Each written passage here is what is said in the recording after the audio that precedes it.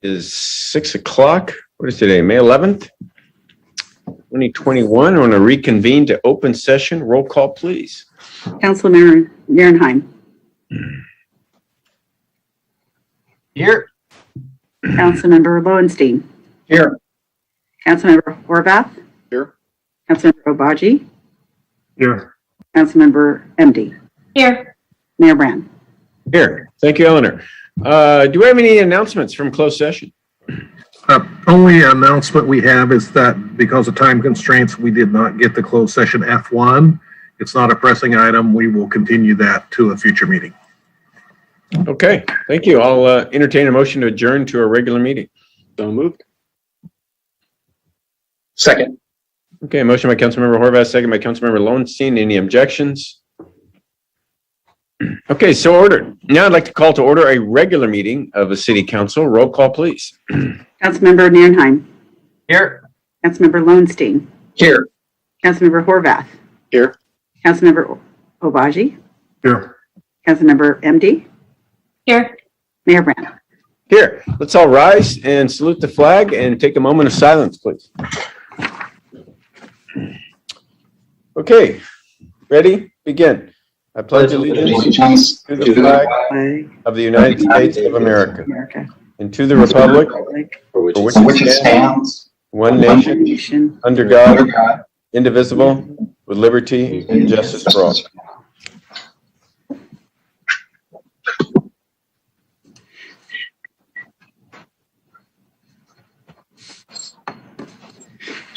Okay, thank you. Announcements. Why don't we start with Councilmember Nierenheim, as usual. Councilmember Nierenheim, you have any announcements?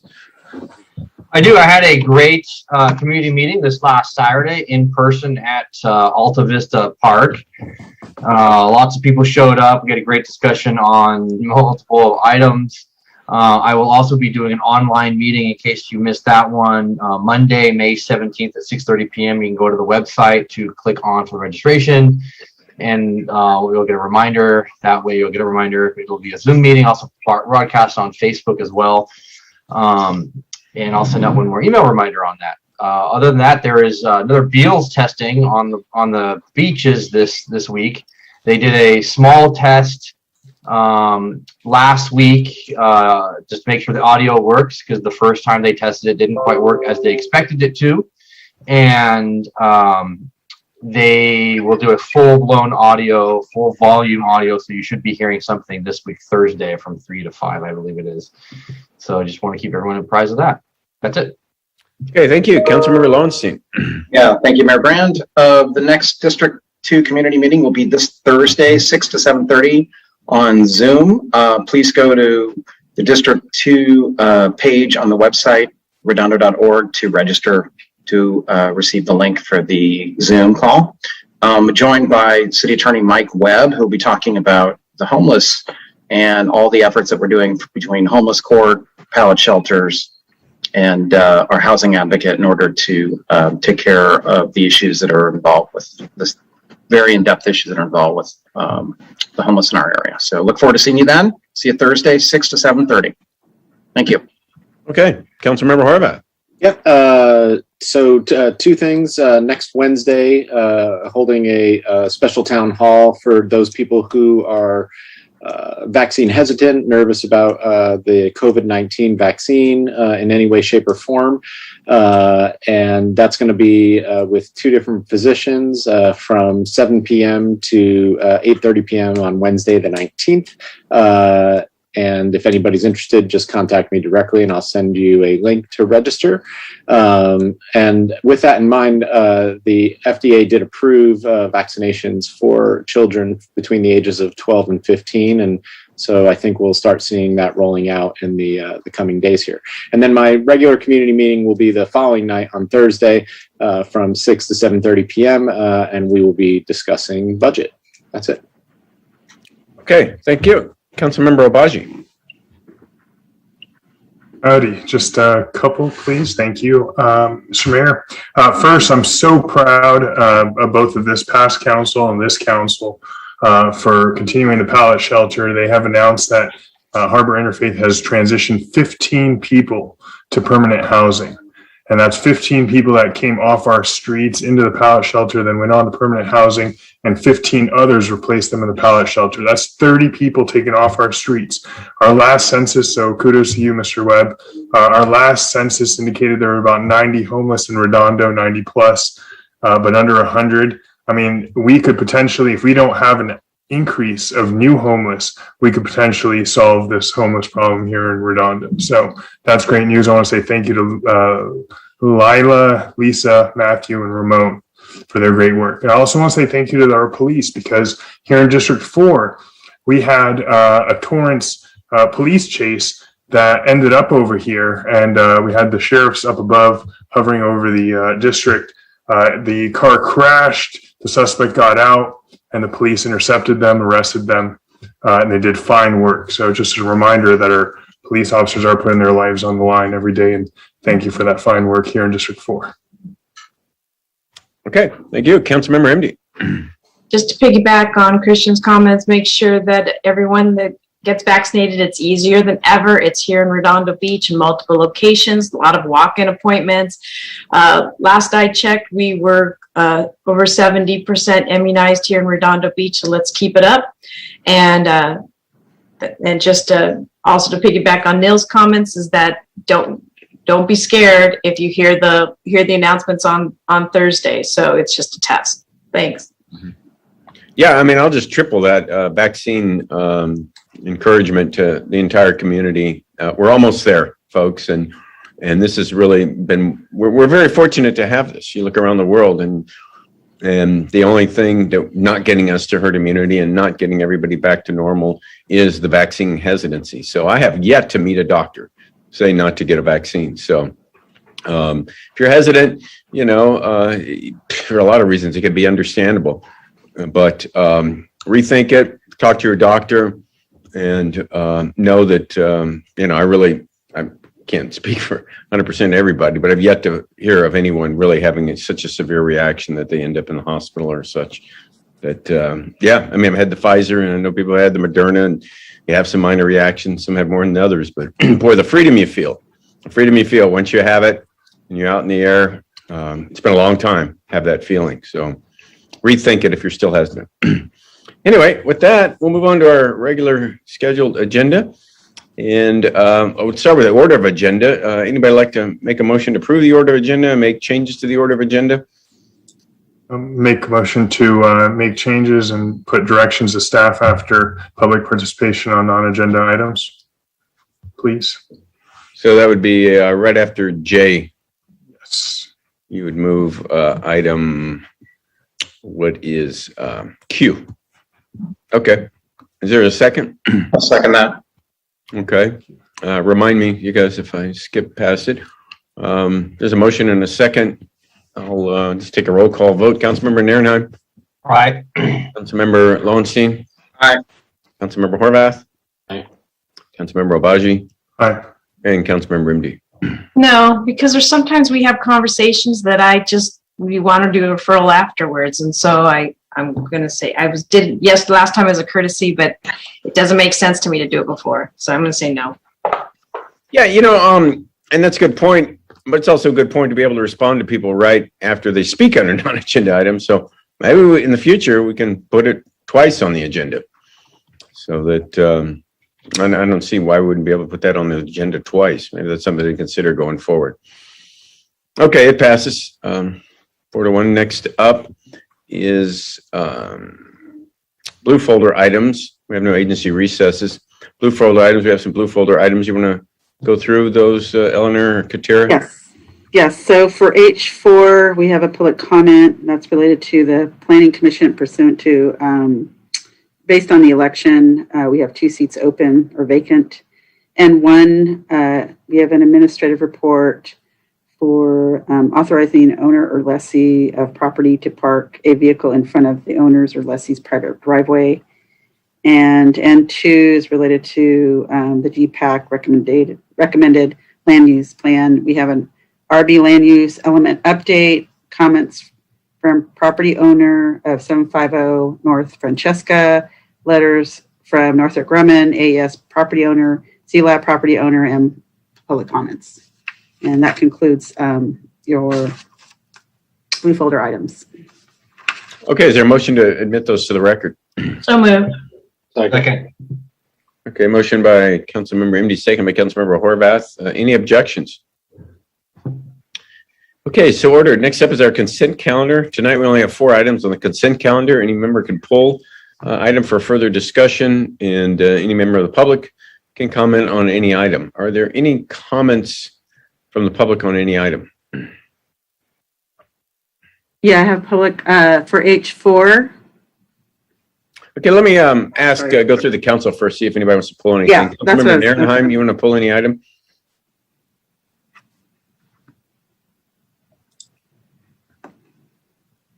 Councilmember Narenheim, do you want to? Oh, I'm good. Thank you. Sorry. Okay, Councilmember Lowenstein, No, thank you. Councilmember Horvath, No, thank you. Councilmember Obaji, No, thank you. and Councilmember MD. No, thank you. Okay, I'm going to pull item H3 and item H4. So there you go. Is there a motion, or is there any public comment on any item other than H3 and H4? No. One and H2? Okay, is there a motion to approve H1 and H2? So moved. Second. Okay, motion by Councilmember Horvath, seconded by Councilmember Narenheim. I'll do a roll call vote. Councilmember Narenheim, Aye. Councilmember Lowenstein, Aye. Councilmember Horvath, Aye. Councilmember Obaji, All right. and Councilmember MD. Aye. Okay, you don't need to read anything, right, Eleanor? No, Mayor. Short Okay. consent. Item H3, this is a good news item. We're selling a K9. Let me read the report here for folks a little bit. And this is something we do periodically. We're selling police K9 ammo to Officer Kyle Lofstrom. Yeah, K9 ammo, approximately 6 years old, served the residents of Redondo Beach for more than 5 years. Ammo's lived with Officer Lofstrom and his family for the last 5 years of his service career. K9 Ammo's reached his service life. The police department recommends the city sell K9 Ammo to Officer Lofstrom for the grand total of $1. So is Officer Lofstrom on and is K9 on? Let me back to where we are here. I hear, I don't think that was ammo. But Chief Kaufman, you want to say something and introduce Officer Lofstrom? Yeah, absolutely. There he is. Yeah, we have Lofstrom here tonight with his dog Ammo. He wanted to make a quick appearance and Excellent. say hi to the community. You gonna make him bark, Officer Lofstrom? Nope. He sees a sunglasses case right now, so he's a little fixated on that. I just, real quick, would just like to say a very, very quick thank you to the city for this opportunity. It was fantastic. And real quick for everyone to hear, Ammo had 180 total deployments, assisted in the capture of over 55 dangerous suspects, 7 himself personally, and over 65 explosive safety sweeps as one of the first bomb dogs at Redondo Beach. So again, just say thank you. That's all I can really think of right now. It's just a big heartfelt thank you. And I wanted to give you a $1 bill, but I'll have to Venmo for long distance here. Yeah. Give it to the chief. He'll pass it on. But thank you, Officer Lofstrom. And you know, I know it's a big sacrifice. Thank your family too for, you know, taking them on. And I'm sure it's a labor of love. And it's just great to see it all work out so well, and all the great assistance he's given the residents, everything you've done with Ammo. It's really gratifying to see this. So there it goes. There's a good shot right there. Any comments from the council? No. Thank you, Officer Lofstrom, and hope to see you out there. Really appreciate Thank it. you so much. Thank you. I really appreciate it. Thank you. Thank you. Thanks for bringing that up, Chief. Is there a motion to approve this $1 Second. sale? Motion and a second. I'll second. All right. Motion by Councilmember Horvath, second by Councilmember Obaji, I believe. So any opposed? Okay, so ordered. That was fun. Next up, item H4. So this was something that one of the planning commissioners asked questions about. It's a blue folder item. Didn't really quite get an answer. Yeah, we had talked about this. Planning Commissioner Ralph Strutzenberg and Planning Commissioner Dan Elder both got elected to the school board. And so there's a apparent conflict with serving both on the Planning Commission and the school board. It's not real clear what the conflict is, but let me ask Mayor City Attorney Mike Webb if you're there. It's in there trying to pull up. Yeah, I'm here. Yeah, do you have any comment, Mike? I mean, why this is necessary?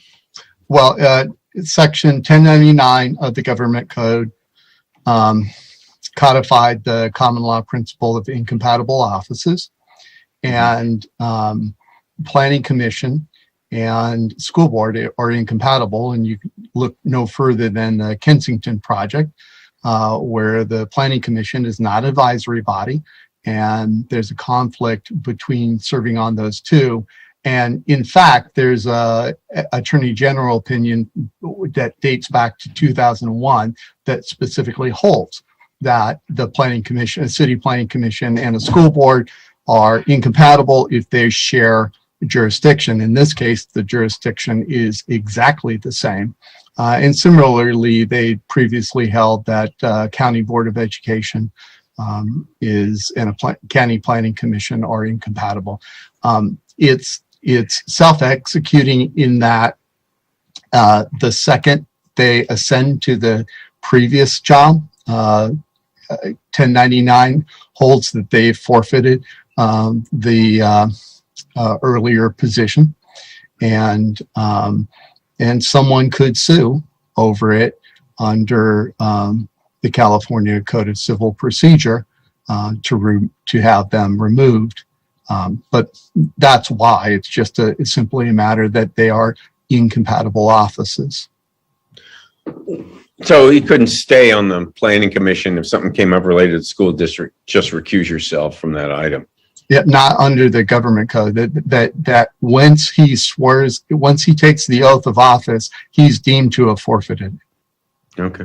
Are there any public comments, Eleanor? Yes, I have Ralph Struttenberg.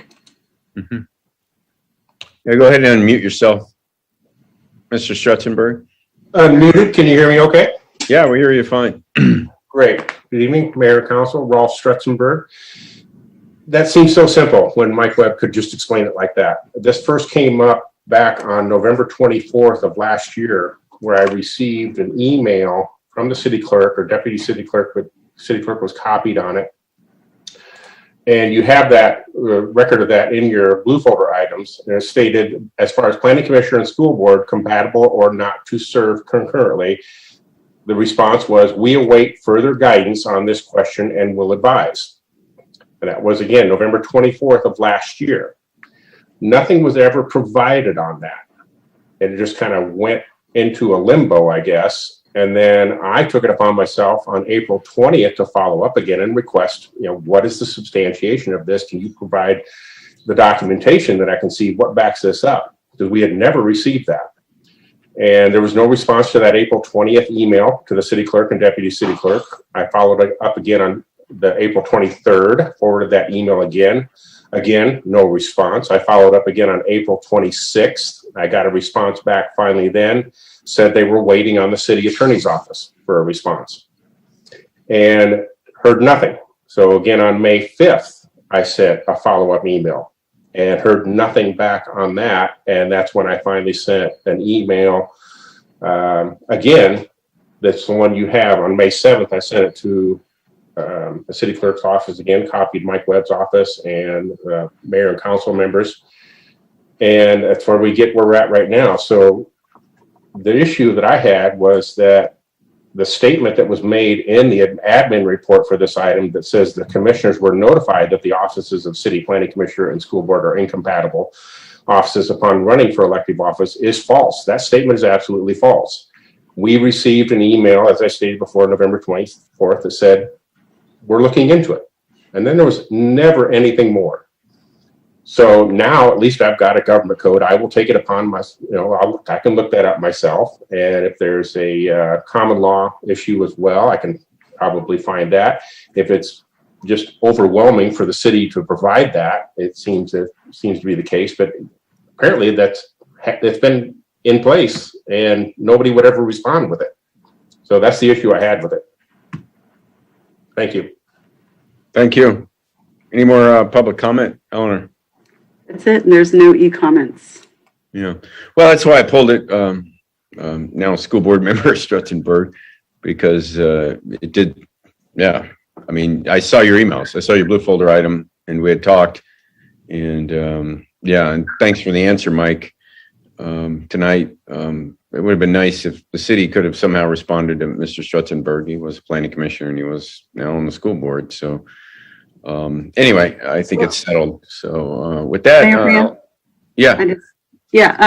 During elections, we did speak to Strutzenberg, because he did bring up that question. So I think it was Vicky that called him to let him know that there were incompatible offices.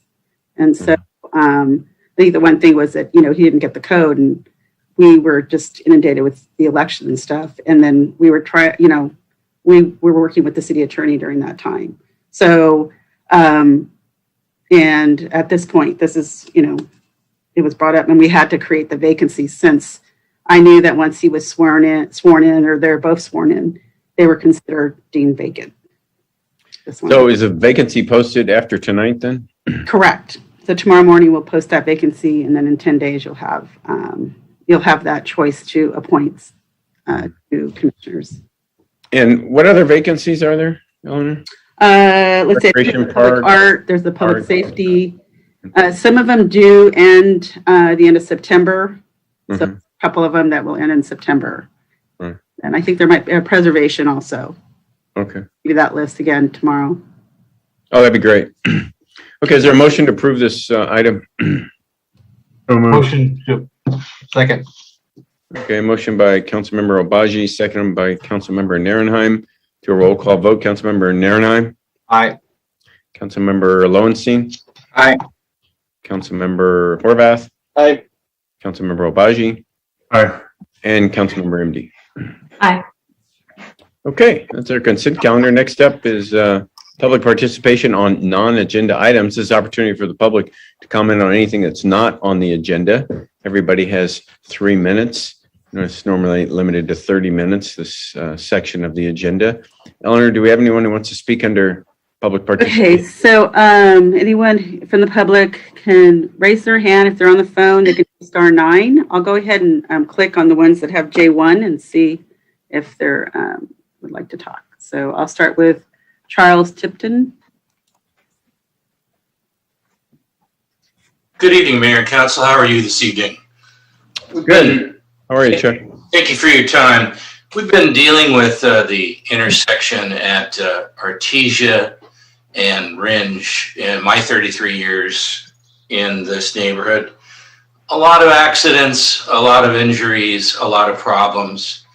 We first visited it in the early 1990s, going all the way back to Mr. Pinsler's reign, when we added that gas station on the corner, actually remodeled it.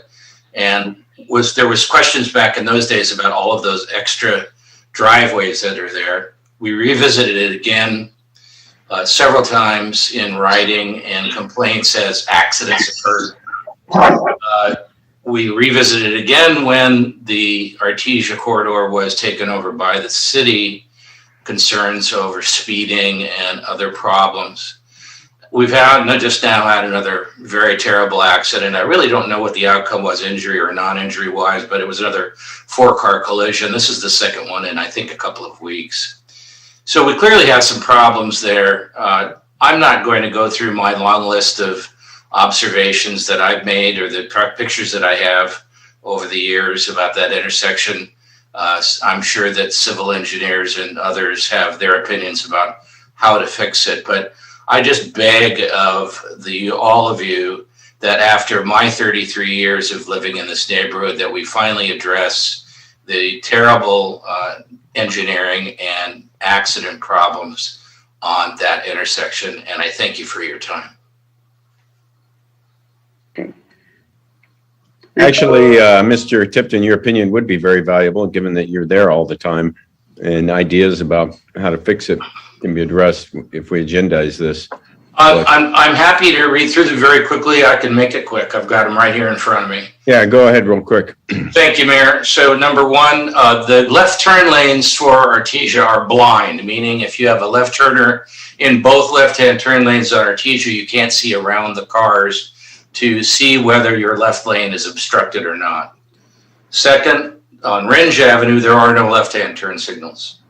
Third, on Ringe, we have a situation where it's just wide enough on the hookah hut side that we have people that go around the person that's making a left-hand turn off of Ringe onto Artesia and then crashes into the car that's trying to make a left on the other side of Ringe.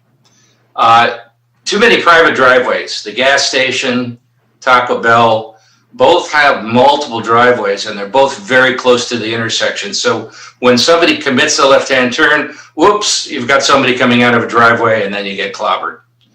I don't know whether it's me or not. It's always been a problem on Artesia, but everybody is driving so fast on Artesia Boulevard right now. Incredible. I mean, literally, I had a guy below by me yesterday, about 70, 75 miles an hour.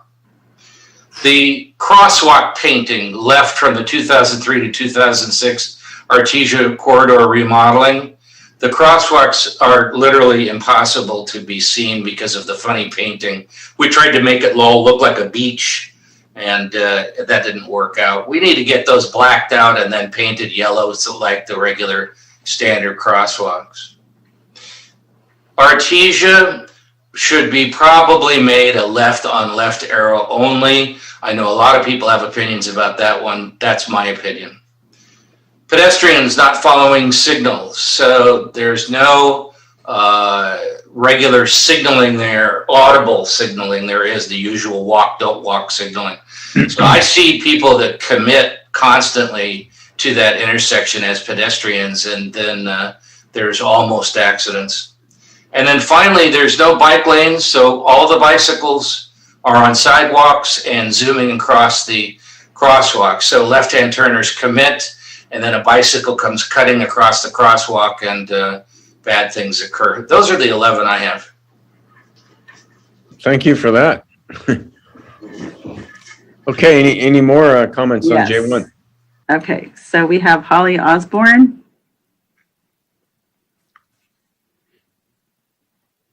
I don't have anything. Okay.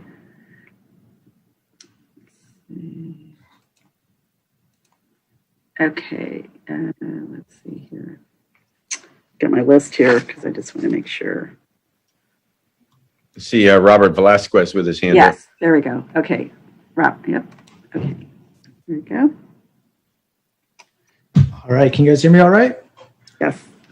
Thank you guys. Yeah, so my wife and I resided in North Redondo, right off of Ringe and Vanderbilt. And I actually submitted the photo to Mr. Abaji about that intersection because the last 4 years we've lived there, numerous times we hear metal on metal collisions. I think maybe last year or 2 years ago, there was a fatality with the motorcyclist and I believe intoxicated driver. So, we've heard the accidents continuously, and working from home this past year, we hear them probably more frequently than we used to when we probably be at the office. So, as a patron who uses that intersection to get home, get to the grocery store and likes of, it is an intersection that, can be terrifying at the right part of the day where the sun is obstructing your view coming down from Artesia going west to east. Right over the hill, it's hard to see people coming. And as mentioned before, it's pretty blind on that intersection as well. So, as I look to better the community myself, just see what we can do to whether make it protected left-hand turn all day or certain parts of the day.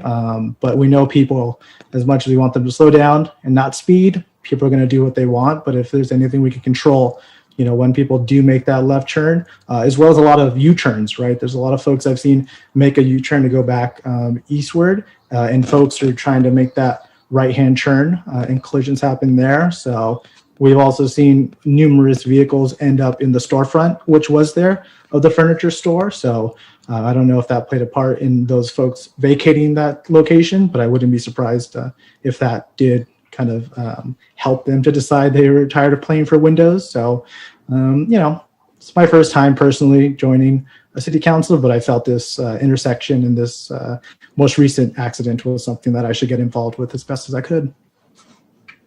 Thanks for joining us, Robert. Thank We can't talk about it. It's a non-agenda item, but we can potentially ask staff to bring it forward and talk about it later. So it helps a lot that someone like you, gets on the meeting and explains what's going on.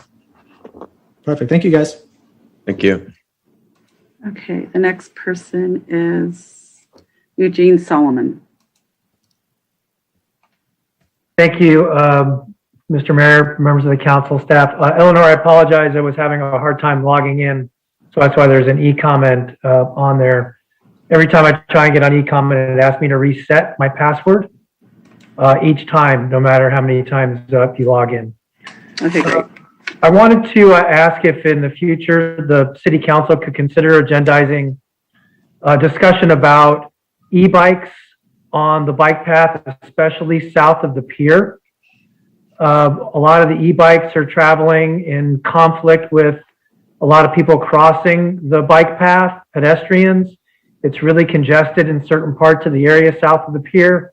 And I've seen on a lot of walks down there near misses of people riding two to a person on an e-bike at what is a high rate of speed for the pace of traffic in conflict with the pedestrians, and almost seen a couple of wipeouts where small kids will run across the bike path to head towards the beach, which is right there, and almost get wiped out by an e-bike.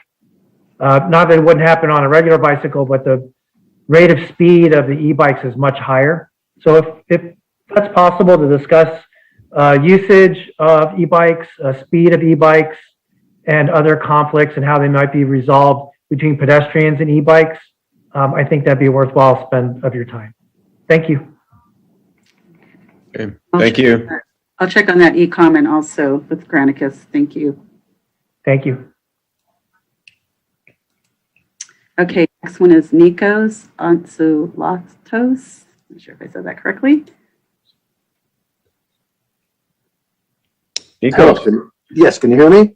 Yeah, I hear you loud and clear. Hi, thank you for having the meeting. Yeah, hi. We're the property owners of the furniture store in that corner of Artesia and Ringe there. And I've been in the property's been in the family for like 85 years. I've been in this, I'm 73 years old. I lived down there my whole life. And the main problem with that intersection there, I believe is, or one of the main problems is as people are going westbound on Artesia, especially around 5:30, 6 o'clock when the sun is setting and it's very bright, they don't have to stop. They've got an open way, to wait to make their left turns, and they can't see the opposite cars. The sun is in their eyes, and we've had accidents, or we had 2 accidents in 18 months. In 18 months that damaged the building. The cars went through the building there. And we feel that there should be a light there that is left turn on green light only, not to allow them after the green light goes away to yield to the cars. That's the only way you're going to be able to stop those cars from running through there. Because I know we always come down Ringe because we live in South Redondo to come to the furniture store. And I know that if we were on Hawthorne Boulevard, please? Oh, this is Catherine. Hi. Is that Nico's wife? Yes. Okay. Sorry about that. You can take 3 minutes too, Catherine, but go ahead. Okay, and so I know that we're coming, say from Hawthorne Boulevard, and we're coming west on Artesia. I always wait until that signal basically almost turns red before I don't feel safe even making it through a yellow light. I basically hang out there. When it starts to turn red, I make my left turn, but I try never to come down Artesia and turn left onto Ringe, come west. Go ahead. Yeah, it's just a difficult situation there, and like I said, the accidents that we've been not involved in, but that have affected our property have always been from cars that have been blinded, and they tried to make that turn. And if it was a turn only on a green light, and then a red light would prevent them from making that turn, I believe that would solve the problem. And it's a little bit weird because both of those accidents happened at the same time of night. Yeah. Around 6 o'clock in the evening. I think one was like 6:01 and one was like 6:03. Basically 18 months apart. So it was in September, and maybe the sun is at a certain level at that time. I know that, what was I going to say? I can't remember, but go ahead. So anyway, that's it. Basically. Oh, I know that there's other signals. I'm sorry. There's other signals that have green arrows, and then they have a that says you can proceed on that flashing light. That's something that I don't think should be at that corner. Yeah, it should just be a left turn on green light only. And that's it. Thank you very much. Okay. Thank you guys for chiming in, showing up. Really appreciate it. Okay, the next person is Wayne Craig. He looks like he wants to speak on N2. No, so what happens is we get their request on Zoom, but they still can talk on any other items. Yeah, Mayor, this is Wayne Craig. I just wanted to, I was going to talk on N2, of course, but on non-agenda. One thing I would like to mention, unfortunately, since we've gone to the Zoom format, one of the things that we used to be able to do when we spoke in person was if you wanted to submit documents for file, we had the ability to do so. So if someone manages to call in, we don't really have that ability anymore. Now, unfortunately, I kind of got used to it because several council members really didn't like me submitting documents on record. But I guess going forward, it'd be kind of nice that we have that ability to do that. Maybe it's something we can't do now while we're in the Zoom format, but I hope that going back to our regular in-person council meetings, we can, as speakers, present documents that can be submitted for file as we speak in front of the council. Actually, we still have that option. You can just email it to us and we provide it to the mayor and council. It's just a different way, but anything. At what time? What time do they have to have it in by? By 3 o'clock. Right, and that's the issue, because sometimes, if we're preparing something and it's 5 o'clock, obviously, it's impossible to send it in on time. Anyway, just going forward, if there's a way we can do that without making it more difficult for you, Eleanor, that'd be great. Okay, thank you. Okay, any more, Eleanor? That concludes the Zoom, and then we have none in the e-comments. Okay. Well, that completes comments on. Wait a minute, we got one more. William Bornadari. Mm-hmm. Go ahead. Okay, go ahead, Mr. Bornadari. Hello? Yeah, we hear you loud and clear. Hope everyone is doing well. Thank you for taking the time to listen. My name is William. I was just speaking today in regards to the site at 750 Francisca Avenue. I'm speaking on behalf of the applicants. That's coming up. That's an agendized item, and that's coming up next, Mr. Bornadari. So if you want to just hold that thought, we'll get into it right away. This particular item is for non-agenda items. Okay, perfect. Thank you, Mr. Mayor. Thank you. Yeah, we'll be right back with that. Okay, that concludes the e-comments and the Zoom. Okay, great. Moving on to item Q, that would be mayor and council referrals to staff. So Councilmember Nierenheim. I do not have any referrals at this time. Thank you. Councilmember Lowenstein. Two items. One, as Eugene Solomon mentioned, I'd like to look at a discussion about e-bikes on the bike trail, the Broad bike trail south of the pier. Marvin Broad. Marvin Broad. Marvin Broad bike trail. B-R-A-U-D-E. Okay. His name is worn off. Nobody knows. Yeah, whatever. It's the bike trail, the county bike trail that is south of the pier. Let's say in first week in August. Is that enough time, Joe? So yeah, that can work. Okay, great.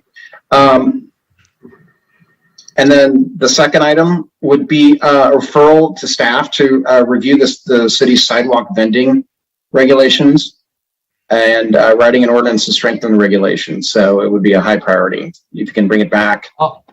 at the highest. I'll second that. Are you done? Sorry. Just bring it back at the first available opportunity. I don't know how quickly you could do that, Joe. Yeah, this will be a collaborative effort with community development and the city attorney's office. So understand it's a priority, and we'll do this as we can. Okay, thank you. I'll second that, and I also like to include in that report the Esplanade vending permit program, as well as the enforcement actions that have happened in the last year for the multiple vendors that have been parking and vending on the Esplanade. Okay. Is there any objection to that? No. Okay. There you go, Joe. So yeah, as soon as you can. Councilmember Horvath. Is that the consensus of the council? I mean, yeah, let's do a roll call vote. Councilmember Narenheim? Aye. Councilmember Lowenstein? Aye. Councilmember Horvath? Aye. Councilmember Obaji? Aye. And Councilmember MD. Aye. There you go, Joe. Councilmember Horvath? Nothing for me. Councilmember Obaji? All right, 4 matters, but I'll go through them real quickly. I'd like to agendize that Artesia Ringe discussion, please, ASAP, ideally next week. And I'd just like to show, I did tour the property, the area today. 2 options I'd like staff to consider in their report are: 1, eliminating this median right here, not where the trees are, just right here and on the other side, so that the cars can pull up to here. Because the problem that occurs when you get closer, if there's a car coming out here, you cannot see any of the traffic over here. And people just assume that when they make the left on yellow, that the cars are going to stop there. And they don't. People run red lights regularly. And the distance between where they break that side crosswalk and where they come into the intersection and hit the path here is very small. So 1 is eliminate these middle barriers so that the cars can get further to the left that are making the left turn. And 2nd, left on green arrow only, put in a red arrow there. Those are the 2 things I'd like analyzed, please. All right. I think the bigger issue is really just to analyze that intersection, right? So I think yeah, but I referred that months ago, Mr. Mayor. And it, I get it. It was going to be part of a BRR or something like that, but we need action now. I mean, my residents want my head on a plate if I don't get something done on this, and rightfully so. And not just, by the way, for Artesia and Ringe, but Artesia and Felton. Could I make an amendment to that, Mr. Obaji? By all means. Can we get a BRR on the cost of adding a left-only turn signal at that intersection or other intersections? I don't know if there's a difference at one intersection or another, but the general cost, because not only for Ringe and Artesia, but other places that are dangerous. So Ringe and Vanderbilt. So it's Artesia and Felton, and Artesia and Ringe are the 2 big accident spots. Yeah.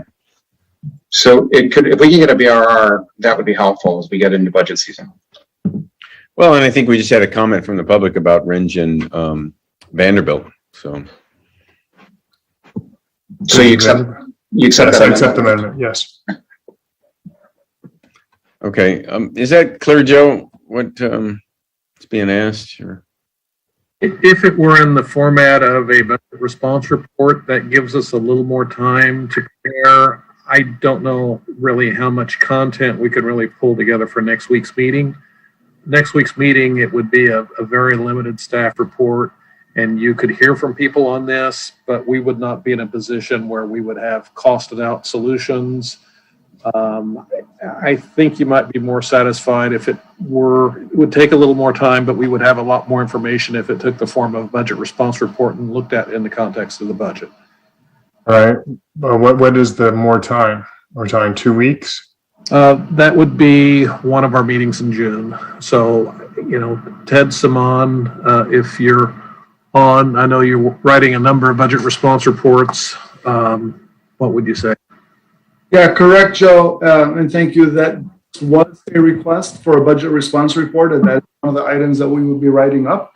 That included the conversion or the assessment of changing the protected permissive operations along Artesia to become protected. which will include the engineering, the cost estimates, and then some of the history behind it. As Joe mentioned, we could listen, we could hear more input from the residents if we were to bring anything next week, but it's really not going to give us any opportunities to truly analyze this and giving you any significant information and feedback. If we come back in mid-June, we should have much more information to share with the city council. We'll have better estimates. But yeah, we could definitely bring something back in mid-June for further discussion and conversation. All right, how about first week of June? Well, we do our CIP normally the second meeting in June, which is the second week in June. Is that more what you're thinking of, Ted? That would be more appropriate on the. All right, that's fine. What about painting the sidewalk? That seems like something we could just do, right? Well, I think what I heard from the resident is to basically black out the existing decorative crosswalk and repainting that as a normal crosswalk. That's something that we could schedule if that's the council's direction. Yeah, we want to give that direction, folks. Somebody want to make a motion? Sure, I'll schedule or I'll move to have the crosswalk repainted, at least brighten that up a little bit, make it more visible. Well, as suggested by the resident, blacking out and just putting in regular yellow stripe crosswalk. Or white stripe here. I think that's regulated whether it's white or yellow. Yeah, it is regulated and we would put the appropriate color for it. And right now, standard is the continental crosswalk, the high visibility crosswalks anyway, so we would not just be putting in the two regular bars. Right, so there'll be vertical lines too. All right, great. Is there a second to that? Excuse me, if I could weigh in, I think the difficulty here is this is not on the agenda. You can have us look at it, factor it into our maintenance, for you to take an action and provide on something. Can we just get that back also with part of the BRR on? Or it may just happen. Yeah, if you could just, refer it to staff for review. Sure. Crosswalk and intersection improvements as discussed, please. Artesia Felton, Anything else, Artesia Rinch. All right. Well, dude, I guess second, do we need to vote on that, or we're going to get it on? No, it's fine. All right. Second is a direction to the city. I'd like to move to direct the city attorney to prepare a resolution voting or resolving that the Redondo Beach has lost confidence in District Attorney Gascon to prosecute criminals and to essentially vindicate the rights of victims. Residents are in uproar about it, and I think it probably factors into the proliferation of crime that we've seen uptick. I don't think that stiff punishments lead to deterrence of crime, but absolutely no punishment is an incentive to go out there and commit a crime. So we're undermining our district attorney is undermining the fine work of our police department, and we need to send a message. I would definitely second that. Thank you. Okay. Is there any objection to that? Okay. I guess so ordered then. Is that okay? Joe, Mike? Yeah, that's no problem. If there's room on the agenda, I can bring it for next Tuesday. I'll consult with Joe. If not, it'll be the first meeting in June. All right. And as a corollary to that, as a second resolution, I'd like the city attorney to bring forth a resolution, please, that recognizes that has Redondo Beach recognized that systemic racism against the Black and African American community exists in our country, and Redondo Beach has no tolerance for that. And we are a welcoming community of all people, of all colors and races, and we recognize that we are enriched by our diversity.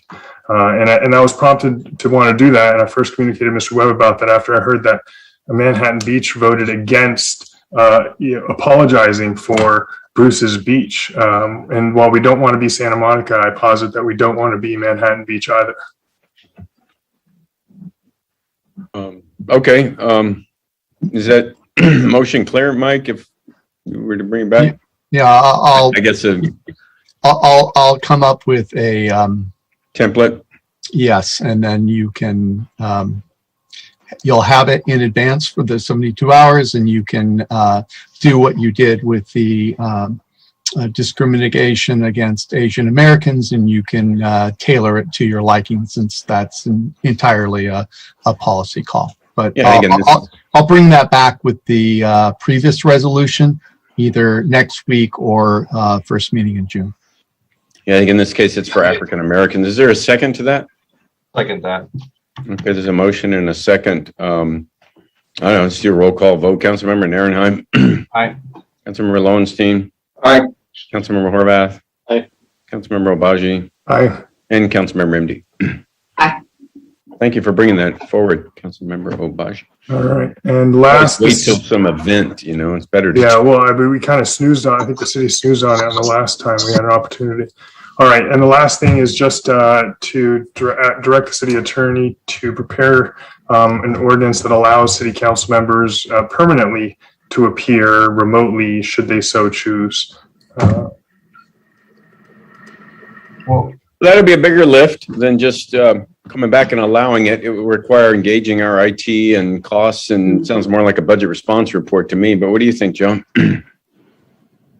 Budget response report, not sure about, state law implications of this, if there's a legal component to this, or if it's just technology. Well, yeah, I know that other municipalities have done it, and I know I just asked Mr. Hefkin before the meeting whether our news chambers were going to be Zoom enabled. And I just figure in, modern technology, if there's somebody's got to travel, they shouldn't have to entirely miss the meeting. Not to be a permanent solution, they should be present at council chambers, but one off, maybe we put some limitation on remote attendance. It seems logical. Yeah, city's been doing it for a long time. I remember I brought this up 8 years ago, maybe. Mike remembers. And it just died. But yeah, they've been doing a lot of other cities, so it's something. The school board does it. Yeah, there you go. Yeah, you just have to post, as the city clerk, you have to make sure you post outside where you're at. Right. The only requirement, well, that's the only thing that I know. But you have to check. We can discuss it. It's a bigger thing. I would have a discussion before I return with an ordinance for you to give direction. Like, for example, wherever you are, you have to allow the public in. And so there are problems with that. You still have to. So there are things that you can't do. Well, you couldn't do what we're doing now absent the emergency. So I would suggest we have a discussion first, maybe in July-ish, and then you can give us specific direction. Sounds good. Okay. Thank you, sir. Okay, is there any objection to that from anyone on the council? We do it at the beginning of July? We can. If that ends up getting pushed off to a previous week, I'll just say I told you so, good naturedly. But later week, you've got a lot. But if you want the first meeting in July, you'll get it the first meeting in July. Good. And last thing, Mr. Mayor, if I can, is I'd like to agendize the non-residential general plan amendments for maybe next week, because I understand that staff wants us really only focus on the residential component of our general plan amendment. And I know that there are non-residential general plan amendments that folks want to make. Yeah, kind of a question for Brandy, I would imagine. That's something she wants to chime in on, and what, is next week too soon, or? Yeah, I think if it's something where we want to have that considered as part of the the land plan and moving it forward through that EIR process, then some things are going to probably be a little bit interrelated as we go through our conversation tonight and talk about the different focus areas. If there are other items, I would say if we're going to talk about them next week, we have a very heavy agenda next week for other items that we know what those are, so we're prepared and can narrow that focus for next week. But if we can get as many of the determinations made this evening, that would be for the better to be included in the EIR. If it's something where it's a much longer, bigger discussion, and it would probably need its own environmental review. That doesn't need to be a part of the land plan. So I guess what I'm hearing you saying, there might be some small things we could do tonight, but otherwise, if you want to discuss some amendments related, non-residential, you could bring it back next week or another time later, very soon. I would say next week, only because, yes, we have the deadline with the housing element. There's also, we need to move forward with the EIR and get that underway to, keep that process going for the general plan update. Okay. Anything else, Councilmember Obaji? No, thank you, sir. I think that was good. Okay, Councilmember MD. No, thank you. The only comment I would make is about e-bikes, waiting till August. Summer's here. I go on the bike path fairly frequently, and they're moving. And it's dangerous. And you're seeing Hermosa, Manhattan Beach. Basically, we have a speed limit. I don't know what it would require for the police to actually get down there and start enforcing it. But God, certainly on the weekends, it's out of control and it's becoming a dangerous situation. So just want to make it clear, we really shouldn't have to wait till August to maybe step up enforcement, because it's happening. Okay. With that, we'll move on to what's our next item here. Hang on one second, folks. My agenda got buried in my pages here. N1 maybe? Yeah, next item up is N1, discussion possible action direction to staff regarding a permit program that would authorize the owner or lessee of a property to park a vehicle in front of the owner's or lessee's private driveway, and collaborating with the property owner for installation of a driveway apron at 525 South Francisco Avenue. So we got Ted Simon, our Public Works Director, and I know our City Attorney Mike Webb would like to weigh in on this. So whoever wants to start it off. Okay, well, Mike, if you want to just lead into it, or do you want me to just say that we've got the materials here? Because we provided to the council at least the minutes from the last couple of meetings at which time the discussion was heard over the driveway. And Mr. Webb has got the material tonight on the potential code changes that would happen in order to look at a permit process to do so. You may recall the problem was that we couldn't, without violating state law, encourage or build something to continue the exact use that was used before, because that was parking across a sidewalk. And it could it violates state law and could open us up to ADA. But in my research, I found a section of state law that allows the city to allow by permit the owner or lessee of real property to park in front of a driveway that's a private driveway. So in other words, they're not going to park across it. They'll park parallel to the sidewalk. So if the council wants to give direction to staff to come back with the discussion items to begin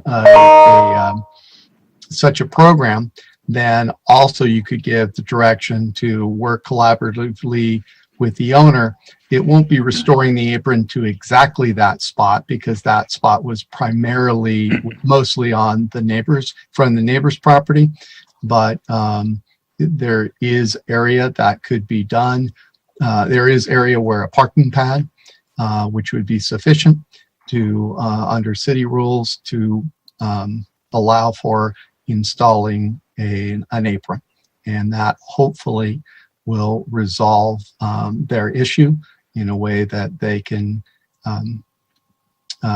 as you recall, I believe the Reeds didn't want or had second thoughts about the blue curb because anyone could park there. And this would be a permit that would only allow them to park in front of their residence, and could, in single family zones, help alleviate overcrowding with parked cars, allowing residents to lawfully park in front of their driveways. Now, there will be some challenges for Ted and for other city staff in creating the permit because it's not going to be like what we normally think of permanent parking, where it's an entire zone. It's going to have to be specific to that property. And for enforcement, the police will have to be able to tie it to that particular residence. And I wouldn't think for public safety, we would want to have readily discernible to anyone what the address was. And so we'll have to figure out a way to code it. So there's more work involved for city staff in doing it, but it is, I think, an elegant way, if not giving them back what exactly was being used before. It gives them, I think, all but that. And the one nice thing is it would be completely lawful for them and only them.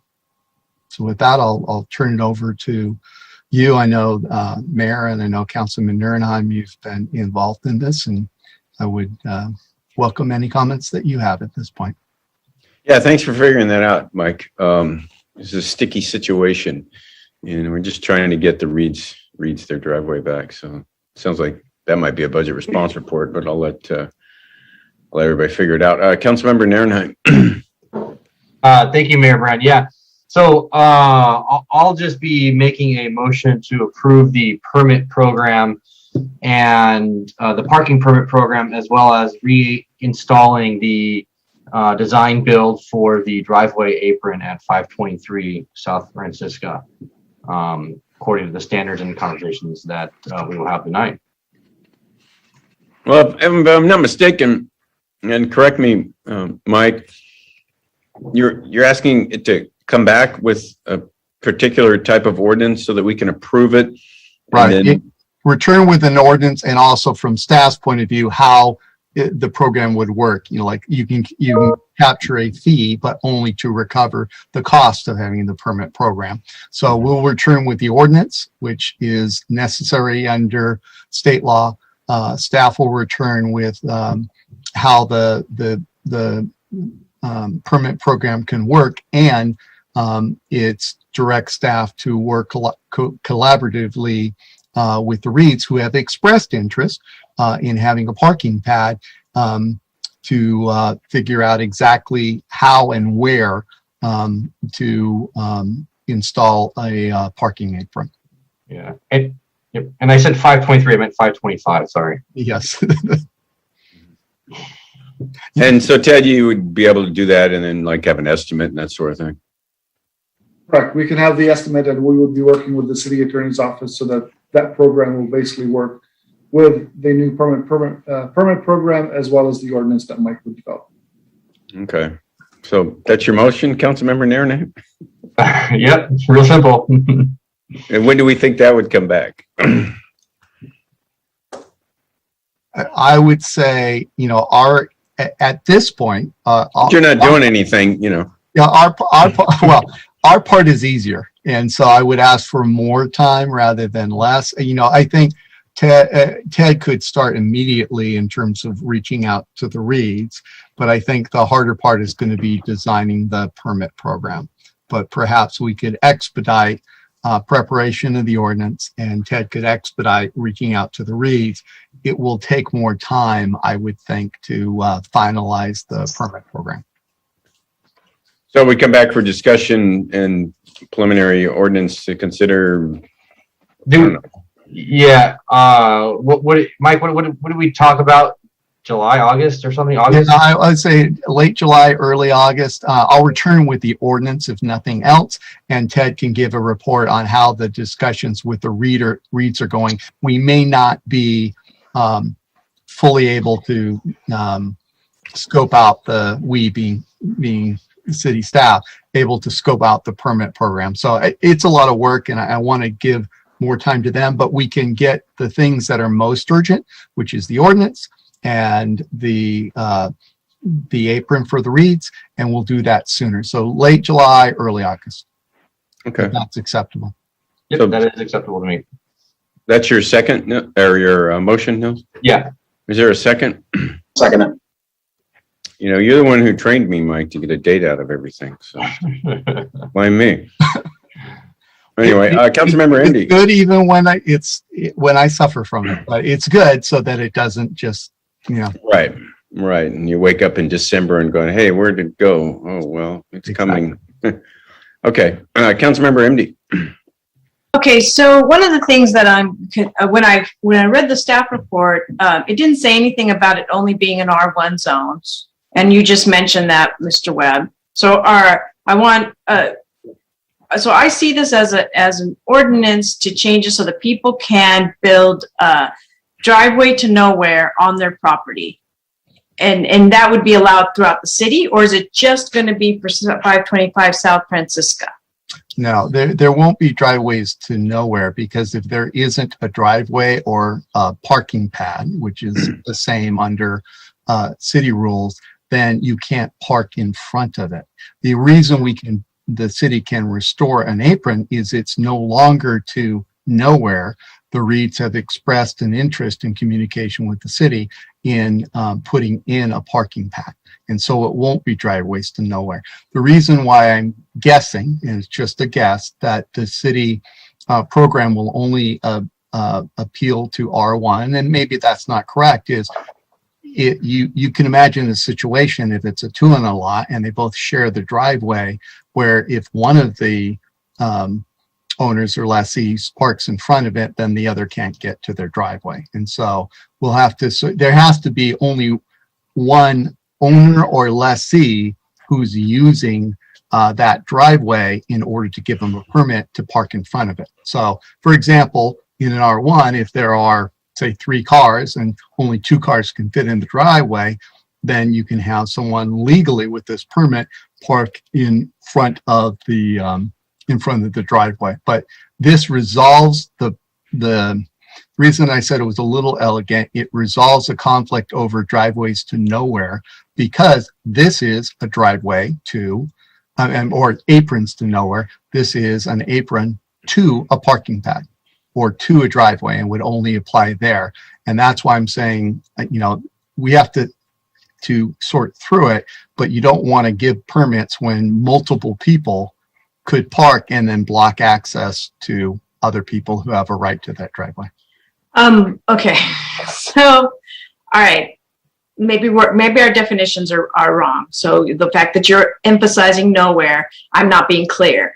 So there's a drive, and just so we're all clear, I have no problem with what we're doing for the Reeds. I'm just looking at it as a bigger picture for the rest of Redondo. Okay, so let's take a collective breath. But it's just, what I'm remembering is there's no garage in the Reed's house. So when I say driveway to nowhere, it means they're going to pull up on that apron, and they're going to have a parking pad there, and it's not going to go to a garage.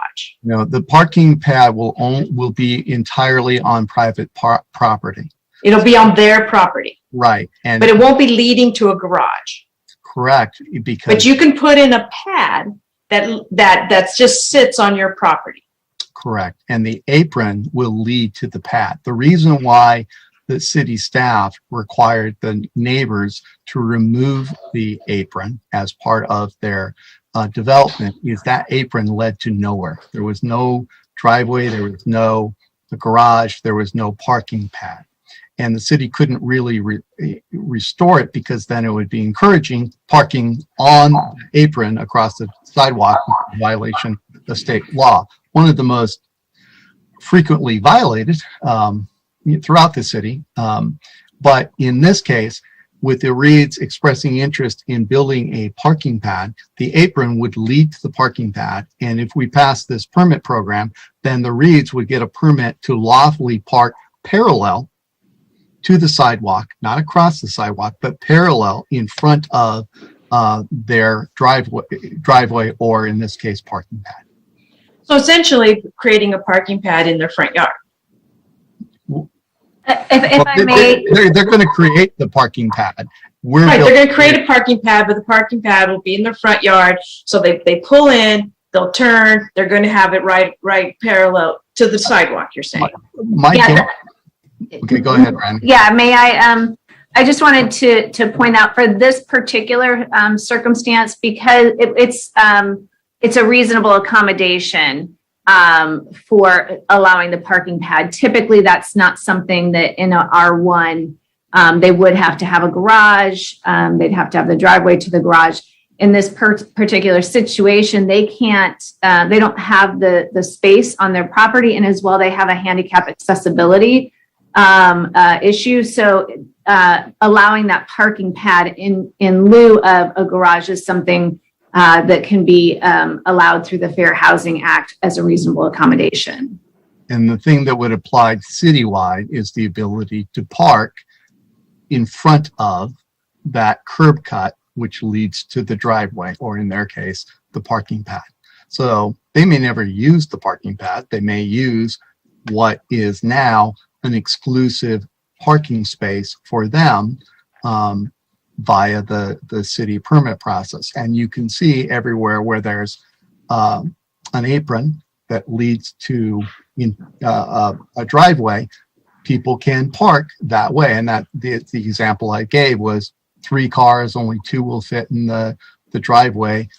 It would allow a 3rd car to park in front of the driveway lawfully with a permit, and it would still be illegal to park, as many people do, in the driveway across the sidewalk. And we have no control over that. That remains illegal under state law.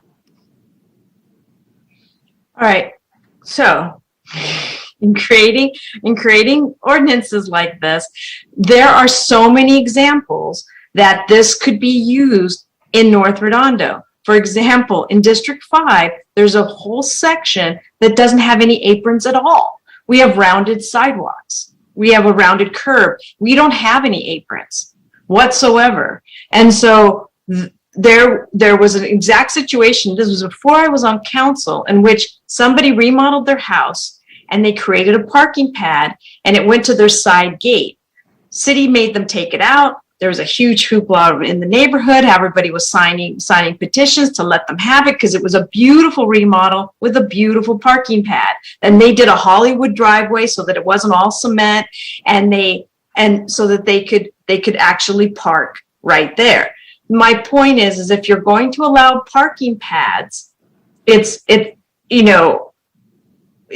got to look at it in a bigger context, because when you say just R1, I was having a conversation with a resident who was in an R2, and in their shared driveway, they could turn and have a parking pad parallel to the sidewalk, which is not allowed right now.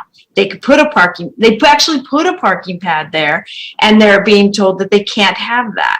So this is a bigger, if you're going to make it for an ordinance for everyone, and I don't want to delay the Reeds getting what they can, but if you do it for one person, you've got to be able to kind of look at how it's going to affect everybody else. And in my neighborhood and adjacent, there is parking issues whenever it's an R2, R3 areas, and I'm concerned that you're just going to do it for R1, and because there would be a definite demand for this type of ordinance throughout the city. So there's nothing about this motion that changes the rules regarding when and if you can put in a parking pad. As Brandy explained, this is a reasonable accommodation and all the reasons that are behind it. What this ordinance does is, what this motion does is direct me to return with an ordinance that allows permit parking in front of a private driveway. That's all this does. Now, you can then say, and the reason I was saying it would, I think, only apply in R1 because you don't want to give permits to 2 different people who are living on a two in a lot, and one of them could block the other. Now, it's a separate issue if you want to direct staff to look at parking pads and when and if our rules allow them, and whether that should be changed. But this is only allowing, ordinance is only allowing people to park in front of driveways on a private lot, and then giving specific direction to staff to work through installation or reinstallation of the apron that was taken out because the neighbor did work to allow them to park in front of what would be their parking pad. But you're not changing the rules for when and if a parking pad is allowed.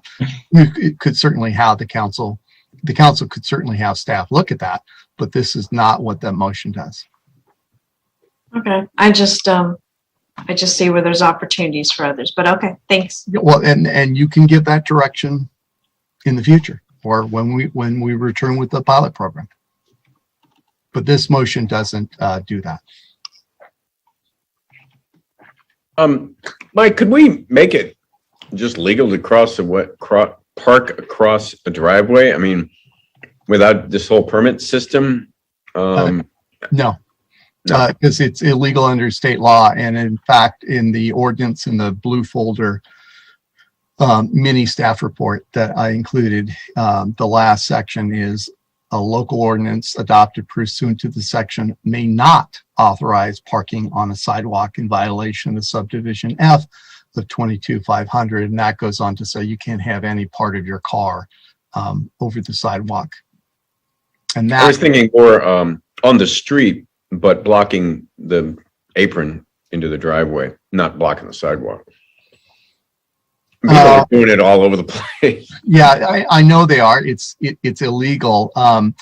I mean, could we make it legal without violating? Yeah, we had looked at that and we discussed with city staff way back when, I think after the first visit I took to the Reed site, and there'd be no way to do it to not, to make sure that cars weren't intruding into the roadway.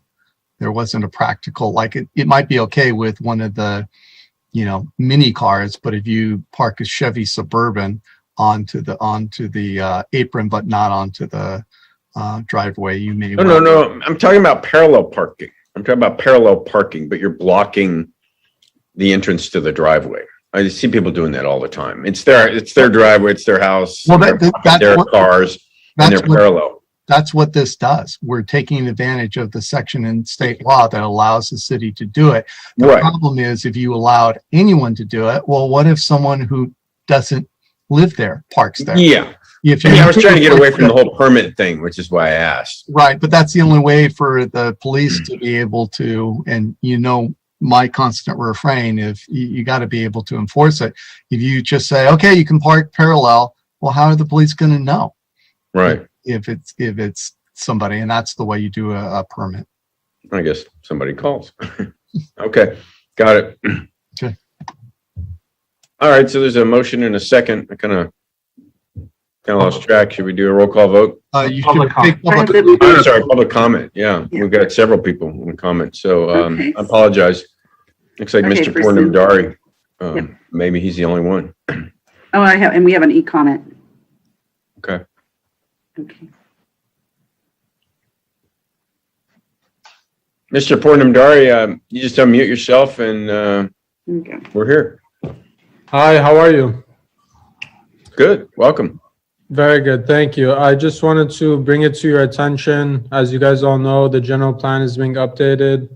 We just wanted to come to the meeting, see if you guys need anything from us to make the process easier, especially in particular to our site at 750 North Francisca, which is a 2.5 acre site by the beachfront.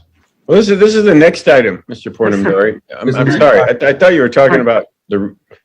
No. It's the next item. I apologize. Yeah. You have N1 marked, and that's the item we're on. And I think you want to speak on item N2. Okay, so the next one, we'll have him be first. That's coming up. Okay, Wayne Craig. Yeah, I'm actually kind of fascinated by this process of a permit because if you drive on Nob Hill, about one or two houses up on the east side, there's been a car parked in the driveway blocking the street access in this manner for I think close to 10, 12 years. It goes back to when my boys used to work at the yogurt place right there in the corner. It's been there. The car has been abandoned. It's been there. There's no air in the tires. It's been resting in the driveway for well over a decade, maybe longer. I'm just curious why we're doing selective enforcement for this individual. The Porter Reeds have to go through this whole process just to get their driveway back. Thank you. That's abandoned car on public property? No, it's a company it's a landscaping company. It's a person that's really prominent in the Chamber of Commerce, apparently. Maybe that's why they're not being enforced against. But it's been the driveway forever. It doesn't block the sidewalk, but it's in between the driveway pad and the street. And it just looks awful. And I'm sure if I did that in my driveway, I'd probably get a ticket or have it towed. But for some reason, for over a decade, this person doesn't seem to get signed or anything. So I'm just wondering if we're ever going to enforce our rules, if we're going to have them in place, I guess. I suppose you could submit a complaint and we could follow up on it. Or just report it to parking enforcement. It's been reported a few dozen times what I've been told. But if need be, I'll do it again. That sounds fine. Councilman Nierenheim has experience with other residents receiving a ticket because other neighbors called and reported it, but it is the most frequently abused section. And I think this will give a way to be able actually to enforce it more, because you're giving people a lawful reason, a lawful way to park in front of their driveway. Okay, any more comments on N1? No more comments. Actually, yeah, the comment on N1 is actually for N2. So we'll move that. You can read that then. Okay. Great. There's a motion on the floor in a second. Let me see if there's any more council hands up. Nope. So I'll just do a roll call vote. Councilmember Nierenheim. Aye. Councilmember Lowenstein. Aye. Aye. Councilmember Horvath. Aye. Councilmember Obaji. Aye. And Councilmember MD. Aye. Okay, we'll see you in late July, early August. Okay, next up, why we're having a special meeting, discussion and possible action on the general plan, advisory committee recommended land use plan. Brandy Forbes. Yeah, thank you, Mayor and Council. This is our third City Council meeting after a Planning Commission and a community meeting and a GPAC meeting on this discussion item. It's regarding the recommended land use plan. We did a very thorough, hopefully it was thorough for you, presentation at the April 20th meeting, and had an additional more questions, I think, at last week's meeting on May 4th. And tonight we just have a very brief presentation, again, just kind of a refresher of where we're at and what we're looking to accomplish this evening. We have Wendy Novak and Hallie Grundy from our consultant team, Placeworks. We have Veronica Tam, our housing consultant, and then Sean Scully, our planning manager from the Community Development Department. With that, I'm going to go ahead and turn it over to Wendy Novak. Great. Thank you, Brandy. We thought we would just start. This is the third installment of the discussion that you guys have started on the general plan. Tonight, we really wanted to provide some focus. You guys have already started to talk about this. There's so many things to talk about with the general plan, the land use changes, the housing. And so the hope is that tonight, we will start to get some firm direction from the council on some of the changes that should be made and considered, with the priority being the housing element ones. But as Brandy mentioned, if we're talking about a certain focus area and we're talking about housing, there may be some non-housing related changes that go hand in hand. So I don't want to preclude non-housing conversations from happening, but what it will do is if we have direction on some of those land use changes related to housing, the next meeting, what we'll be able to do is take and run some numbers to see where we've ended up and how close we are to meeting those housing element RHNA requirements and your numbers. And then we can see if we have to make any final adjustments based on that direction. Originally, we had scheduled 4 meetings to go through all of the discussion. So this is the third, and next week was originally scheduled to be the 4th. So we're trying to be as efficient as we can with the discussions. So we do have a few housekeeping things that we wanted to go through with you. And this is going to be a team effort. I think the first one is going to be gone over by Sean and relates to the discussion that's been happening related to the public designations. So Sean, did you want to talk a little bit more about that? Yeah, sure. Thank you, Wendy. Yeah, this is a little bit of housekeeping here. We had, after GPAC had made their recommendation on all the land use definitions, we looked specifically for residential care facilities for the elderly and the public institutional, that specific item. Definition, it wasn't there, so we thought, well, we'd strengthen the language there and make it specific. We went back since then, based on some of the comments we received, and we went into the records for the zone change that occurred for the PCF for the Silverado development back in 2005. And we found ample language in the record, findings and in the staff reports that made it clear that the residential care facility that's now conditionally permitted in that zone is consistent with the general plan land use designation. So with that, there's no change required to add specifically residential care facilities for the elderly to the existing definition.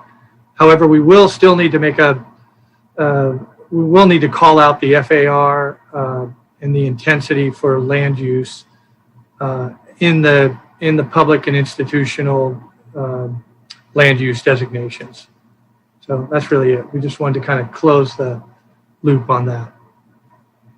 Yeah, so that had been an issue that some folks had brought up about adding that additional language. So at this time, we're not recommending that. We will leave the definition the way that it was when the advisory committee reviewed it, with the exception of adding that the additional qualifier of what the FARs are.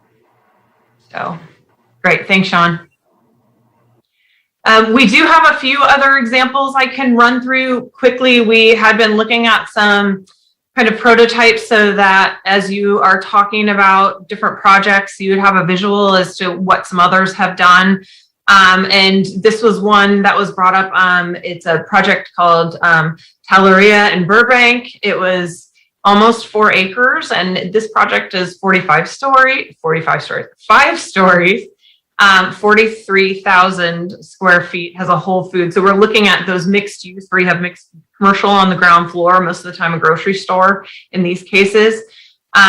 So in this case, it's 5 stories, and it ends up being 62 dwelling units to the acre. So that's what that can look like. And in this project, they have 241 total units.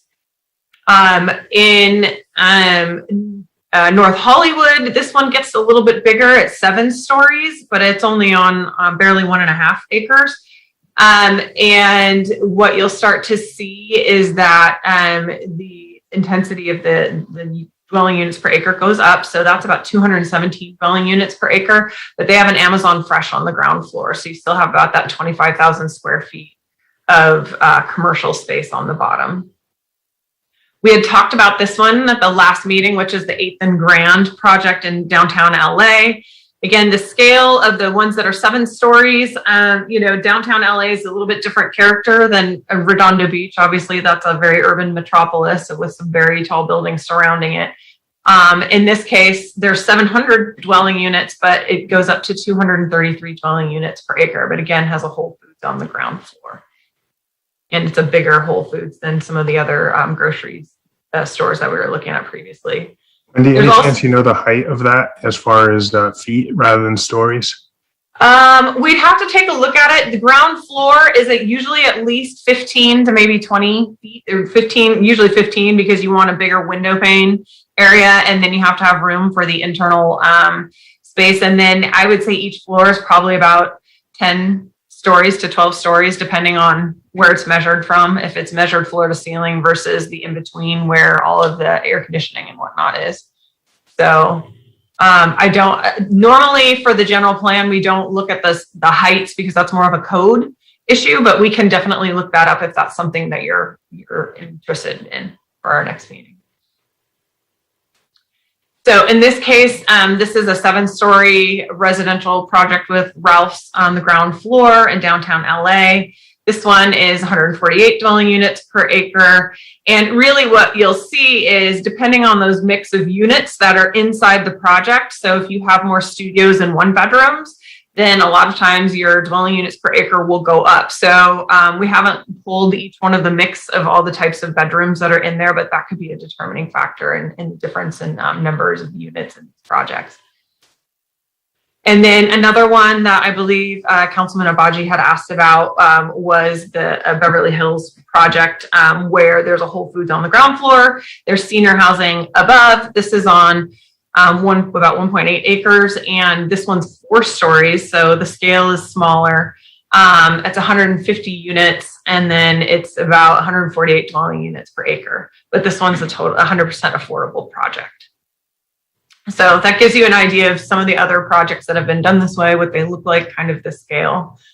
And so, Brandy, I think you wanted to provide some comments on some of the research that you've been doing and going out to the sites, right? Right. Previously, I think it was at our April 20th meeting, we had done a presentation that was a little bit more on the, what can it look like and feel like to have a mix of uses or an overlay. And we wanted, there was a concern of if you did a residential overlay, does that mean that they can't have the commercial? And I wanted to just give some examples of where that doesn't have to be the case. You can have the underlying zoning, you can have the overlay that they can add to it, but they don't have to get rid of the underlying commercial that's already there. So let's go to the next slide. So here we just took that slide previously and that we had talked about before. This was that horizontal mixed use. The slide on the top was that rendering where they had the office on to the right and they had the residential to the left with the roadway. And that just taking an image of what's on the ground up at the South Galleria. You've got the living spaces on the right. You could imagine there could be circulation component of it where it's more of a roadway feel, and maybe having some parking on the main level for the commercial, and then having another parking level for the residential, and then the residential above. That's where that overlay can fit in, and again, it still keeps the commercial there, and it keeps the parking for the commercial available. And we just have a couple other, just where you can maybe visualize it a little bit easier. Like here was one of the recommendations that the Planning Commission had made about maybe having that residential overlay at the Smart and Final that's on PCH, between PCH and Catalina. And, this is an opportunity. Again, there's a lot of parking area where is there some way that you could have some kind of some infill of the residential as the overlay. And we'll go to, I think we have one more. We just, this is the Frontier property. We didn't really have any example because, it's a pretty wide open, parking lot, an older facility. Usually, you can imagine that all these different varieties in different scales of what you wanted to see there, could very easily go into a location like this without really pushing out a major commercial use.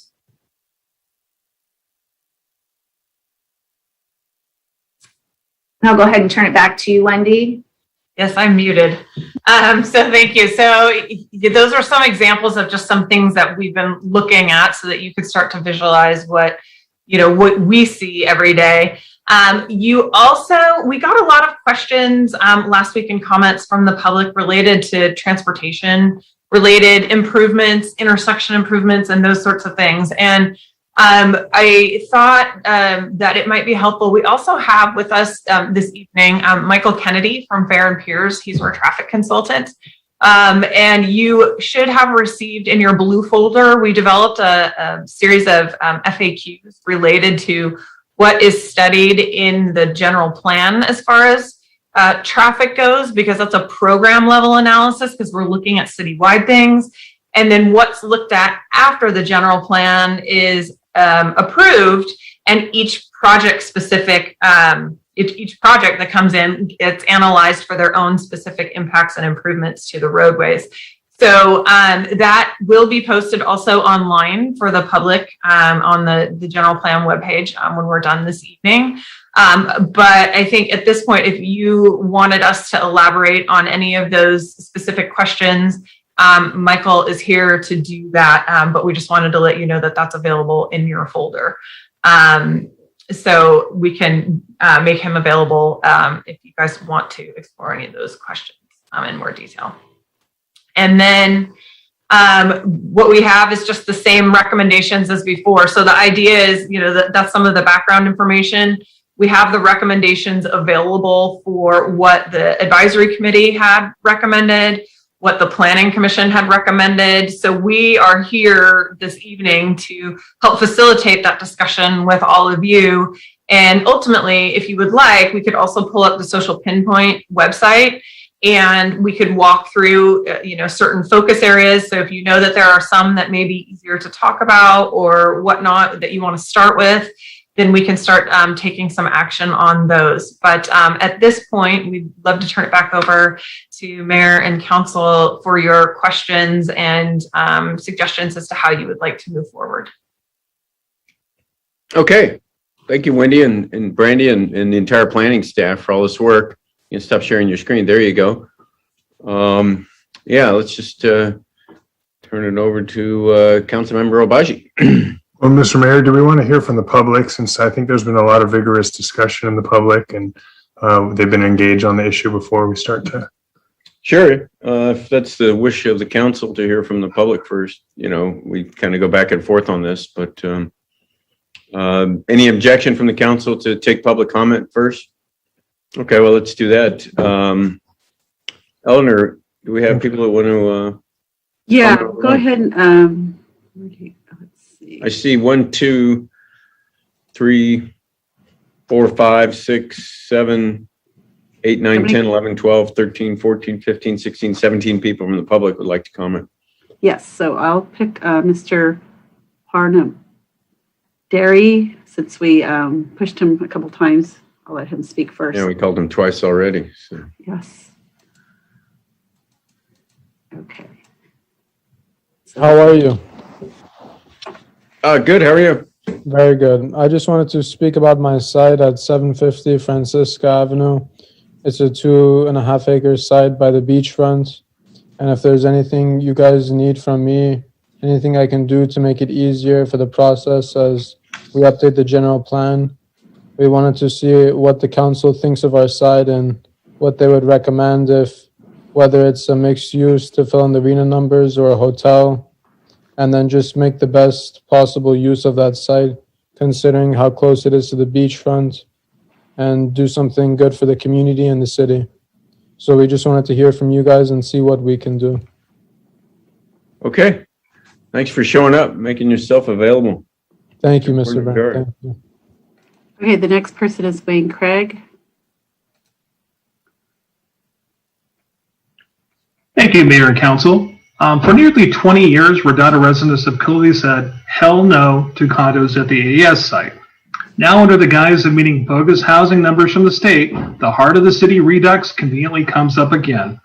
It appears the overdevelopment crony club, council members MD and Horvath, want big money, the big developer money flowing at our city again, now at the AES site. This will harken to the old days when cronyism was rampant and they were still relevant. To justify this heart of the city remake, MD and Horvath are pushing falsehoods. They have cherry-picked data cobbled together by a non-housing expert to falsely claim that districts 3 and 5 are the most densely populated in the city. The truth is, city staff has proven District 4 is the highest, while 5 is the least. Also, the ranking from highest to lowest is District 4, 1, 2, 3, and then 5.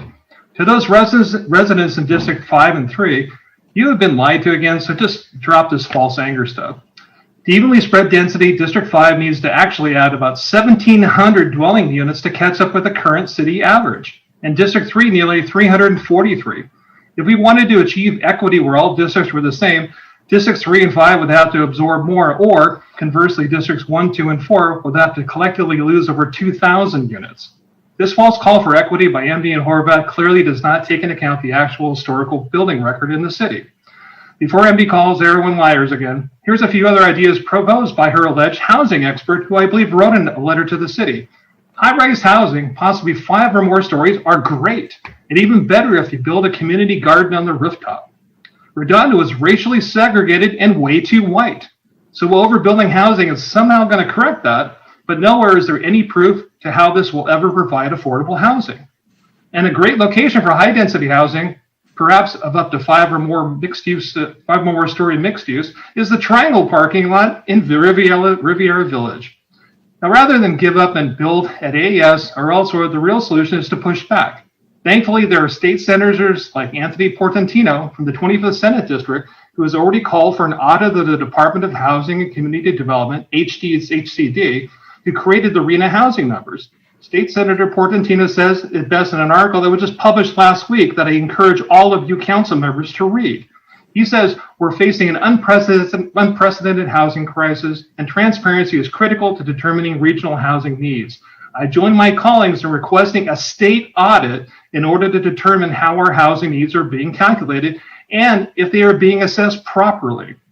An audit of the California State Auditor will provide independently developed and verified information related to the development of finance and the Department of Housing and Community Development's role in calculating housing needs, the regional government's role in allocating housing needs, and local jurisdictions' roles in accommodating housing needs to facilitate development.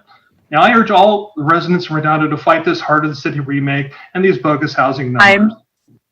And finally, I'd like to encourage people to write Mayor Brand, the City Council, State Senator Ben Allen, and Assembly Member Al Marisucci to oppose this misguided effort to force housing on our city and provide nothing but market rate housing. Thank you. Okay, let's see. So if nobody hands up, but I can go down the list and see if. Okay, so the first one is Don Thompson.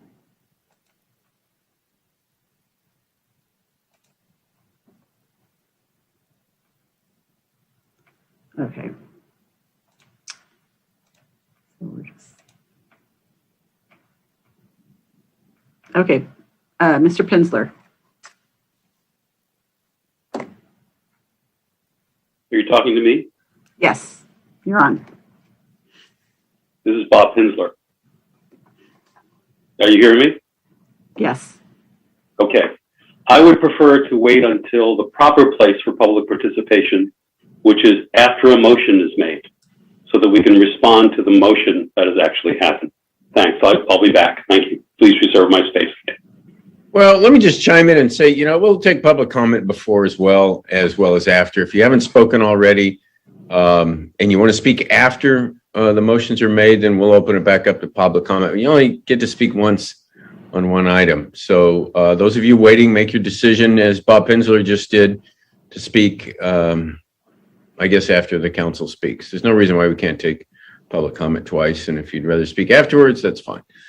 Yeah, and if you can raise your hand, I'd appreciate it. And a lot of people have selected N2 and their hand is not up. No. And then also, if you're on the phone, you can do *9 to raise your hand. So I have Valerie Fernandez.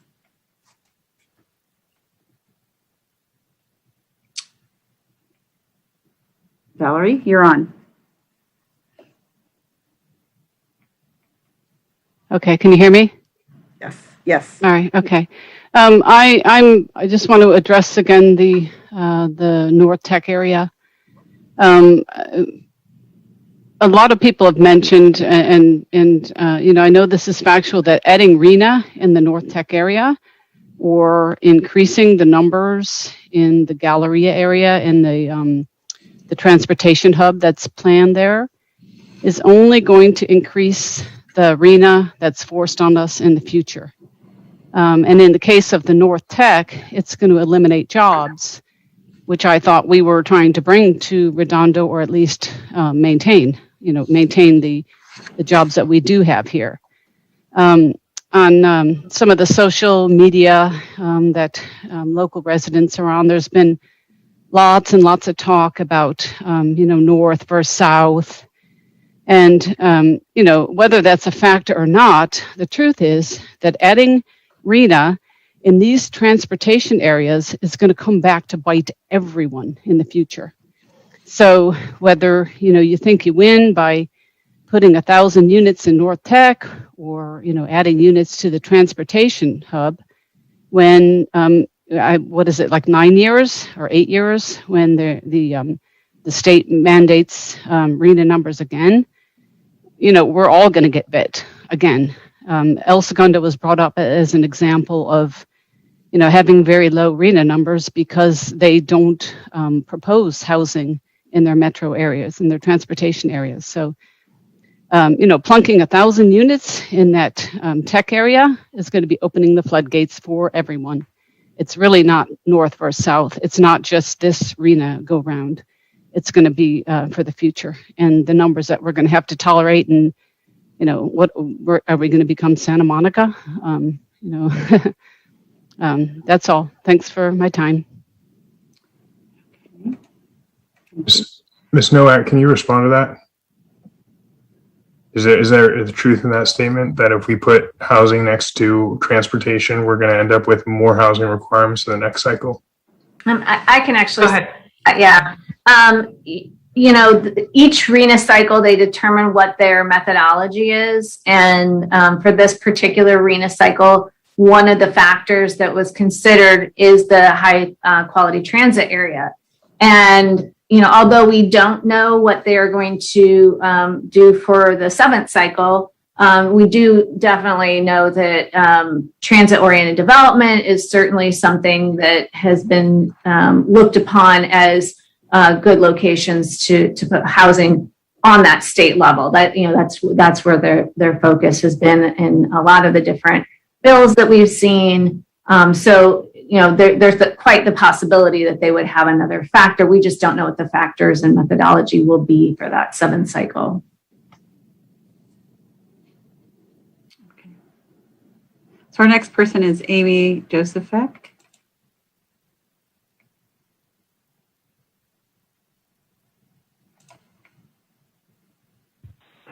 Hello, Mayor and council members. When I spoke to this issue at last week's meeting, I decided to address the larger issue of the huge importance of every single resident calling Senator Ben Allen to tell him to vote no on the rezoning bills SB 9 and 10 that are aiding in creating what will be overdensification of Redondo Beach and every town and city in SoCal and the entire state. But tonight I'll address the matter more specifically at hand. It's impossible to overstate how disappointing I found it experiencing the general plan meetings that I attended over these past years. Wasn't it exactly because of the Legato project that it became crystal clear that mixed-use zoning along South PCH wasn't working? My understanding is that very little positive change has happened with this particular zoning issue. The idea was, we all thought, not to allow another Legato to worm their way into the area. While that developer made grand statements about caring so much about our community, it was clear from the outset that he didn't and they don't give a damn about this neighborhood. Look at the number of vacancies in the mixed-use units in this neighborhood. And sorry, but that can't be blamed on COVID.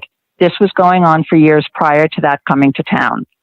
Trading density, increased traffic, and further lack of parking for something that will not even help the city continues to sound like a very poor deal indeed. The idea of trying to further increase the density around the beach is one of the weirder suggestions I've ever heard as a way to increase the appeal of Redondo Beach. I thought the lesson would have been learned after 6+ story buildings were allowed to be erected along the Esplanade in the 70s. But from what I can tell, there's precious little in the general plan update that will stop another Legato from being erected right next door.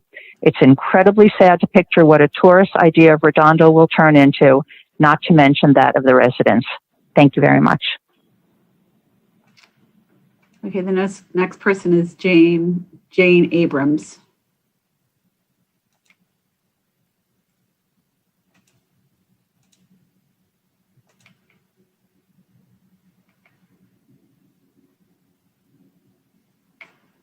Good evening, Mayor and Council and fellow residents. If I sound a little bit nervous about this subject, I've been studying mixed use and how it applies to Redondo Beach for several years now, at least since 2014. Amy Josephek just brought up Legato, and I live just north of the Legato project, and that's not the reason I'm calling in tonight. The main reason is there's a state of California density bonus law, and it's been on the books since, I think, 1979. It keeps getting amended, and there's a new amendment, AB 2345. The original code is 65915. You don't have to be a land use attorney to research this. You can Google it and get some information pretty quickly online. But anyway, I just want to get to one thing that's happening in our city right now. There's a small project on Catalina Village. It's on the blocks just north of Emerald on Catalina. I believe it's 100 North Catalina Avenue to 132. And it's been commercial, old commercial, and there's closed businesses there now. Well, I looked up the zoning. It's R3A, which is low density residential. But the developer's coming in and applying the density bonus law. He's saying he'll put aside 4 units for very low income. Then he's going to get concessions on a parking variance, on the density. He's asking for 30 units of residential with a bedroom size up to 7 bedrooms. And of course, you know, it's on the planning department site. It's been there for a while.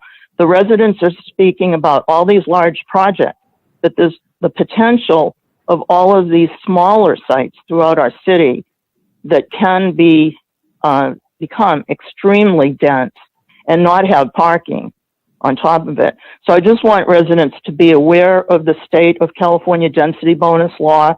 I know that our planning director and the planners know all about it. And a quick thank you to Todd Lowenstein, District 2 council member, for sending in an additional request to the planner on my behalf, because I didn't get answers. There's no transparency when you participate in public comment. You say, like, wait till the EIR is published. But there's lots about land use I could go on for, instead of 3 minutes, 3 hours, but I'll end right now. But please look at all the possibilities of extreme density. It's not just MU1 that's the GPAC came up with. Thank you for your time. Okay, I see no other hands raised. We have 26 e-comments. Oh, you're muted, Mayor. It's a lot of e-comments. I guess kind of leave that up to the council. I mean, we can read them. I've read them. A lot of them are repeats. A lot of them are copy and paste. But you know, I'm concerned. I'm seeing some hands up go now. Eleanor, why don't you go to those? Okay, great. Holly Osborne. Yes, I sent in a long comment, and I'm just going to summarize it. You guys, the planning consultants changed the definitions of R1, R2, and R3 to include the surrounding, any open space that was in the area, or any, what they call it, corner stores and so forth. And if you change the R1, just for example, but so R1, R2, and R3, they've done it for all of them. If you change the definition of R1 to be the residential and this other stuff too, then what it invites is somebody changing your park or your open space to residential as well, or closing a store and changing it to residential. And so I do not like the way you have changed your definitions of R1, R2, and R3 to the stuff you call RSF and RL and RM. Just leave the definitions the way they were. Thank you. Thank you, Holly. We have read your letter, and it's quite clear. Okay, the next person is Ming New.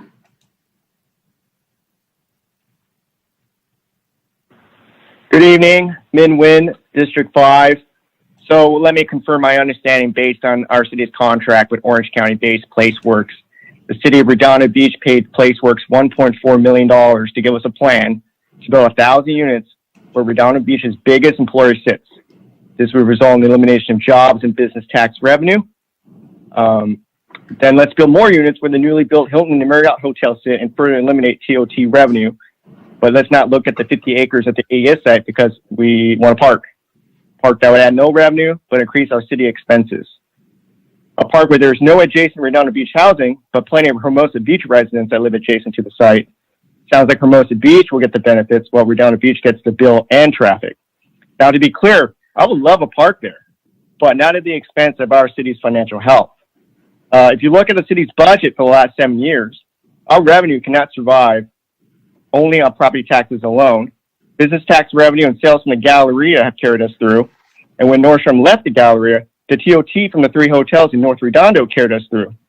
So let me confirm my understanding again. The current plan calls to rezone our job center and sources of strong revenue for the city while we ignore the AES that currently produces little revenue. Is that what the city paid $1.4 million for? Eliminate jobs, cripple our financial health, all in the name of building a park where there's no residential. If there's anything I've learned in life, if there's a will, there's a way. Can you build residential at the AES site? Let's take a look at what's happening in Southern California according to the EPA. Case 1, City of Brea. City of Brea cleaned and built 1,400 residential units of what used to be a former Unocal plant site along with retail. That is done. Case 2, Canoga Park. Currently cleaning the site and will build 4,000 residential units of green space, retail, office hotels, and senior housing spanning over 47 acres of a former rocket engine manufacturing site. So can residential be done? Absolutely. The case studies are there. And should you build high-density residential near freeway exits and entries? Take a look around the west side, Culver City, and Playa Vista. These markets have high-density residential near freeway entry and exits, and look what is happening. Traffic everywhere that takes 20 to 30 minutes to go 1 mile. I'm one of the 92% of Redondo Beach residents that commute to the west side. Traffic is already bad at Manhattan Beach Boulevard in Inglewood. There's no room to add lanes, and the infrastructure was not built to support high-density residential. Also, keep in mind that the Metro stop is not located in Redondo Beach. At this point, I'm just tired of excuses. No more excuses. I respectfully ask that 1,000 units be moved out of the Tech District and put a portion of the AES site on the table as recommended by the Planning Commission and countless residents. We need a plan that is fair across the entire city of Redondo Beach. Thank you.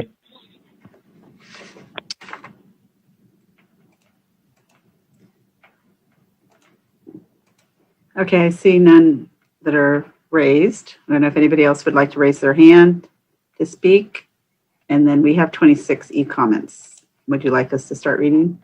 Well, I see a Brian Hurley put his hand up. Hi, guys. My name is Brian Hurley, and I'm a homeowner in Redondo Beach. I've lived both north and south for 17 years, and my wife and I currently live in District 4. During the last few elections, we hear a lot about the quality of life and high-density housing and increased traffic and how to make life better here. And, particularly in this last election, we heard a lot about, devoting more development to the prosperity of North Redondo and the Artesia corridor. And, North Redondo, we're really excited about hearing but, lately, it kind of makes us wonder if we're part of the bigger city vision. We are the only area that took the homeless shelter in for the entire city. And I've, was on a call and heard that it's going really well, which is great. But now it looks like we're also being, asked to absorb a disproportionate number of the state mandated housing. So, I don't know what the right split is. And while 50-50 might not be realistic, it also doesn't really feel like a 90-10 or an 80-20 is either. And I think we need to find a way to come to a little bit, something more reasonable.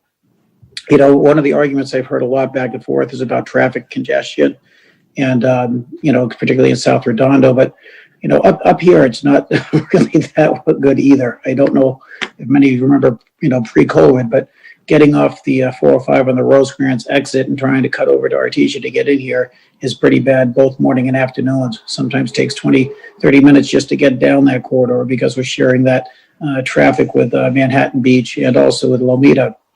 So the Artesia route also gets pretty busy. So, with that, I think we have to look a little bit beyond just trying to find, where to put the houses and traffic congestion. I was reading a little study in Palo Alto where they synced 15 traffic lights and took into consider things like busy time commutes and other factors. And their results were pretty, fantastic. It included 24% reduction in stop delays, where you're stopping every few feet, a 21% reduction in stops per vehicle, which greatly reduced emissions, and a 13% decrease in travel time. So, stopping building in South Redondo or pushing to North Redondo, I don't think it's the only solution. And maybe the City Planning Commission can look at some of these things and find ways to, increase the traffic flow, because that tends to be a common thread in the argument.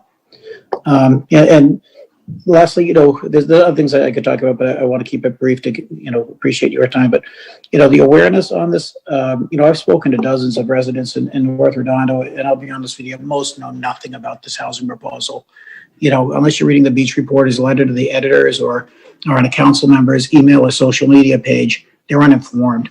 Before voting on this, I really wish the city could engage residents like they do with Rescue the Waterfront or the Beach Life Festival, where about it, it's there and people talk about it, because right now it just doesn't feel like there's the awareness. So I thank you guys for your time, and thanks for listening to me, and hope you have a wonderful night.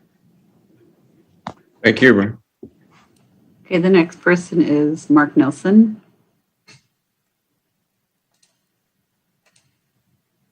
Hi,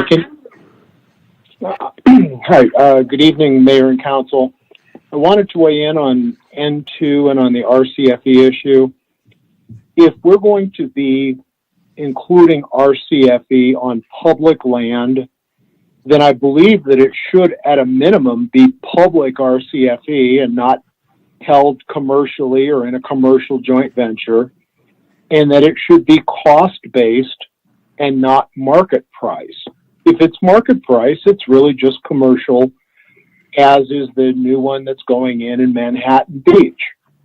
So I think we may have made a mistake with Kensington earlier with the school district, and perhaps we should have rezoned that to commercial, since we had at the time a public vote. But in the current case, I see no point to adding RCFE, or certainly ever including it as a right. And I think we should be more restrictive and force it to truly be public for the public good at a cost-based price. Thank you.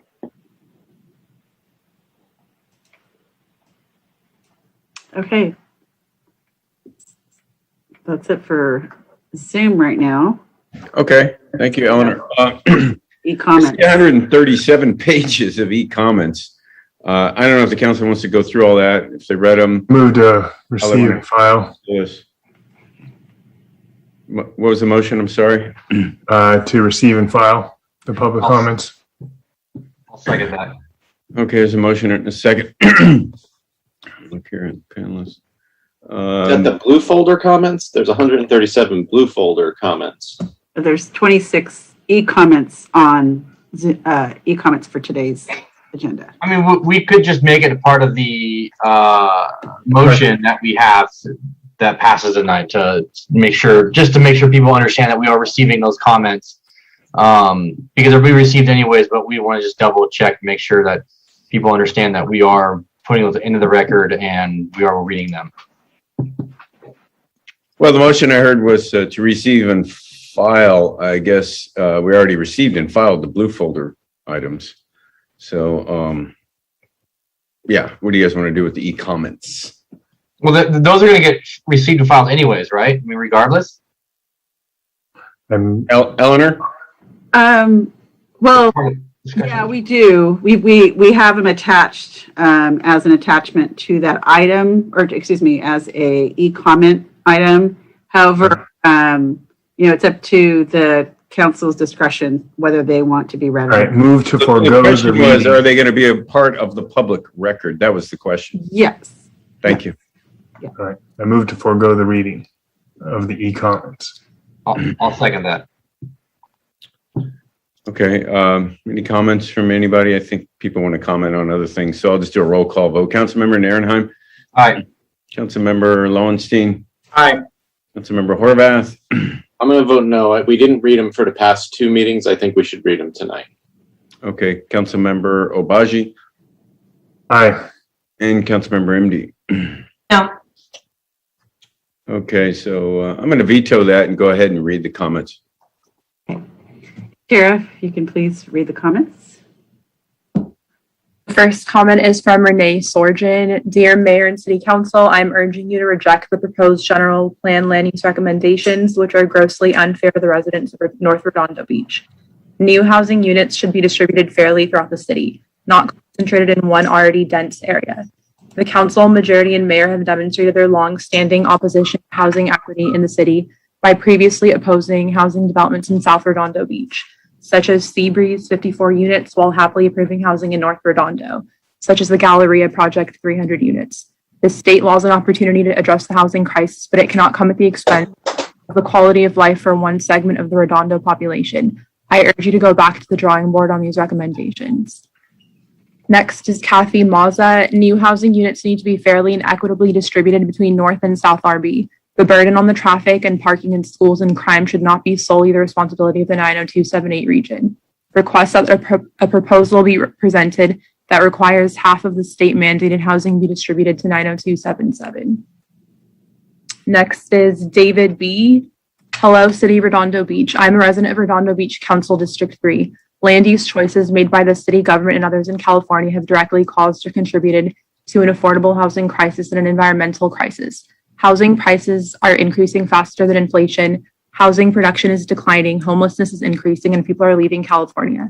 The city forces residents and businesses to build garages and parking spaces while failing to provide transportation alternatives, which reinforces car dependency, increases our costs, and decreases our quality of life. I support the following changes to zoning laws throughout the city. End single-family zoning, increase allowed density and remove height maximums, end parking minimums, end single-use zoning. The city should not fight the state and instead aim to exceed the target set by the regional housing needs allocation. I welcome our new neighbors. Thank you, David. Next is Mikey Marafino. Dear City Council, please make the right decision and ensure half of the needed new homes are placed in South Redondo.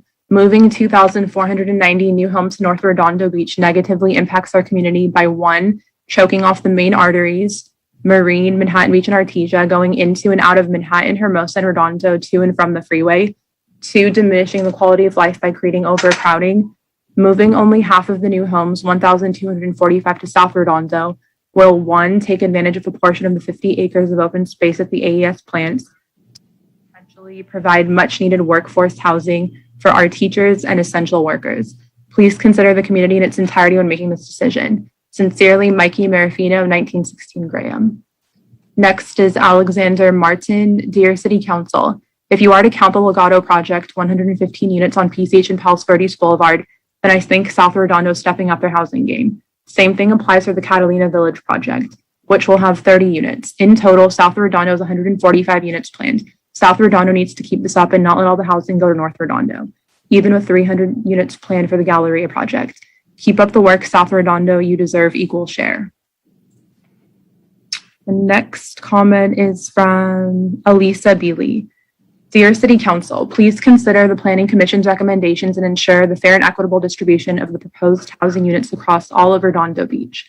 Adding 1,000 new housing units to the Tech District of District 5 will overwhelm North Redondo in terms of traffic, which is already a concern, particularly along Manhattan Beach Boulevard, and our schools, which are already nearing capacity, even given declining enrollment due to the pandemic. Please show that we are truly one Redondo and that the concerns of North Redondo residents matter. If that is not enough to convince Council not to place 1,000 new housing units in the Tech District, then please consider the concerns of Redondo Beach's largest employer, Northrop Grumman. Northrop's historic Space Park site is celebrating its 60th anniversary of continuous operations in Redondo Beach this year, and the site has been designated a historic aerospace site by the American Institute of Aeronautics and Astronautics, AIAA. They are a shining example of the innovation and ingenuity that exists right here in Redondo Beach and should be celebrated. At a time when many businesses are leaving California and taking jobs with them, Redondo should do everything possible to make sure that Northrop Grumman continues to thrive here. Concerns about the proposed Tech District residential overlay and the potential impacts on Northrop Grumman include security, employee, and public safety, as well as issues related to sensitive testing, development, and operations. Please work with Northrop Grumman and allow them the opportunity to review and make recommendations before the final plan for the Tech District is approved. We should do everything possible to ensure the successful partnership between Redondo Beach and Northrop Grumman continues for generations to come. Thank you, Elisa Beely, District 5. Next comment, Ronson Chu. Dear Mayor, 3 quick bullets. 1, I generally support new mixed use or affordable housing development along Artesia, Aviation, PCH, and AES sites up to 5 stories. 2, I ask that we not conflate increase in development with increase in traffic. For example, studies have shown limiting Uber or Lyft can improve traffic by 25%. Plenty of other traffic mitigation strategies. 3, is there a way to reserve or prioritize affordable housing for our essential workers, teachers, nurses, grocery store workers, etc.? Next comment is from Michelle Cohens. North Redondo Beach refuses to accept anything but an equitable share of anything going forward in our city, be it housing developments, homeless shelters, or any other proposed projects. Next, Shabnam Shamps. Please do not put all or the majority of housing on one side of town. It should be distributed as equally as possible. Next is Miriam Butler. Please look at all housing possibilities in South RB so that the housing is distributed equally between 90278 and 90277. North RB will not be satisfied with absorbing the majority of the new housing. Work with Northrop to get their input and ensure they continue operating successfully in Redondo.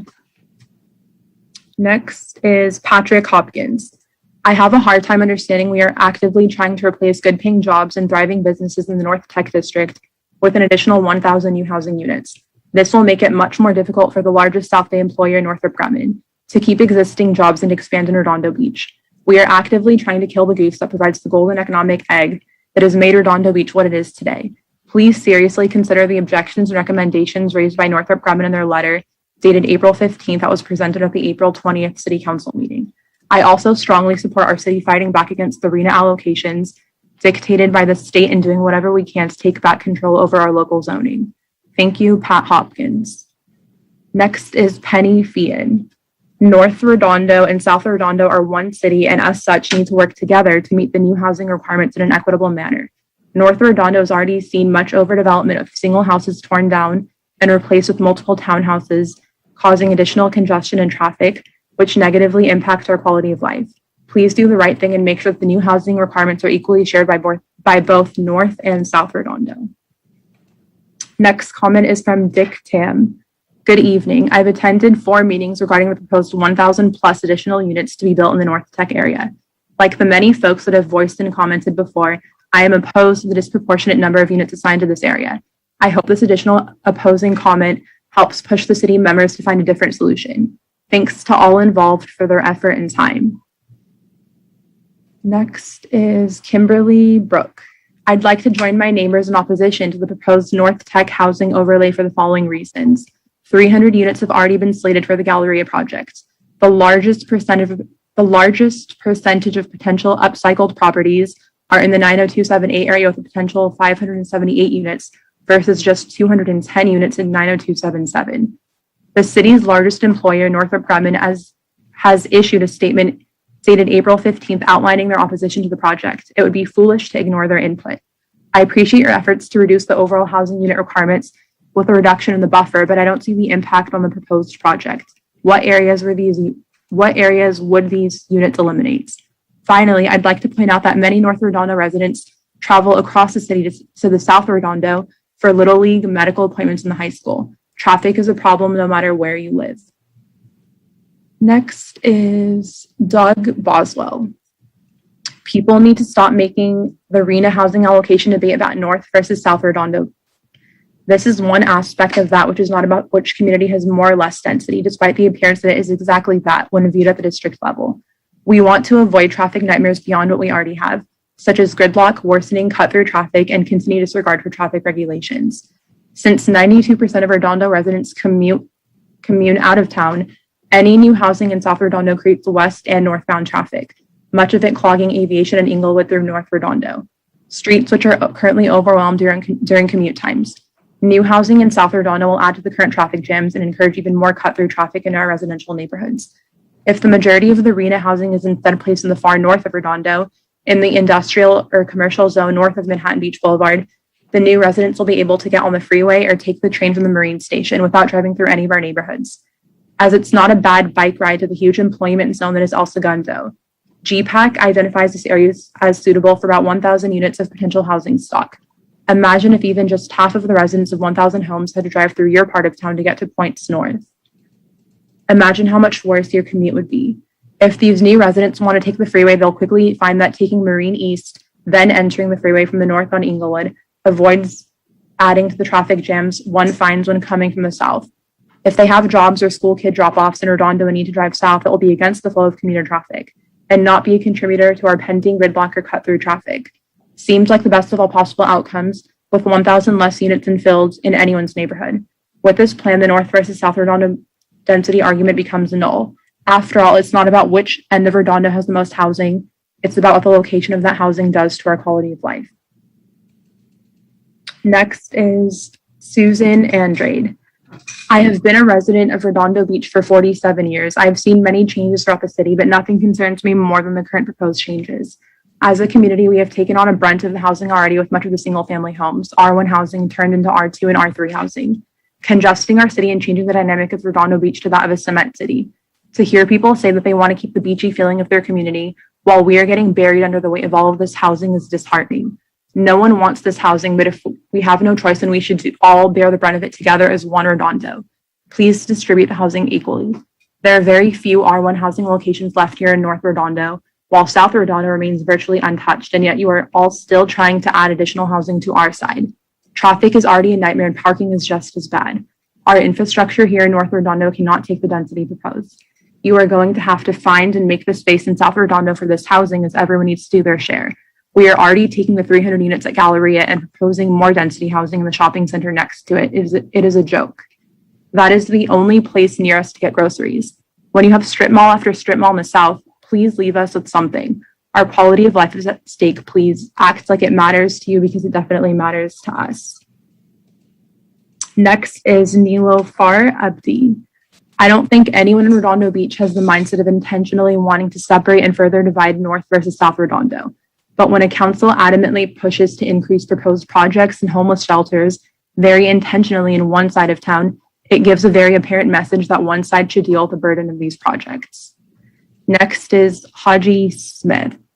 Approving any projects in any vicinity to the Galleria area is a horrid idea. 300 units have been approved there. A homeless shelter has been approved on Kingsdale. A transit center is currently undergoing construction on Kingsdale. Enough is enough. How much louder do residents need to be? Don't you work for us? Didn't we elect you to make decisions in the interest of the people? Next up is Mark Nelson. I oppose any change to the current public land use definition. The definitions that were transmitted to the council were not GPAC approved, and specifically the public land use definition should not include RCFE. And if any RCFE is included in public land use, it must require a conditional use permit. In addition, any RCFE in public land use must be a public, not a privately owned market rate facility such as Kensington. That is properly a commercial use, and the underlying land should have been rezoned at Nod Hill and PCH. Market rate facilities are being built, including a new one in Manhattan Beach with a TIR open. It is, however, properly zoned as a commercial facility. Any RCFE on public land use must be 1, publicly owned, 2, publicly funded, and 3, cost of service rent.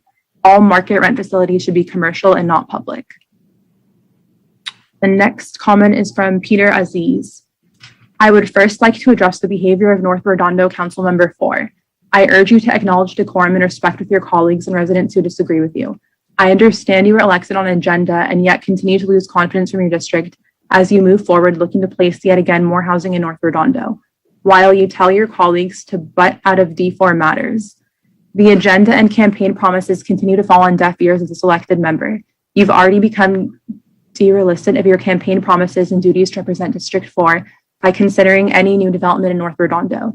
To address the council, while I agree we must oppose the state mandate arena control, we cannot fight what is in fact inevitable. Either our city considers stepping into the future or we move forward with dated zoning and planning laws, another set of litigation from the state, and a lowered city credit rating leading to becoming an incorporated city. As leadership of the city, I'm asking you as a 30-year resident who grew up in the city to consider those of us who are young, who don't have the luxury to pick ourselves up by our bootstraps. As a 30-year resident, I'm urging you to consider one of two things. Do you want a desalination plant where AES resides? Or do we want the opportunity for a thriving mixed-use residential and commerce space, adding housing opportunities for younger folks to stay in the city they grew up in? I'm also urging council to gain the 30 to 60% clearance for new affordable units wherever they may reside. It has been time for Redondo to move forward with the next generation. Please stop holding our city hostage with more litigation simply for failed agendas. We aren't asking for a mall. We are asking for affordable housing units to be shared by South Redondo. To continue to place more housing in North Redondo is in fact continuing to redline the divide between North Redondo and South Redondo. Redlining, as we know, is historically a racist mechanism to block access to what is deemed luxury. We all love the beachy town community vibe. Therefore, we should all have access to such by placing affordable housing closer to the coast, preferably in the vacant lots. Next is Paul Moses. The exclusion of the AES property from the general plan update predates the acquisition of the property by Leo Pistolnikov. To continue to exclude AES now is completely arbitrary.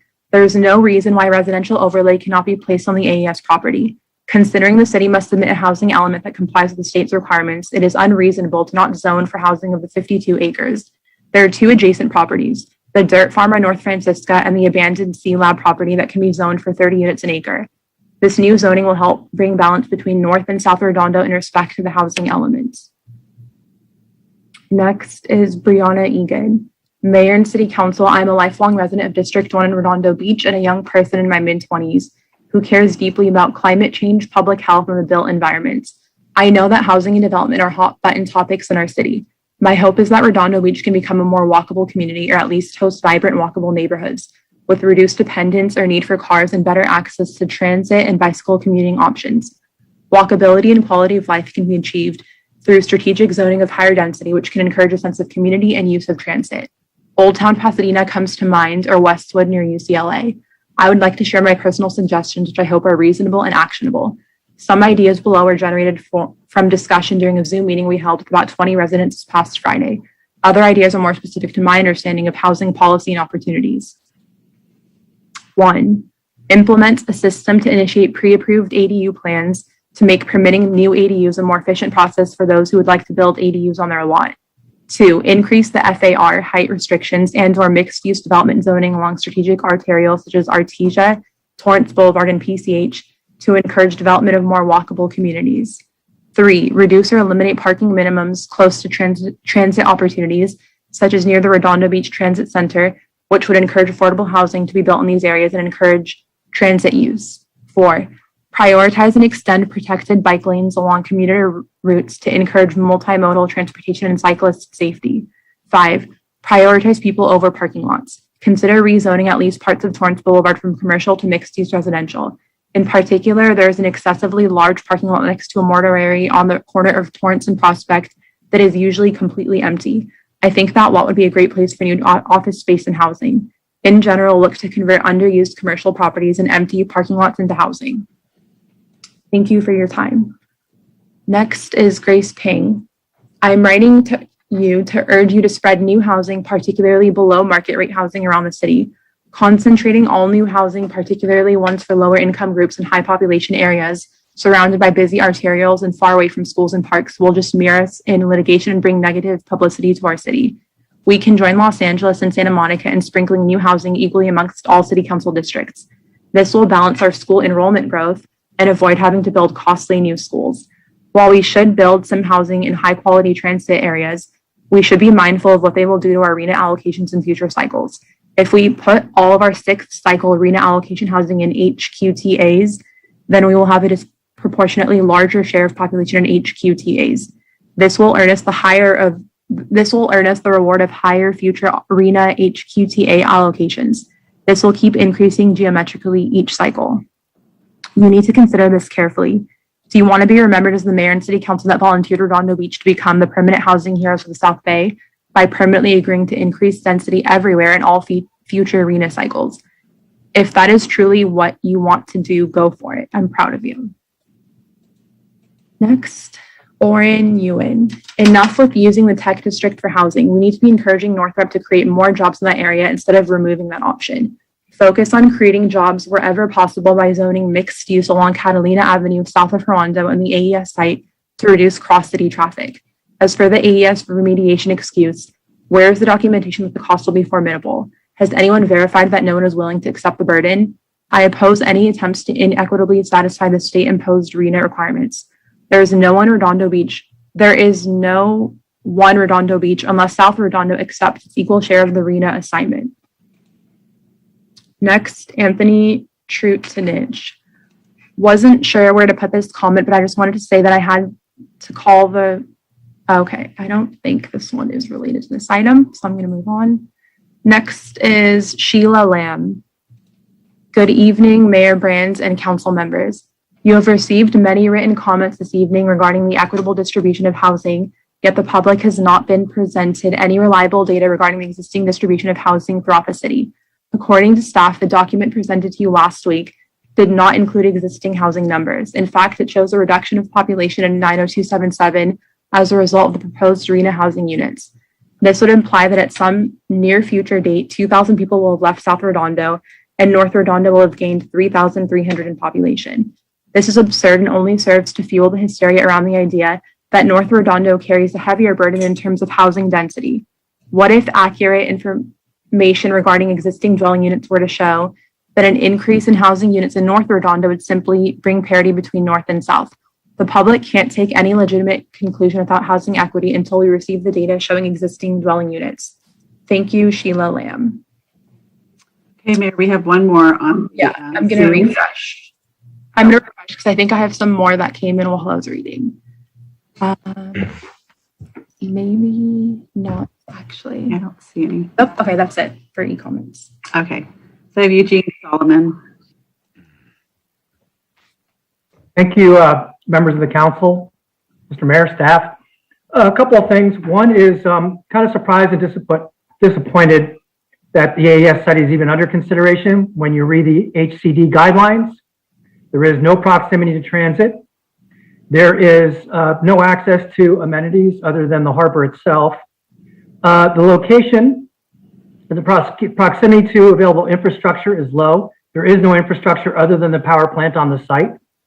And mainly that the site does not require environmental mitigation is a requirement, which we all know the AES site does. You can simply refer to a public records request that I made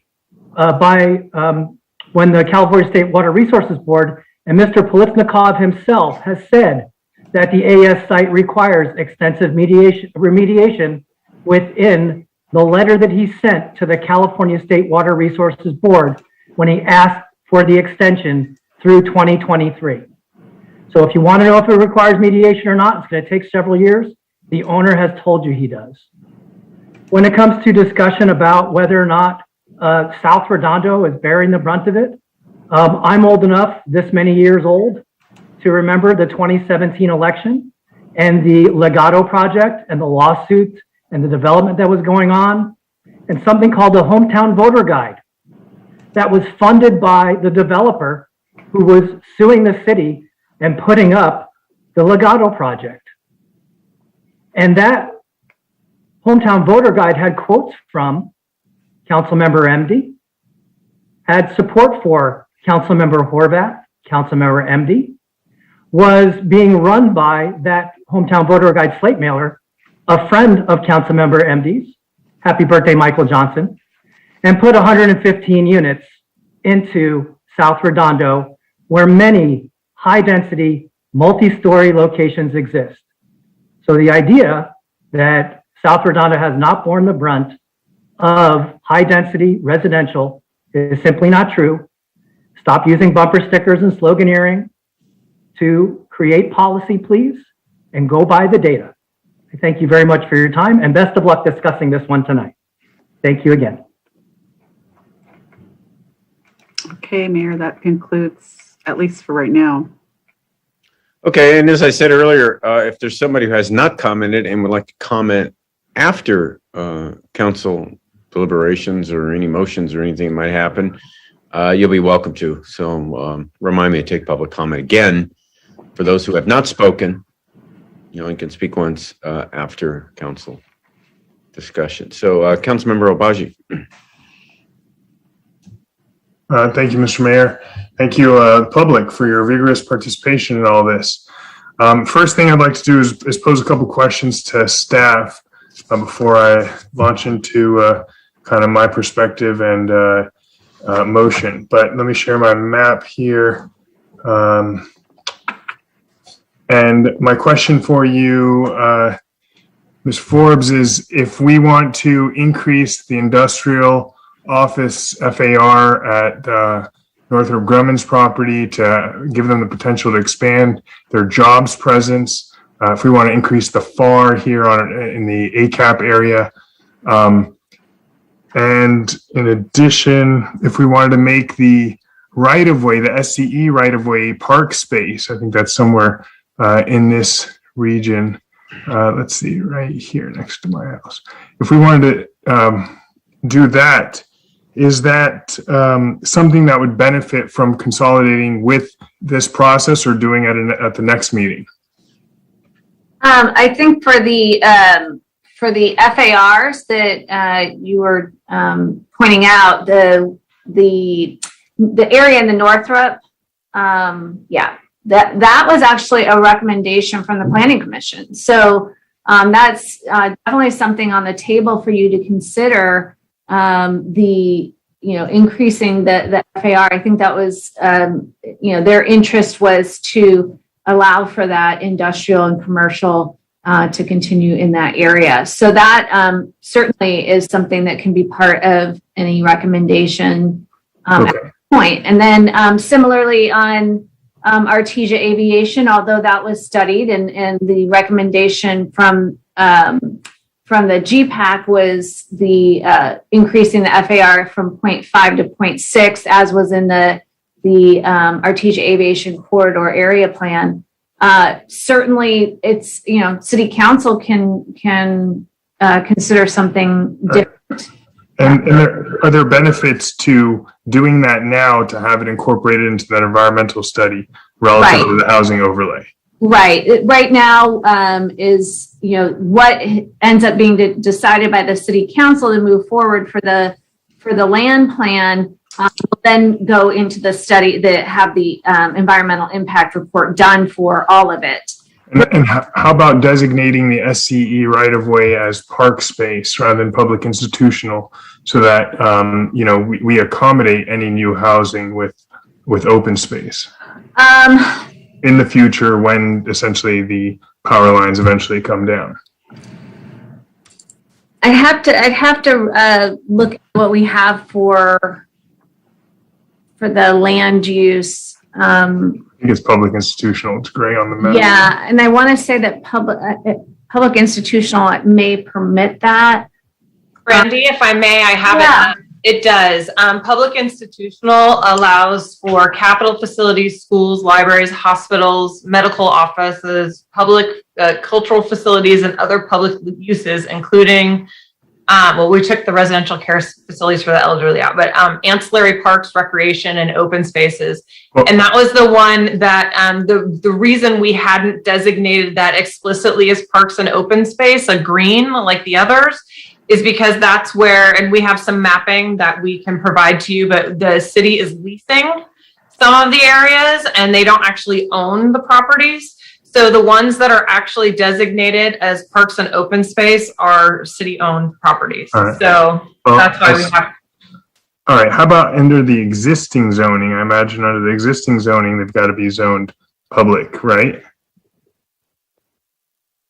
The current general plan land use designation, yes. I believe those were, because public institutional was a new designation for us. That was one of those things that we took a look at. So we're still showing that you have, open spaces in there. It's just, it was a matter of, because it's a utility corridor, leaving it as a utility corridor and then continuing to work with, the agencies to make sure that you have access to those open spaces. Or can purchase them as opportunities come up, and then once you own them, then it can convert. Sounds good. All right. So let me just share with residents and council my perspective on how we do this. First, when I was at USC Law School, I took 6 units in the Master's Real Estate Development program, and including sustainable development. Got a good grade in that, and I listened to Dr. Pang's talk. That was hosted by Miss Egan. And I agree that, she says that we have a social responsibility here, not just for the low income folks who are going to take up some of this housing, but from a global climate change standpoint. to minimize the amount of greenhouse gases that are emitted by not only our existing residents, but future residents that come in and plan accordingly to reduce the number of trips made, miles traveled, and cars on the road. And that's how I approach this thing. And I've talked to a lot of residents in my community meeting and otherwise. I appreciate the perspectives of people who have differing viewpoints. If you look at this map, I'll delete these. There was a planning commission voted 7-0 to put RENA here at Artesia and Aviation. That makes no sense to me to put housing there, because then you're going to cause everybody to drive on Artesia Boulevard to get to the freeway and then up Inglewood to get to the freeway. And we're trying to do, just based on our discussion today, we're trying to make Artesia safer, slower, and historically, since I've gotten into office, more walkable and business friendly. So, and likewise, up here, Northrop Grumman is our biggest employer. They've been kind of, maybe the mayor wants to comment on his discussions with Northrop, but they've not been super responsive to my overtures. But I will say that I do know that they are bursting at the seams as far as their office and industrial space, and they're not asking for it, but I think we should provide them more ability to build more on their property. Right now, the FAR on the industrial and office space is 0.7 to 0.1 in the I2 zone. We can change that to 1.5. That means that they could have an additional tower for putting more jobs, more space there, or just redevelop their whole job landscape. And as long as we're doing an EIR, we might as well incorporate that. And look, maybe Northrop decides, hey, one day we want to move to another state because California is not a business-friendly place. They're not getting tax incentives here. Somebody else in the defense industry, the aerospace industry, is going to come here because Space Park is coming here. So we have got to make way for those Space Park jobs. And we would be silly and non-proactive as a city council if we did not proactively increase the FAR on the industrial and office site. All right.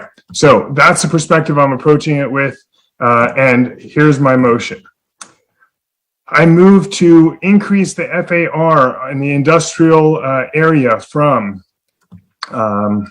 Aviation to Inglewood, between Manhattan Beach and Marine to 1.5.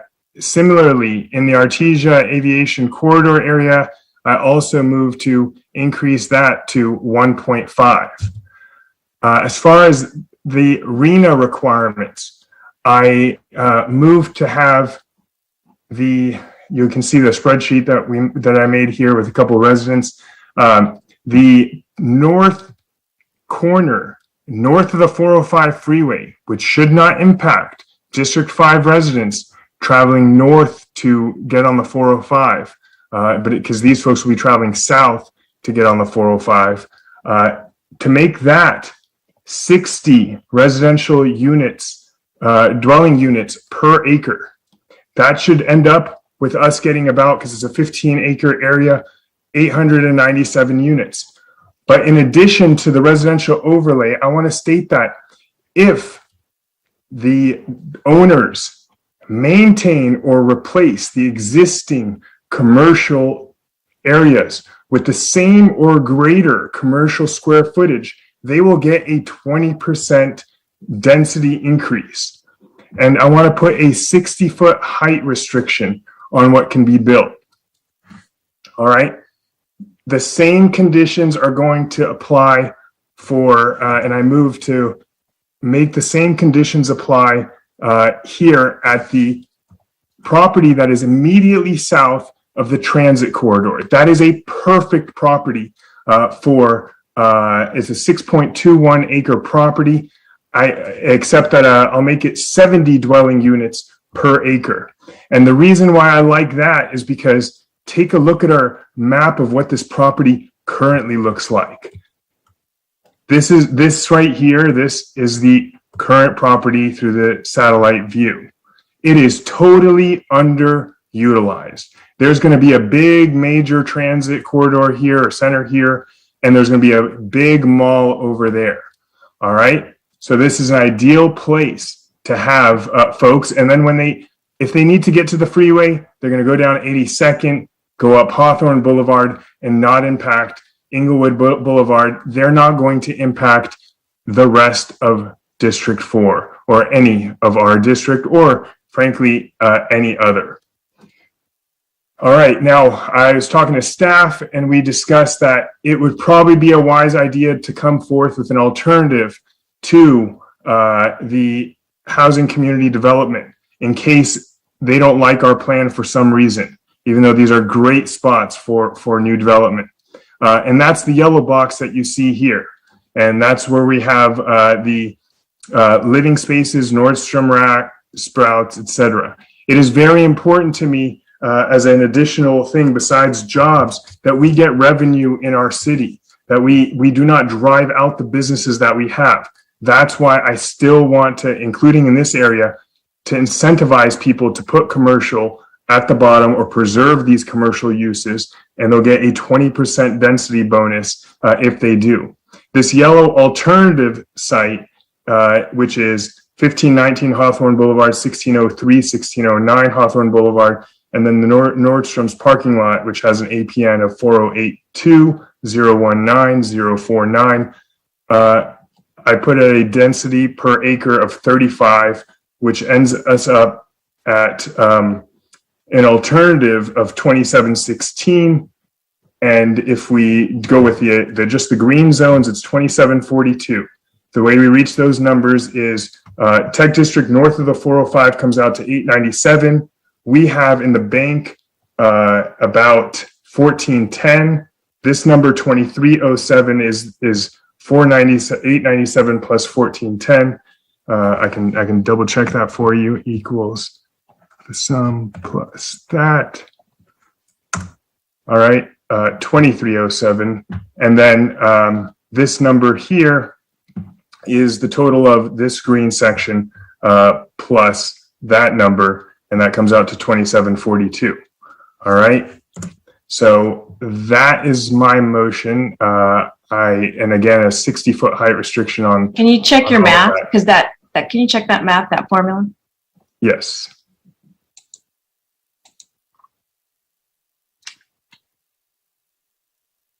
Good. And I'm happy to send this to staff if this gets approved. Yeah, you can send that to everyone. I'll second that motion. I like that idea.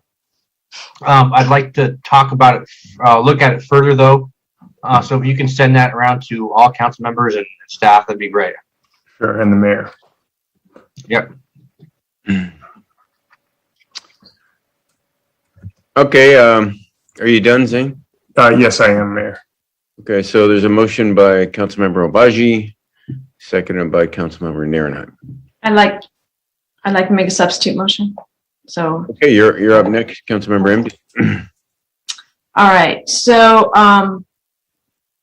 let's take a look really quick on a couple of things. Number one is let's go back to what people were discussing on high quality transit area. I'm sorry. So are you seeing the population density by block group? Yes. Okay, so let's go up to here to high quality transit areas. Last week I told you guys that El Segundo got 492 was their RENA. They're 10 square miles and they have 0 in their high quality transit area, 0 population, and they ended up with a 492. Lawndale, on the other hand, is 100% in a high quality transit area.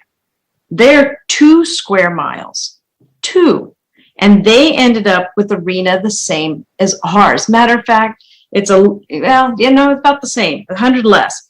They're 2 square miles and their RENA is 2,491 units. Okay, so it's an argument of what's going on with the high quality transit areas is exactly what the people that were calling in were talking about. So just further proof of that they're correct. Next, population density by block. Red is more dense, lighter colors are less dense. And that's fine. We're all feeling like we're dense. We all feel like we have a lot of people, we have a lot of traffic. But I want you to look at other things too. Look at around the areas here next to us. It's pretty red also.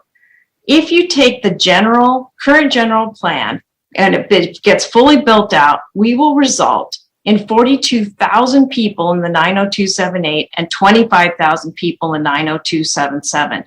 It's disingenuous to say that we need to put everything in the north. Now let's look at at my motion. So let's walk through this a little bit. RENA is 2590, which means 1444 has to be very low and low, plus the 1046. The problem is we need a buffer. And so we have, originally the staff had recommended a goal of 20% buffer. And that 20% buffer is based on your low and very low number, not your moderate and above moderate. So the lowest that staff would recommend going is 15%. And so you could get somewhere in between here to 2707, which is a 1444 plus 15%, and you get 1046 is your above and moderate. So let's break that down. So here it's kind of broken down, and we're getting the total from below. And I'm flexible on where you want to go and put things in when we talk about the South. But the plan, regardless of where you move this around down here, the plan will end up being in a much more equitable. And look, we're still putting 1468 in the 90278 versus 1372 in the 90277. Not trying to put everything in 90277. We're trying to work out what would be good to spread it out so that not one side of town is taking everything. So let's look. This is already zoned. It's fixed, just like Mr. Obaji showed on his spreadsheet. We have the 240 units and broken down to very low and moderate, because that's important, because you don't need to add more units if we don't need them on that. We need to just be able to satisfy our very low and low, because we're already above what we need to do for moderate and above. We don't need to add any more housing for that. So ADUs is, has it broken down. Residential recycling with stuff that's already zoned in the general plan. We have 584s in 90278, and in 90277 we have 204. Staff can pull up very quickly how that looks like pictorially if you prefer. We have a few vacant residential, and we've already got entitled in the Galleria 300. So we need to discuss, so this is already done for us. We've already got this 1360 already done. We need to add the rest of it to RENA. And I'm still, if we go back to the Galleria Kingsdale, which you didn't mention in yours, you had it as a given as 120, but that's still under discussion on how we want to do this. So if we went to 55 dwelling units and it's a 2.7 acre site, we have come up to the 148. If you go to the Galleria South Industrial with a 20% overlay or 10 acres, you could do the 300. We agree, there's absolutely no reason, because we're going to meet the numbers, to add the zoning on aviation and Artesia. Absolutely agree. Now, whether we go PCH Central, PCH North, or PCH South, I'm open to those, and there's lots of pluses and minuses on each one of them. And but I just picked the PCH Central for the 200. If you did C-Lab at 45 dwelling units per acre, it's still less than what's already zoned in that area. And if you did AES at 45 dwelling units per acre with a 35% overlay, the reason why that's important is because then it's only 17 acres is for residential. And that leaves 32.5 acres for park, open space, and office and commercial. And I think that would help make that balance happen. you know, there's other places we can go. We got a letter from the Abundant Housing. They made some recommendations. We were talking about redoing that triangle parking lot. If we were to do a public-private partnership, we could add, we could get the, you know, two-story triangle parking lot so that we can make the Catalina area a walk street and be able to have permanently those dining decks out there. I put it as 0. These are just options for where we could go on that, because I'm trying to be flexible on what we do. But if we go with this plan, you notice you'll end up with 2840, which is in between the 15 to 20% buffer, but you're at your minimum of your low, very low. And that's the parameter that you're stuck with is this parameter of the very low, low, because again, we're fine on the moderate and above moderate. And we've broken it down that way for 90277 and 90278. So those are the numbers behind it. And then to go into how that motion kind of breaks down. Sorry. So the motion breaks down. So you have the 240 ADU, 788 residential recycling, 32 vacant residential, 300 Galleria North, 148 at Artesian Kingsdale, 300 at Galleria South, 200 PCH Central, flexible C-Lab site, 45 dwelling units per acre, 787 at the AES site, which with a 35% overlay. And again, the reason for that is so that we can still have the park and the commercial uses on there. To break down the motion detail a little bit more is that, again, is just this would be the official motion here, so to just make clear to staff of what we were talking about, what's moderate, what's not, but it's the exact same slide as before, it's just with a little more detail. If you were to kind of break it down, this is, again, motion by zip code, 1468, 1372. So though that would be my motion on how we would break this up. I will second that motion. Okay, there's a motion in a second. Just to, yeah, okay. Anything else, Councilmember MD? No, that's it, thanks. Okay, Councilmember Narenheim. Thank you, Mayor Brand. Okay, so Brandy, I got a question for you. Earlier today, I gave you a paperwork for HCD's adequate sites program, alternative checklist, where we can get 25% credit for low income households and affordable housing costs. Would we qualify for any of the locations that were brought up that we currently have in our housing units? Yeah, I would like to invite Veronica Tam. We did forward that information on, and she has some background on experience that she's had, as well as what she's seen. That you would need to have to even. Yeah, Laura, can you stop sharing there for a second? I'm so sorry. No worries, you're good. Thank you. If I would just kind of go over this, allowing jurisdictions to fulfill up to 25% of your RHNA adequate sites requirement using existing units has been in the book for probably 20 years. Is AB 438 Torrexon. But the requirements to do that is so stringent that it's a very rarely used piece of the law. And mainly is that you cannot just use existing units. You have to identify specific projects that you're going to pursue, either through acquisition and buy down on the affordable rent using an affordability covenant, or you substantially rehab a building that is currently not habitable, or you extend a specific project that is currently affordable but at risk of becoming market rate within the next 8 years.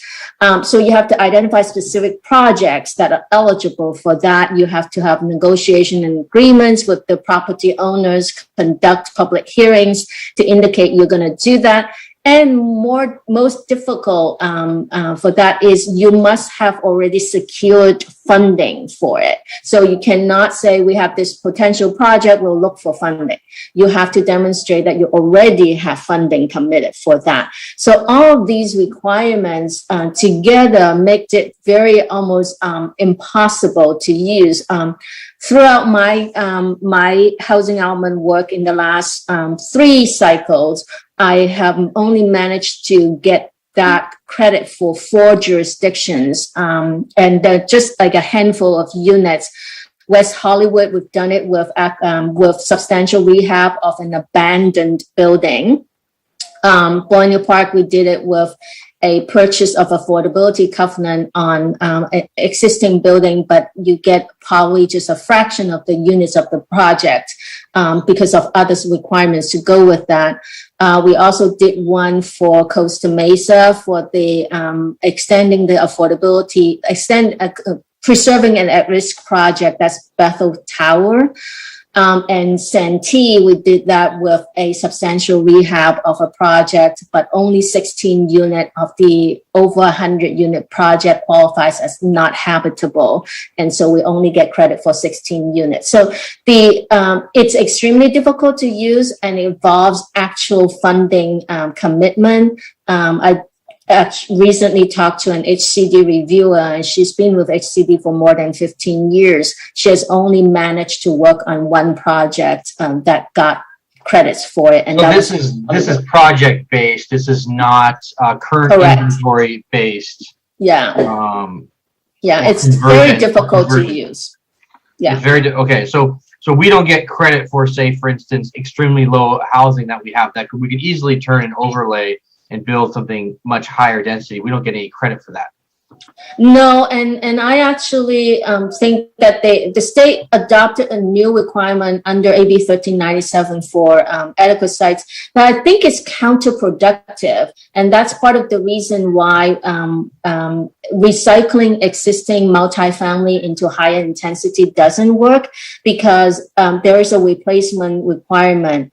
The state law requires that when you recycle multifamily into higher density for new development, that as a condition for project approval, the developer has to replace the existing units that are occupied by low-income households in order to, as a condition for approval. And that replacement requirement is consistent with the density bonus laws replacement requirement. So it's for 5 years back. If the project's been, if you demolish units that had previously been occupied by low-income households, you have to have a replacement requirement. So to me, that's a very counterproductive. Okay. From the beginning. All right, I'm gonna share this screen here, and there's a lot of talk on what is housing density, and we were just talked about how we getting here on our densities, and we talked about density is 2 ways. It's people living in a unit, and it's actual units, right? So on our last cycle, people asked, how do we get such a huge number? Well, I pulled this up back from my Safe Riviera days. Our representative, which was our planning director at the time, Aaron Jones, said, they were given a number, and our planning director was simply just agreed to that number, as we can see here back in 2009.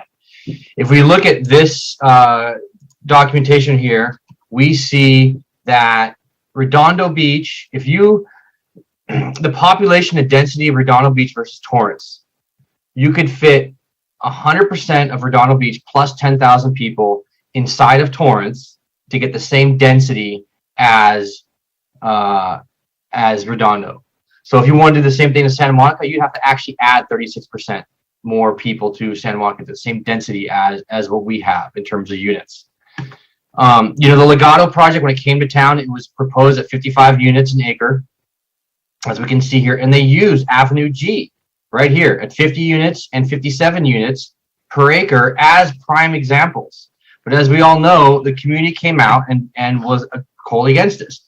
Councilmember MD and Horvath came out from the very beginning and we're here on the council. Councilmember MD made a motion and tried to approve the project as the developer wanted to have it at 148 units. When we finally approved it, at 115 units, which was what they were legally rated at.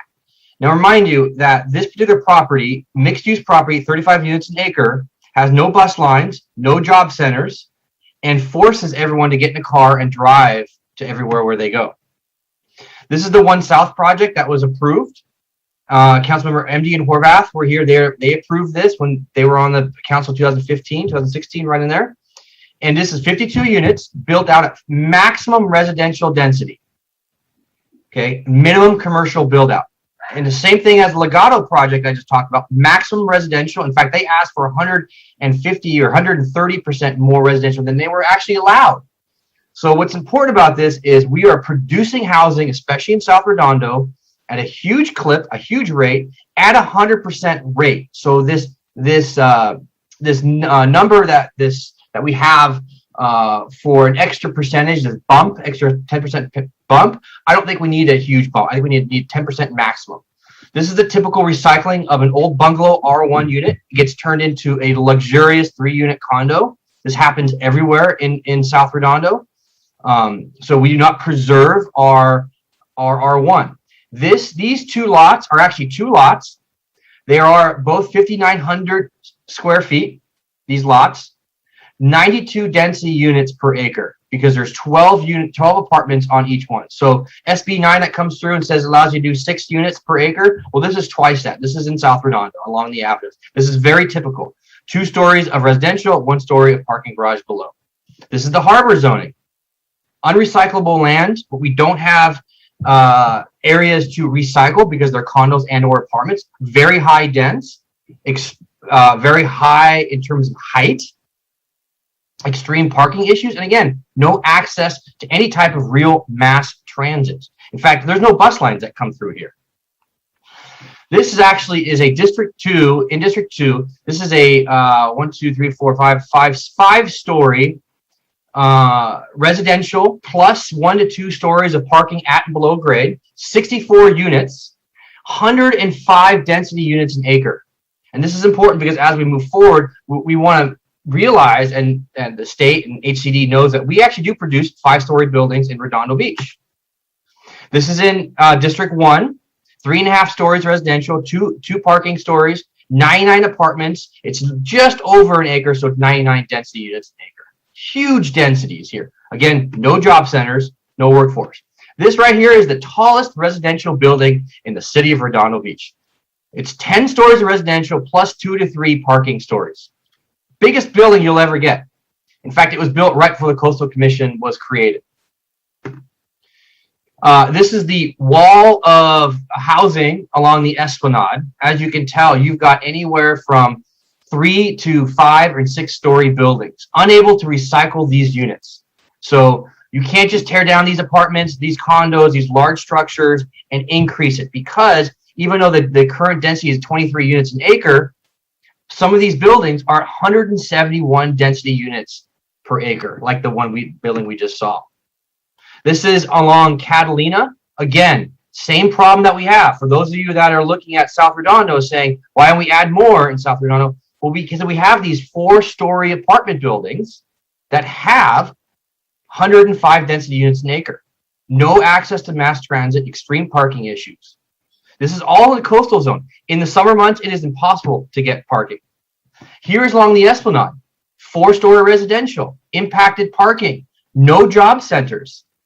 Imagine this area during the summer when outside residents or outside members of California come to Redondo Beach, outside of Redondo Beach, excuse me, come to the Esplanade and the beach.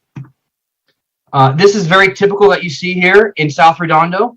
Wall-to-wall construction nearly up the property line on the sidewalk. Massive, large, full block construction, unrecyclable space. Welcome to Redondo Beach's newest affordable housing. 2 new units here. 2 new affordable units. There's 10 at market rate. This is in the coastal zone. So when they want to put in 2 units, they had to put in the mandatory 10%. In this case, they added 2 units. Empty commercial. If you notice, once again, the mixed use, the vertical mixed use in Redondo, right here, this particular unit is sitting empty. This is the AES site that everyone keeps looking at, and the dirt lot. You know, I just want to remind everyone that this is a toxic site that requires a significant amount of cleanup. There's historic marsh and salt lake here, over 6 acres of land that need to be remediated back into marshland. There's also SCE right of way here, and there's many portions that SCE still owns here that is not part of the AES site. There have been multiple ballot initiatives that have said no to this particular zoning. Increase or adding residential 650 units to this area. It said no along the way. So what we have for modern day zoning, what we need to accomplish is direct access to mass transit, close to a work center such as the Space Park where they're bursting at the seams. They want more jobs. They want to increase their commercial development, and they want to have, or we have current the green line coming up in red. So in red and orange, you have here the green line that's proposed. So going to downtown LA, El Segundo, and of course down into Torrance, which are our 3 major areas where our commuters go. 93% of our commuters on a daily basis go to downtown LA, El Segundo, and Torrance. That's where the green line is going to go. And of course, you got the 405 right there too, encircled in green, where the on-ramp and off-ramps are. So Maduro West. Councilmember Amity has talked many times about Air Force housing. One of the reasons why this particular project was built was for Air Force housing. This is 19 miles from Northrop. The tech center that everyone's looking at is literally down the street, a mile away.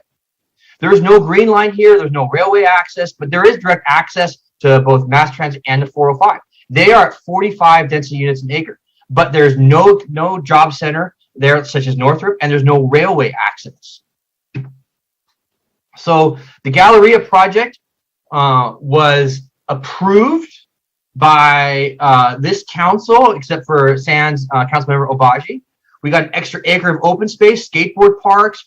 We changed this project. Councilmember Lowenstein and I worked really hard, along with Mayor Brand, to get the project more in the scope of the character of the community.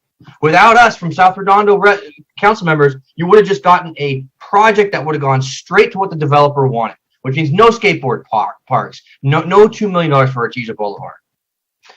I want to thank Councilmember Obagi for bringing up the mixed use and Artesia Boulevard and the issues with the high density housing in District 4, the densest district in Redondo Beach. This was amazing. When he brought this up and I looked at it, and he was right, because I actually was thinking to add a significant amount of vertical mixed use to this significant area, because the general plan states for the mixed use on PCH and South PCH areas means you want to slow the traffic down. That's what Councilmember Baji wants to do. But he points out correctly, as the Riviera Village that you can see here, you have plenty of high density housing, significantly in a vertical or horizontal fashion. So it's mixed use in action. And so we don't need to add any more housing in District 4 whatsoever. Absolutely 100% right. So thank you, Councilmember Obagi. So that's what I wanted to show the members of the public as to, you know, what we're dealing with here in Redondo as a whole. And you know, a couple more things I wanted to talk about here is, I don't want to set our arena buffer at 15 or 20%. I want to set it at 10%. Councilmember Abaji, does your Excel work file deal with the the 10% requirement. So 10% buffer. 10% requirements at 2739, and my numbers hit 2742, 2716. So we're right there. Wow, that's fine by me, because as we see, Redondo builds housing at 100% clip. So perfect. So that knocks that off the mark. I'd like to work with you, Councilmember Obaji. Well, I guess it's not your motion on the floor right now, but I'd want to be open to, I guess we could just vote on the first one, see if that passes, and then work on yours, or we could just work. I could make a substitute motion, which I think I might just do. Take your. What did you have anything else other than this this Excel worksheet that you wanted to work off of? No, but my FAR increases on non-residential property are part of my proposal, my motion, but not part of my Excel. Where did you want to do your increase in FAR for? The industrial site, the same, essentially the area, here, 1 second. The area in the black box here, that's an increase at FAR 1 to 1.5, and then the ACAP basically. Okay. Sorry, but just on Artesia and aviation. Okay. I would like. Okay. I'd like to deal with it with I'd like to keep this as simple as possible, meaning what we agree on tonight is just housing and RENA related, what we're sending to HCD. Do you mind if we break off in your motion, or if I can make a substitute motion, then we break off the FAR related items and the land use definitions into a separate action? Well, I definitely did not incorporate the land use definitions in my motion, that those are intentionally left out. And I would like to incorporate the FAR, because that's going to require a separate environmental review if we don't get it done here. And frankly, we need it. We need the revenue to come to Artesia sooner rather than later. We need property to either change hands or basically replace the structures that are there, which nobody has any incentive to do at a current 0.5 FAR. What I would like to do, I'll just make a substitute motion then to accept your Excel worksheet file.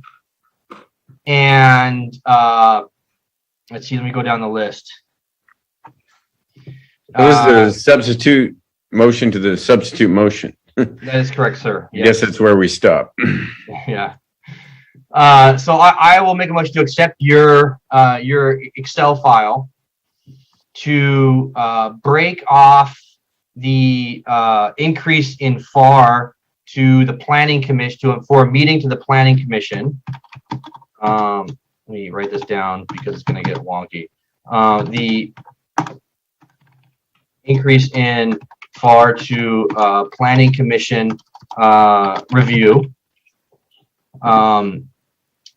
And let's see, I would like to accept the GPAC recommendations and planning commission recommendations for the South PCH district area where what they had recommended for 30 units an acre. I would like to have ensure that we only send a 10% or what we agreed to just in Councilman Obaji's Excel file for a reasonable accommodation extra bump. What was that called again? So the buffer, so 10% buffer, or whatever Councilman Obaji did. So whatever is greater between the two, but no more. Refer the housing overlay to the GPAC for further review on goals and policies for guidelines of development. So that's where they will set the height and commercial type of commercial, and then also refer staff recommendations to the recommended land use designations that were updated earlier back to GPAC for further review. So that would be my motion. Can you repeat that? Yeah, I can repeat that. So I will accept Councilmember Obaji's Excel work file, and I will break off the increase in FAR for discussion to Planning Commission for review. And I will accept the South PCH recommendations. Be specific, break off the increase in FAR for where specifically? For Planning Commission review. So they FAR everywhere or FAR in a specific area? Councilmember Obaji's recommendations that he had, which was for the industrial area in District 5 between Aviation and Inglewood, Manhattan Beach Boulevard and Marine, and then for Artesia and Aviation in the ACAP area. Right. There you go. Thank you. And then accept the South PCH recommendations from the GPAC Planning Commission. And then accept the. Can you repeat what that recommendation was again? Accept the South PCH recommendations for GPAC Planning Commission. So the 30 for the mixed use for it to be set at density 30 density units an acre. Okay. So, Mr. Narenheim, we're going to end up with more than our 10% buffer if that occurs. And well, that's why I'm going to say, which the next part, which was only do a 10% buffer or the number that you have, whichever is well, either the 10% buffer or your number, one of the two. So if yours is actually, we'll just do the 10%. If you said that 10% is going to be actually, it won't be because we're just moving that density from one area to the other area. That's all we're doing. So it won't change the buffer. I don't think you're moving that density because 435 units were going to be on that south of the transit corridor site. I can't imagine you're putting 435 units on South PCH. It's actually bringing the density down from 35 units to 30 units. Okay, got it. Yeah. So, and then only accept the 10% or the buffer that has in your worksheet that you had created. Refer the housing overlay to the GPAC for further review on goals and policies regarding the development. And then refer the staff recommendations of land use designations back to GPAC for further review. So that those updated recommendations that staff had regarding PC or CFE and the simplification. Are you talking about definitions? I'm sorry, I want to. Yeah, the definition that you guys had, it was the simplifications and definitions. Okay. You had said designations and I wasn't clear. So you mean the definitions to go back? Yeah, the definitions and the uses that they have. The slide that you had regarding the PCFE and the other uses that we were inserting, updating, simplifying. Yeah, the definitions, yeah. Yep, there you go. And then that's it. So is it clear, Brandy, with all that the numbers, I mean, are we meeting our RENA allocations with this motion?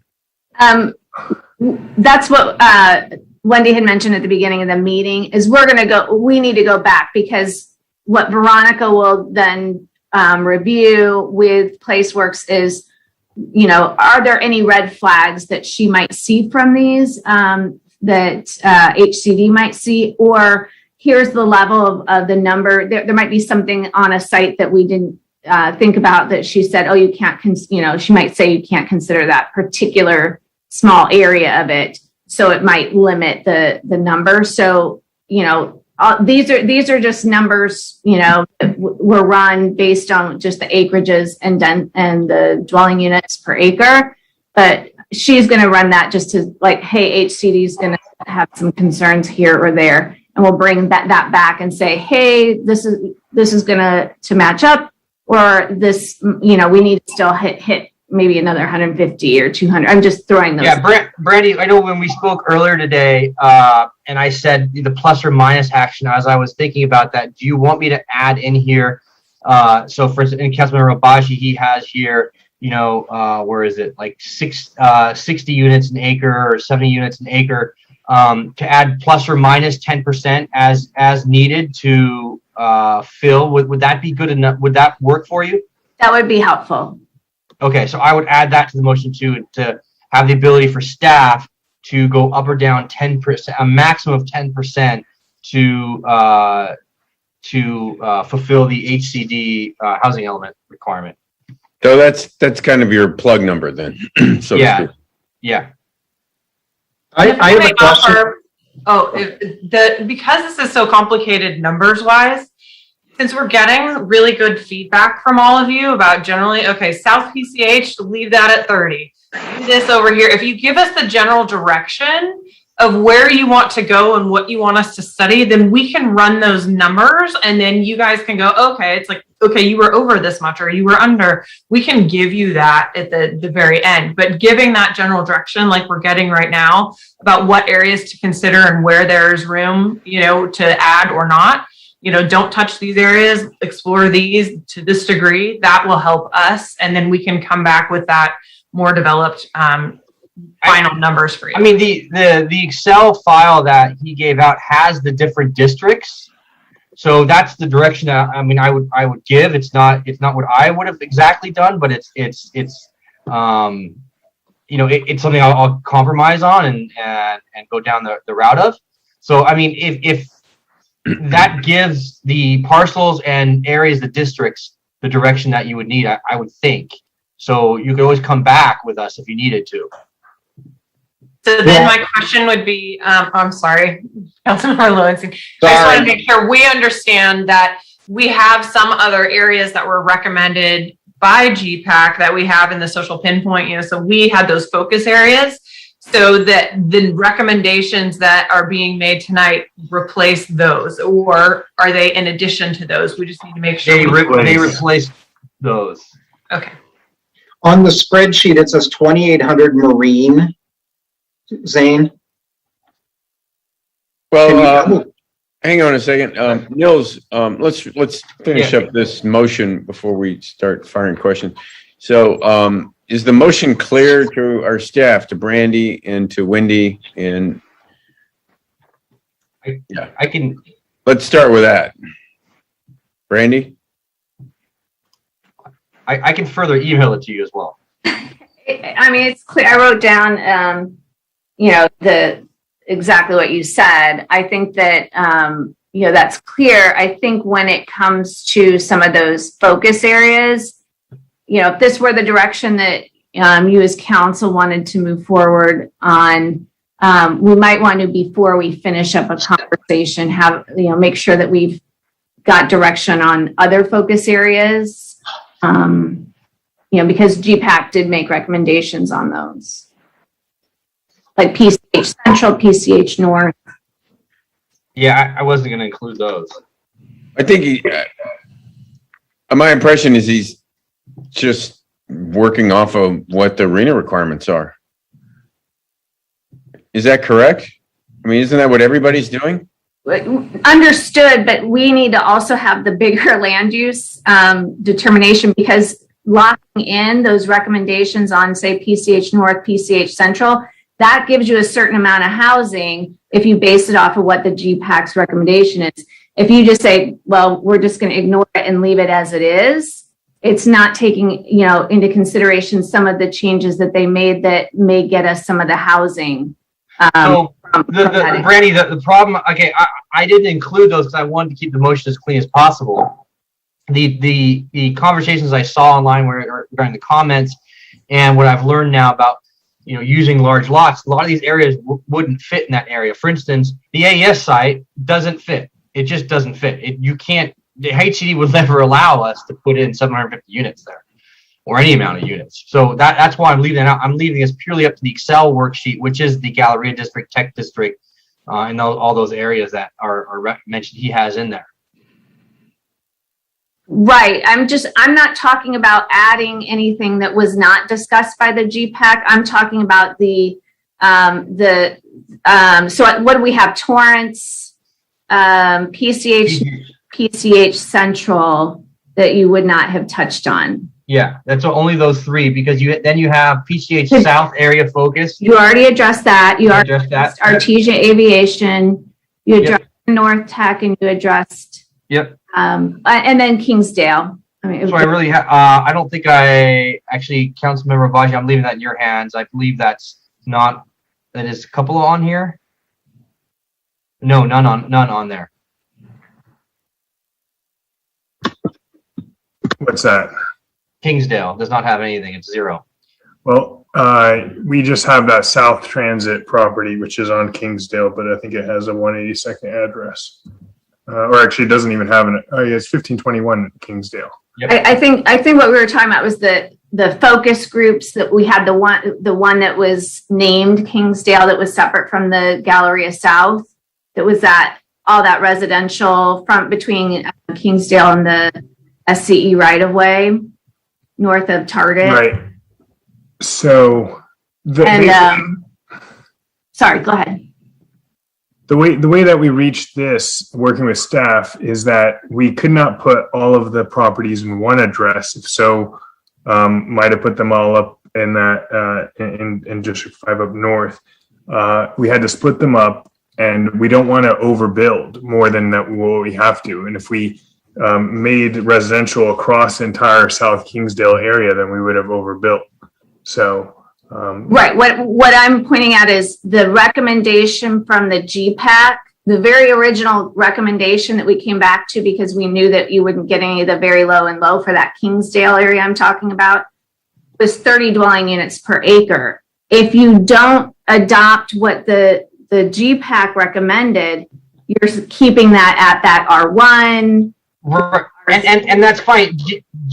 What I heard from everyone was GPAC got this in one meeting. That's all they had. I'm not worried about. No, that was their recommendation originally when they talked about that 2 years ago.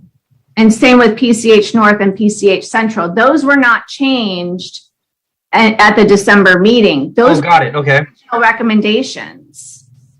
All right. I just want to be sure that we're talking about the same thing. You're talking about the properties, I guess, west of Kingsdale on Pomona and Condon, that area? Yes. Okay. And you want to change that to GPAC wanted to change that to what? To 30 dwelling units per acre. Okay. I can pull up the social pinpoint that shows the designations too. That was the area, what we had discussed with them at the last meeting was that potential to go up to 60 to the acre if we could consolidate the lot. So that we were trying to get more creative on those opportunity areas for them. Have you guys reached out to the residents there at all? The ones who live on Condon and Pomona? No, we haven't had any feedback from them. Okay, that's my problem. Is that you have GPAC, which consists of 5 people from every district, meaning 20 people who have no clue about this area and are just looking at a map. Whereas I've actually walked it, and I don't think any of those people have any idea that you're thinking about putting a huge complex there. So I'm open to the idea, but I think we've got to really get some community feedback. If I may, I'm not looking to put any complex anywhere. All I'm saying is that the GPAC made a recommendation to their original recommendation for that area was 30 dwelling units per acre. We didn't have arena number at the time. We didn't have SB 330 at the time. They felt that this was an area where 30 dwelling units per acre would make some sense. That's all I'm putting out there is that was one of their recommendations. Then they had the recommendation, like I said, for PCH North, PCH Central, and Torrance that we haven't yet decided if you want to. And you don't have to move forward with what GPEC recommended. I just wouldn't want it to be missed in the discussion. And then now everything just reverts to what the current general plan is, because that's going to change our numbers too. So the point is, if you don't acknowledge them in some way or the other, so if we just say we're replacing the general plan with I would be fine with accepting the GPAC work before the December meeting if we need those numbers to accommodate the RENA allocation and the housing element allocation. So that's where I would be going with their recommendations on that housing on those numbers. Does that make sense to you, Brandy? It does. I want to say that there were a couple areas where, because their recommendations actually reduced what you would be getting for very low and low compared to the current general plan in their original recommendation, and it was just a change of, I think, that density. So they had gone down to a lower density in a couple of spaces, and then in the December meeting, it was okay to have that to be at the 30 dwelling units per acre, so that you could get the housing back to where it was. And correct me if I'm wrong, Wendy, on that. Yeah, and it was in the mixed use areas. So in a lot of those areas, we reduced to 30 to the acre, with the exception of, I think it was PCH Central, where they kept it at 35. So that's just how that definition would go. Right. I mean, that's why I'm accepting the PCH South going down to 30. I didn't realize that they moved in other area, worked on the other areas, but I do see that we have significantly upgraded the densities in other areas of the city that we have taken over on those areas. So, but just so you're aware that those numbers, I think there was just shifting around of, per the spreadsheet that Councilmember El-Badji had. Whereas we had those numbers because we had made those, they had made those adjustments. Okay. Back, they had. So basically you're saying that when my sheet shows, let me show real quick up here, that we have already 240, 750, 300, 120. This is incorporating, I guess, Galleria Kingsdale, this 120 is incorporating a proposed change to 30 DU for this area. Yeah. Is that right? Yeah, that one is. Okay. I don't think your spreadsheet had. Is there anything else that is incorporated in these numbers that my spreadsheet would not account for, essentially? ADUs, Well, those are there. We don't need to change any zoning for that. Correct. Is there any other change to zoning that's required to get this 1410 number besides the Kingsdale Galleria area? Well, I dispute your buffer calculation, but. Okay, but I guess I'm asking staff.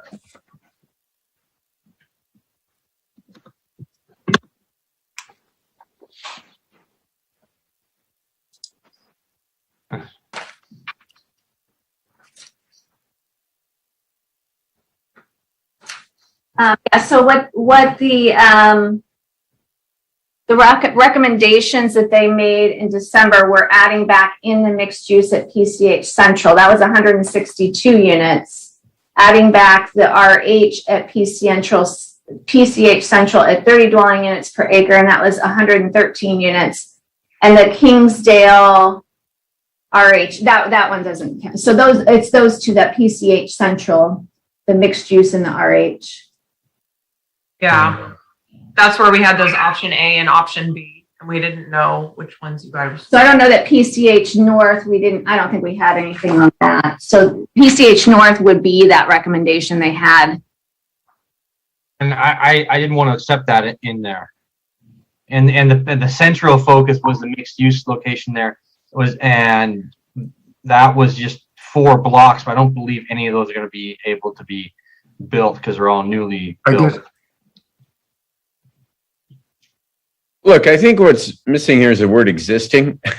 I think I am confused anyway about when you talk about incorporating what the GPAC was recommending versus what this motion is. It seems, I mean, I get it, but I think you're talking about the existing versus what GPAC was recommending and what's left with this motion. So meaning you're looking for direction from the GPAC recommendations, and so what would satisfy that in his motion, Brandy? I would say, for with the GPAC's recommendation for PCH North, for PCH Central, and for Torrance. I think that's where we're at. And then Kingsdale, you can choose how you want to go with that. Mm-hmm. And Brandy, on PCH Central, we still had the A or B option, so we would have to have a choice on that one. Yeah. So the PCH Central is the only mixed use portion that you just mentioned, actually. It deals with housing. So Correct? they need to know how this folds into your motion. They need direction. And I think if we can just get clarity, it's like all mixed use in the city at this point, the way that it was recommended by GPAC was no more than 30 dwelling units to the acre, with the exception of PCH Central, which was proposed at 35. So if that is clarity there, then we can make sure that. Can you say that again? I'm sorry, Wendy. Can you say that again? That mixed use, all mixed use in the city, the way that it was proposed by GPAC was that it would not exceed 30 dwelling units to the acre. Currently, in your existing general plan, your maximum dwelling units per acre for all mixed use is 35. So they reduced it to 30 with the exception of PCH Central, which they left at 35. So is that 5 units per acre that we've got to replace? No, because not necessarily. You need to make a decision. I was leaving it as is. Okay. Not changing it. I have a question about your spreadsheet, Zane, when you go to second before I know you don't want me to talk about this, Bill, but I have to understand it to vote or not on his motion. Yeah, I think it was a Scrivener's error relative to 2800 Marine. I think that should be 600 Marine. Okay, that's what I wanted to know because that's in Gardena. 2800 is in Gardena. Okay, thank you. Basically, it's that whole triangle, which is about 15 acres. Times 60, you end up at basically 897 units there. So everybody can make comments. Everybody can ask questions before voting, as well as we'll take public comment before voting. So, yeah.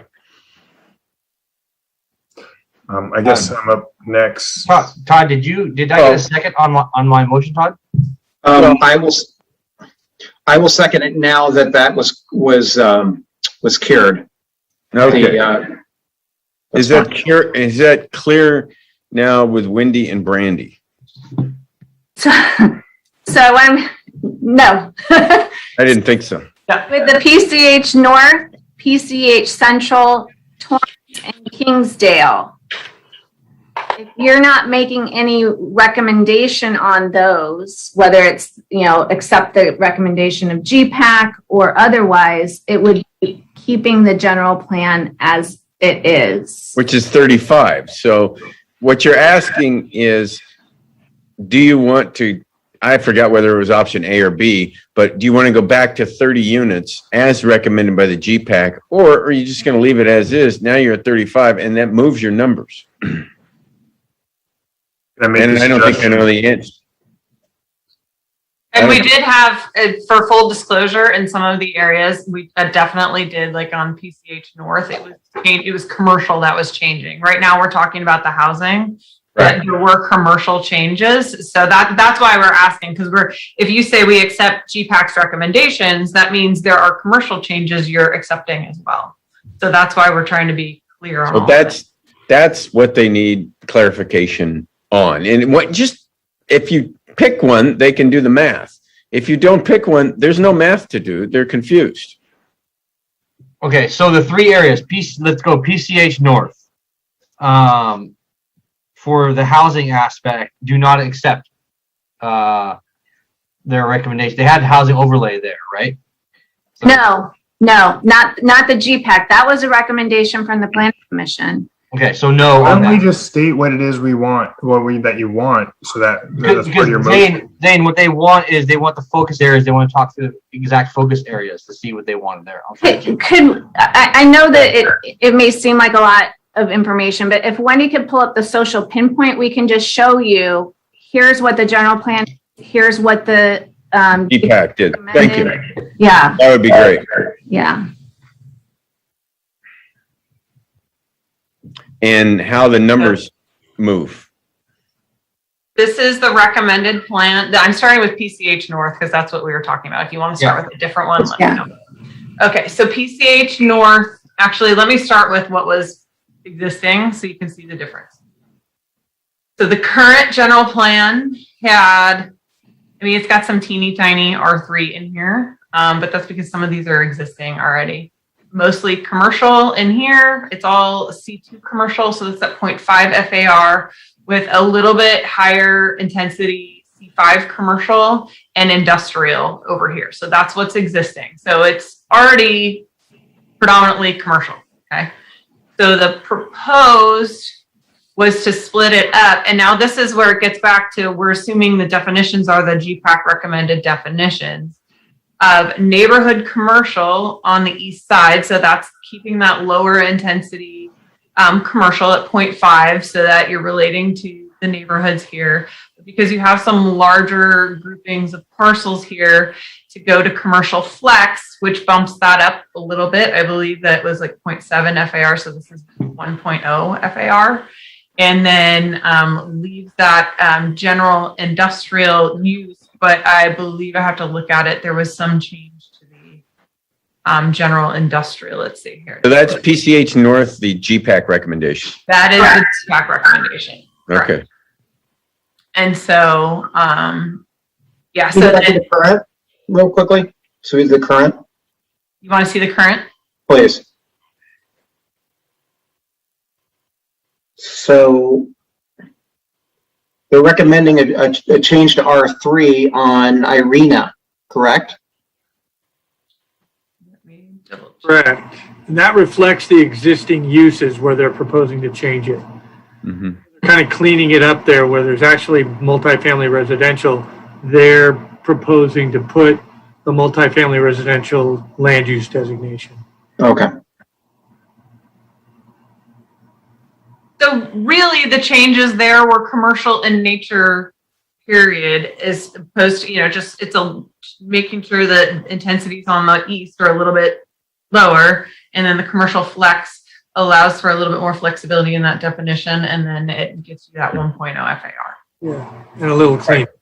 Yeah, it's cleanup on the map. I would accept that, those recommendations from the GPAC. Wait, just, I know it's not my turn, but just while you have that up, can you go over for the people who are watching, what's the difference between commercial flex and commercial? And That's neighborhood really the difference between the two. Yeah, and neighborhood commercial? No, you have commercial and commercial flex. What does commercial flex mean? So our definition, the GPAC approved definition of commercial flex, is an integrated mix of commercial and or office uses, including commercial, retail, personal services, hotel, office, research and development, incubator space, creative or tech-based businesses. The overall character of all properties in this designation is intended to prioritize the operation of commercial and or office uses within an area. Developments may be configured with ground floor commercial, with commercial, office, or hotel on upper floors, or as standalone projects with a single primary use. Where commercial flex designations contain existing residential uses, they shall be allowed to remain and shall be considered conforming. However, no new residential units are permitted. And so what happened was you had a C3, a C4, a C5 designation, and the differences were minor changes in FARs of some had 0.7, some had 0.1. And so this was a consolidation and said it was 0.1 altogether. So neighborhood And allowed for a lot more uses. Yeah, it's that flexibility. It's looking at and modernizing the way that those definitions are done. Okay. So neighborhood commercial, which is the step down, not step down, but it's the like intensity step down. It's 30-year-old one. Huh? The 30-year-old one. Yeah, no, this is your new definition. I can show you. You want me to share the definitions page? I can share the definitions instead of the. I thought that's what you were talking about. The C2. And the... Here, let me do a stop share and share the new one. Okay.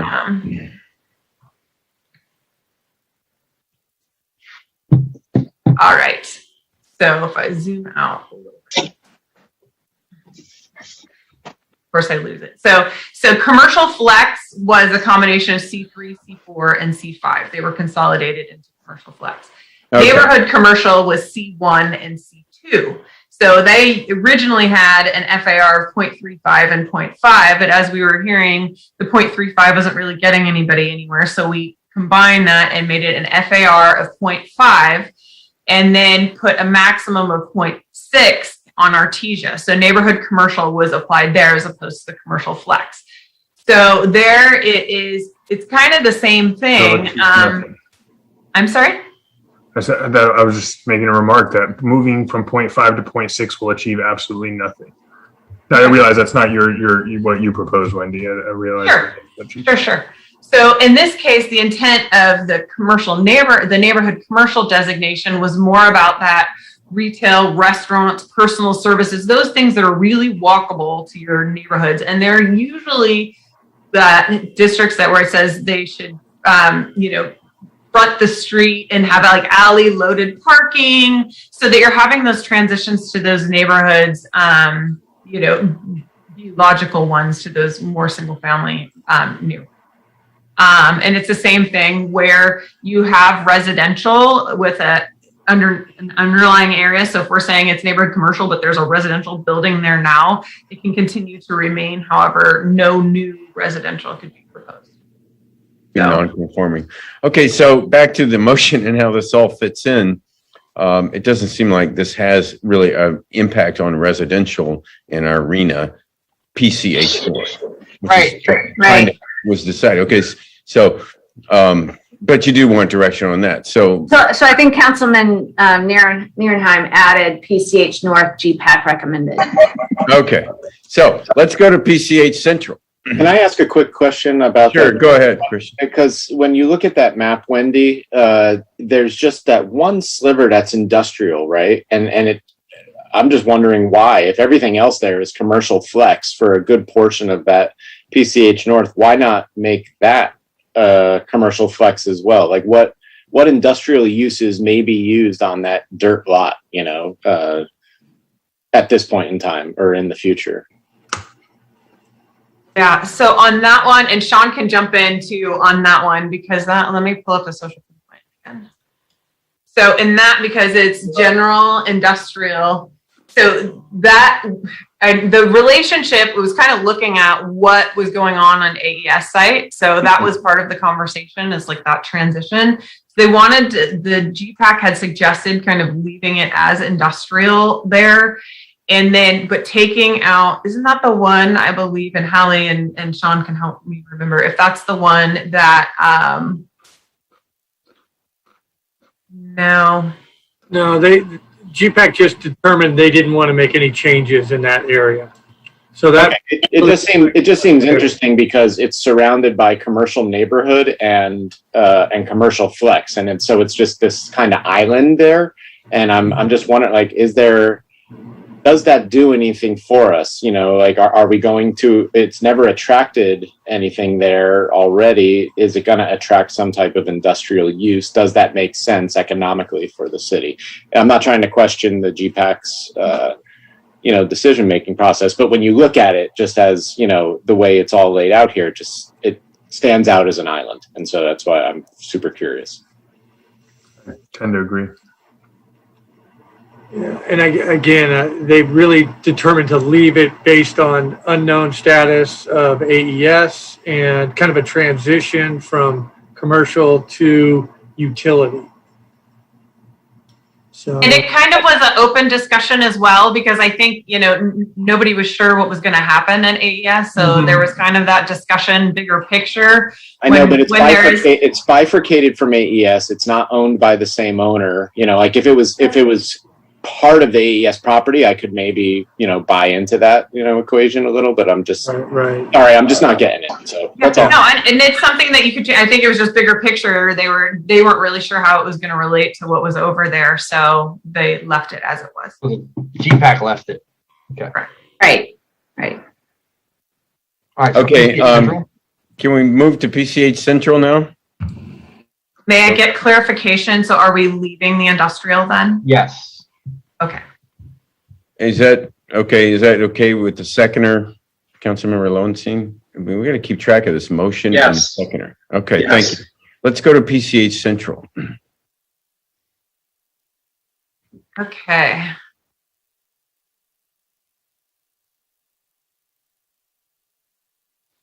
So PCH Central, I had this down pat the first time I did it. Rusty. All right. So the current general plan showed some of this is again the C3, C2 commercial. with high density, multifamily, mixed use. So this is the current general plan. This is what's on the ground, or not on the ground, but is in your current adopted plan. It had mixed use right at Torrance, with your FARs of 1.0 of commercial. You had a different kind of mix there. As you transition further south, it gets into a kind of a smattering of the commercial and the high density residential use. So you'll just kind of see it intermix throughout with a kind of a low density multifamily residential designation halfway through this commercial area. So this one, the proposed on this one, these are really the minor changes. This is what the kind of A and B, where commercial was preserved and you've got public and commercial. As you transition south, you keep the multifamily, high density residential. The mixed use was preserved at Torrance, but this is the area that went up. They had suggested going to 35 to the acre. And I'm asking the team if I get any of this wrong, because I'm trying to do it all by memory. They'll chime in and correct me. Commercial, so you have that commercial flex. So that's that 1.0 FAR. Then the question became, it's the same on the very south end for both. It's this middle area where the group really couldn't decide. And I don't think Planning Commission could decide either. I think this was one that everybody's kind of split on as to whether or not to retain that multifamily residential that was in the current plan, or to transition all of that area to commercial neighborhood. They're very small lots, aren't they, Wendy? Yes, they're narrow lots. And then that's the same thing that happens on Artesia and Aviation. We look at it, they're narrow lots, so it's tough. But you can consolidate. If somebody consolidated them. Yeah, I mean, I'm fine with the mixed use that's currently there, because those are all newly redeveloped parcels, and they're not going anywhere. Because if we take those out, we're gonna have to replace that density somewhere else, which will get redeveloped into residential. Yeah, so the biggest difference is here. So the question becomes, leave the multifamily or make it all commercial? It would make more sense to be commercial. So you're saying option B? Option B, yeah. So now you've got option B for PCH North and option B. No. The only one that has options that the GPAC couldn't decide on what to recommend Central. is this one. Oh, Central. Okay. This one is the only one that had an option A or option B. Okay. All right. So now we go to PCH South. Is it? Well, so I just want to confirm: is the group then okay with PCH Central option B, all commercial? I am. Yeah. Yep. Okay. The motioners are, yeah. Yeah. So far, the motion on the floor. Okay. So now we'll go to PCH South.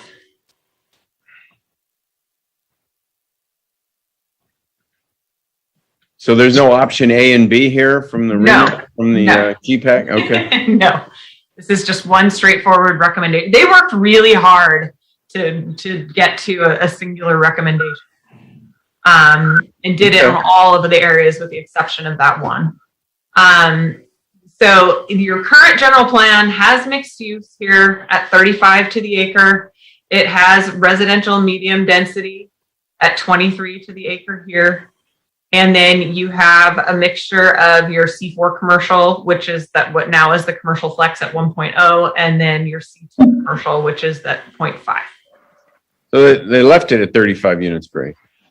This one, they did not know. This one goes down to 30. So this is the current general plan. So if we go to the proposed or recommended general plan, it would be mixed use at 30 to the acre.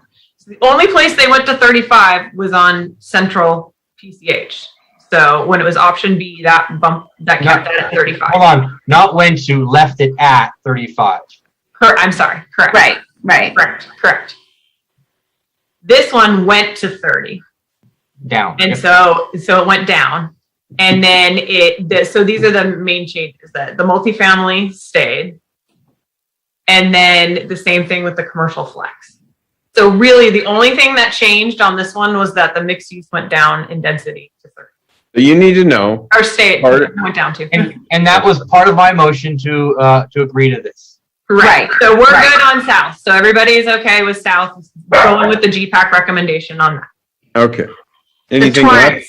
Torrance and then Kingsdale. Okay. So Torrance, come on.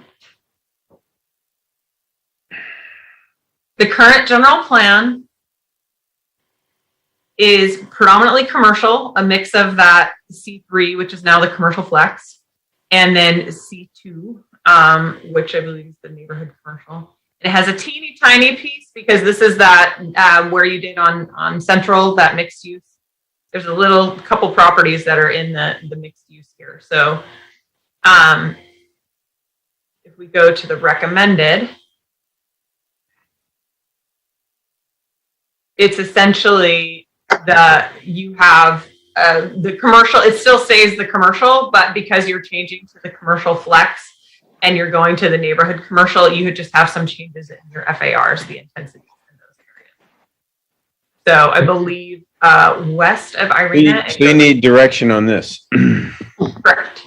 So I think, now can I clarify with our team? If this is central PCH and we went to the 35, then this actually, these little pieces would go up to 35 as well, right? Or these, so that would be. I think that goes back to what Councilman Nierenheim just said. It's not going up to. I'm sorry. I'm staying at the 35. I apologize. Yeah. That one is staying at the 35 to the acre. It's Correct. So, okay. So staying at the 35 with those little corners and then changing to the two commercial designations, which intensifies some of the FARs, but the commercial uses don't change other than. You know, Wendy, when you go through these though, there's no number associated with the number of units that each one of these segments come. So it doesn't help us solve for X for the problem of the RENA. So you tell us it's 35, but if we were to, so you got an acceptance of PCH South, but how many units is that? You know, and you got an acceptance of you got an exception of option B, but how many units was that? And so that's kind of what we're trying to solve for is the RENA formula. Yeah, it's both. So I think that's the hard part is if we're getting some general direction, then because it's really hard for us to do all this math on the fly, it's something that we would have to go sit down with Veronica. So it's like, look, you guys, with all the changes you made, this is where you ended up with your numbers. And then if you're like, hey, okay, we'll do all the numbers here, and then these areas get the leftover. That's where the conversation was going with the advisory committee. Because in some cases they were going, okay, here's where we're at with our numbers, then split, the units in these areas. So they were trying to work through that the same way. So I agree with you. You don't have those right now to go off of. That's what we need to go back, because in some cases there may be units that Veronica can count and there may be some that don't based upon the different criteria and available properties and that sort of thing. And I certainly don't have that on hand right now. So I don't know if Randy or Veronica have any others. Well, and I think, the where the changes are happening are in what we just said with the PCH Central going with that option B. We did have if you did option B instead of option A, it actually has fewer units. I think we did have that at some point. So maybe that's something Hallie might be able to pull up.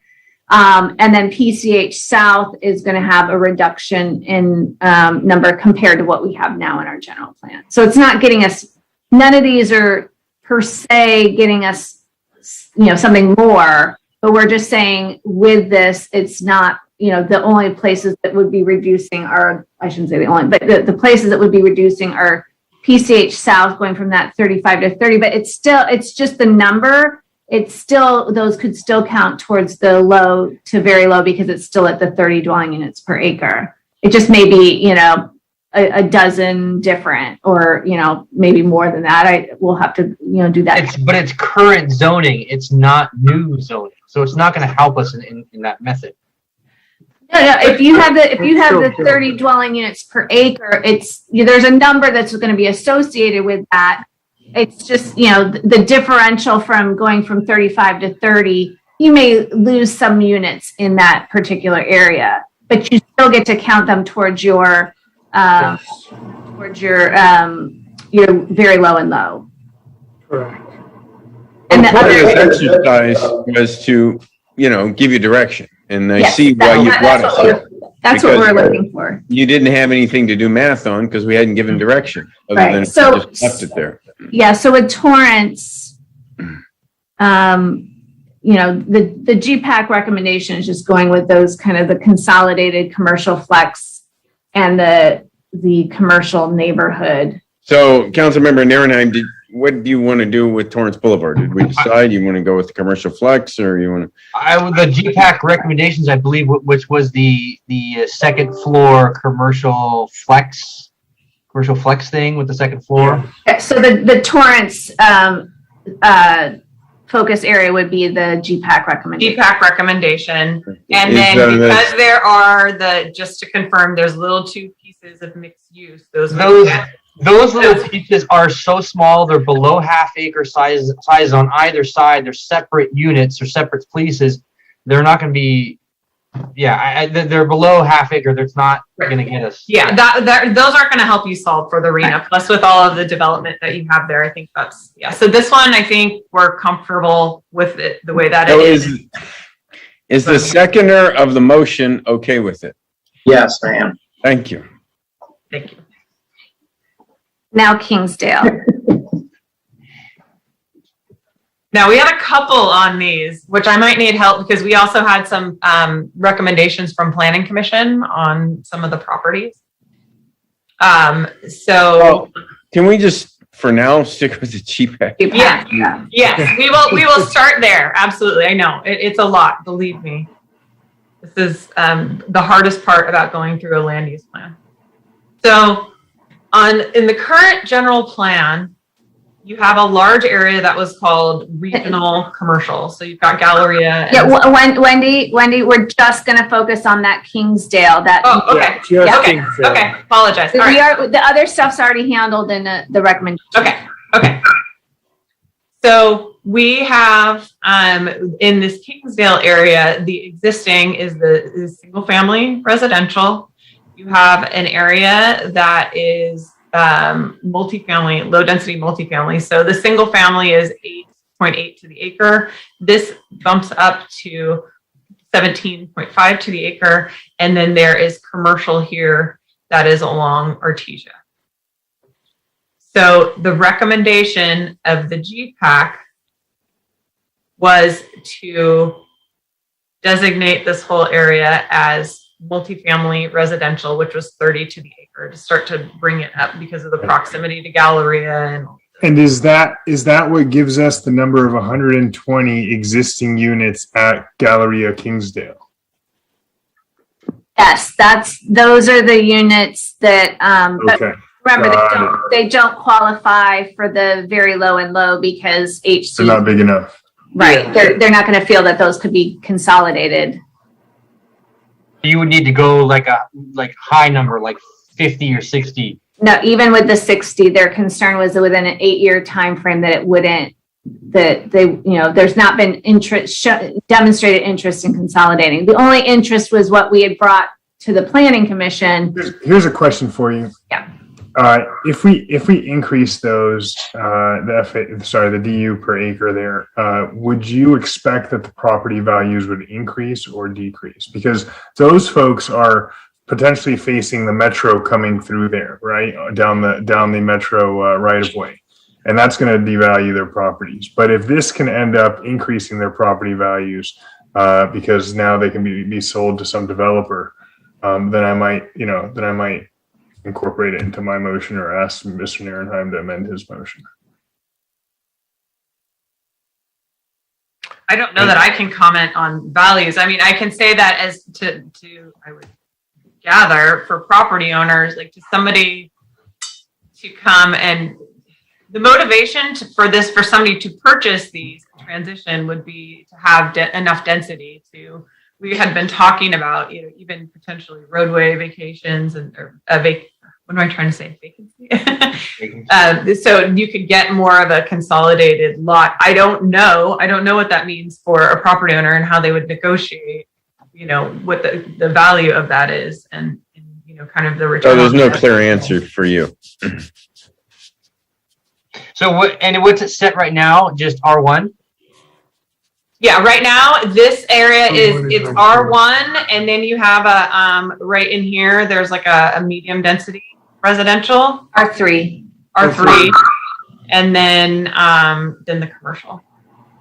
I would leave it as is, as current zone planning, or currently zoned. In the current general plan. In the current as low density. Yeah, it's not going to give us any credit to RENA to upzone this. Yeah. So show the existing again, please.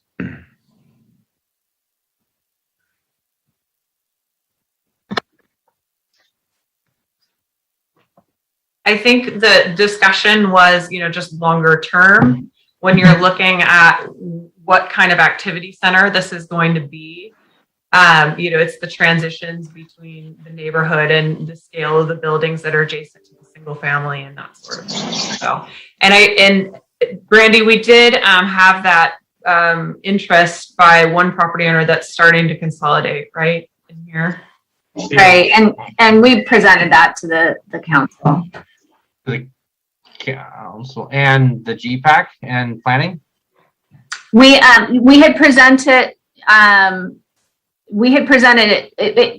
property owner hadn't come forward to let us know that he had been consolidating lots until after the community meeting on April 7th. So we brought it to the Planning Commission. The Planning Commission did have a recommendation for that area of 45 residential, not use, but residential 45 dwelling units per acre. It was like around 2.5 acres. And what did the GPAC say? 30, 35? Were they thinking 35? Did they even go back to the other one? GPAC, they had 30 in this whole area. I mean, Councilman Obaji, these people better in that area and those lots, and those could be combined.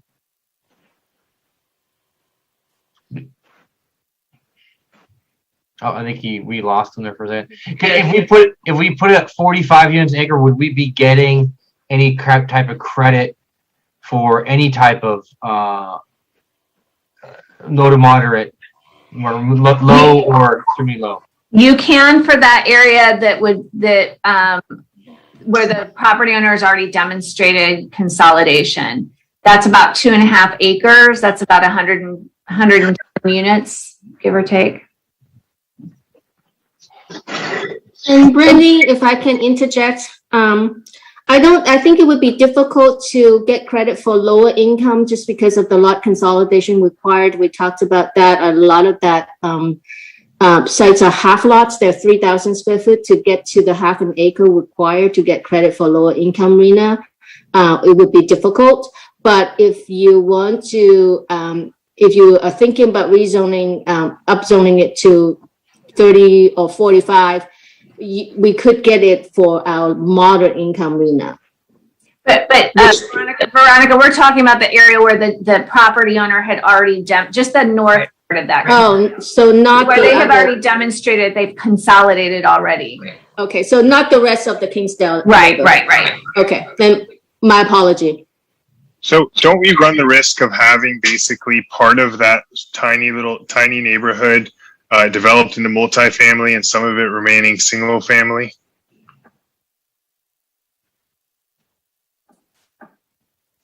It depends. It depends on what you recommend. Well, yeah. Because some of the properties are single parcels, right? Small single parcels. So, and sorry, I'm on my cell phone now because the internet's out here. But, and so if the one person has consolidated a bunch of lots, they can build a very big residential complex, 30 DU per acre, but they're right next to single family homes, right?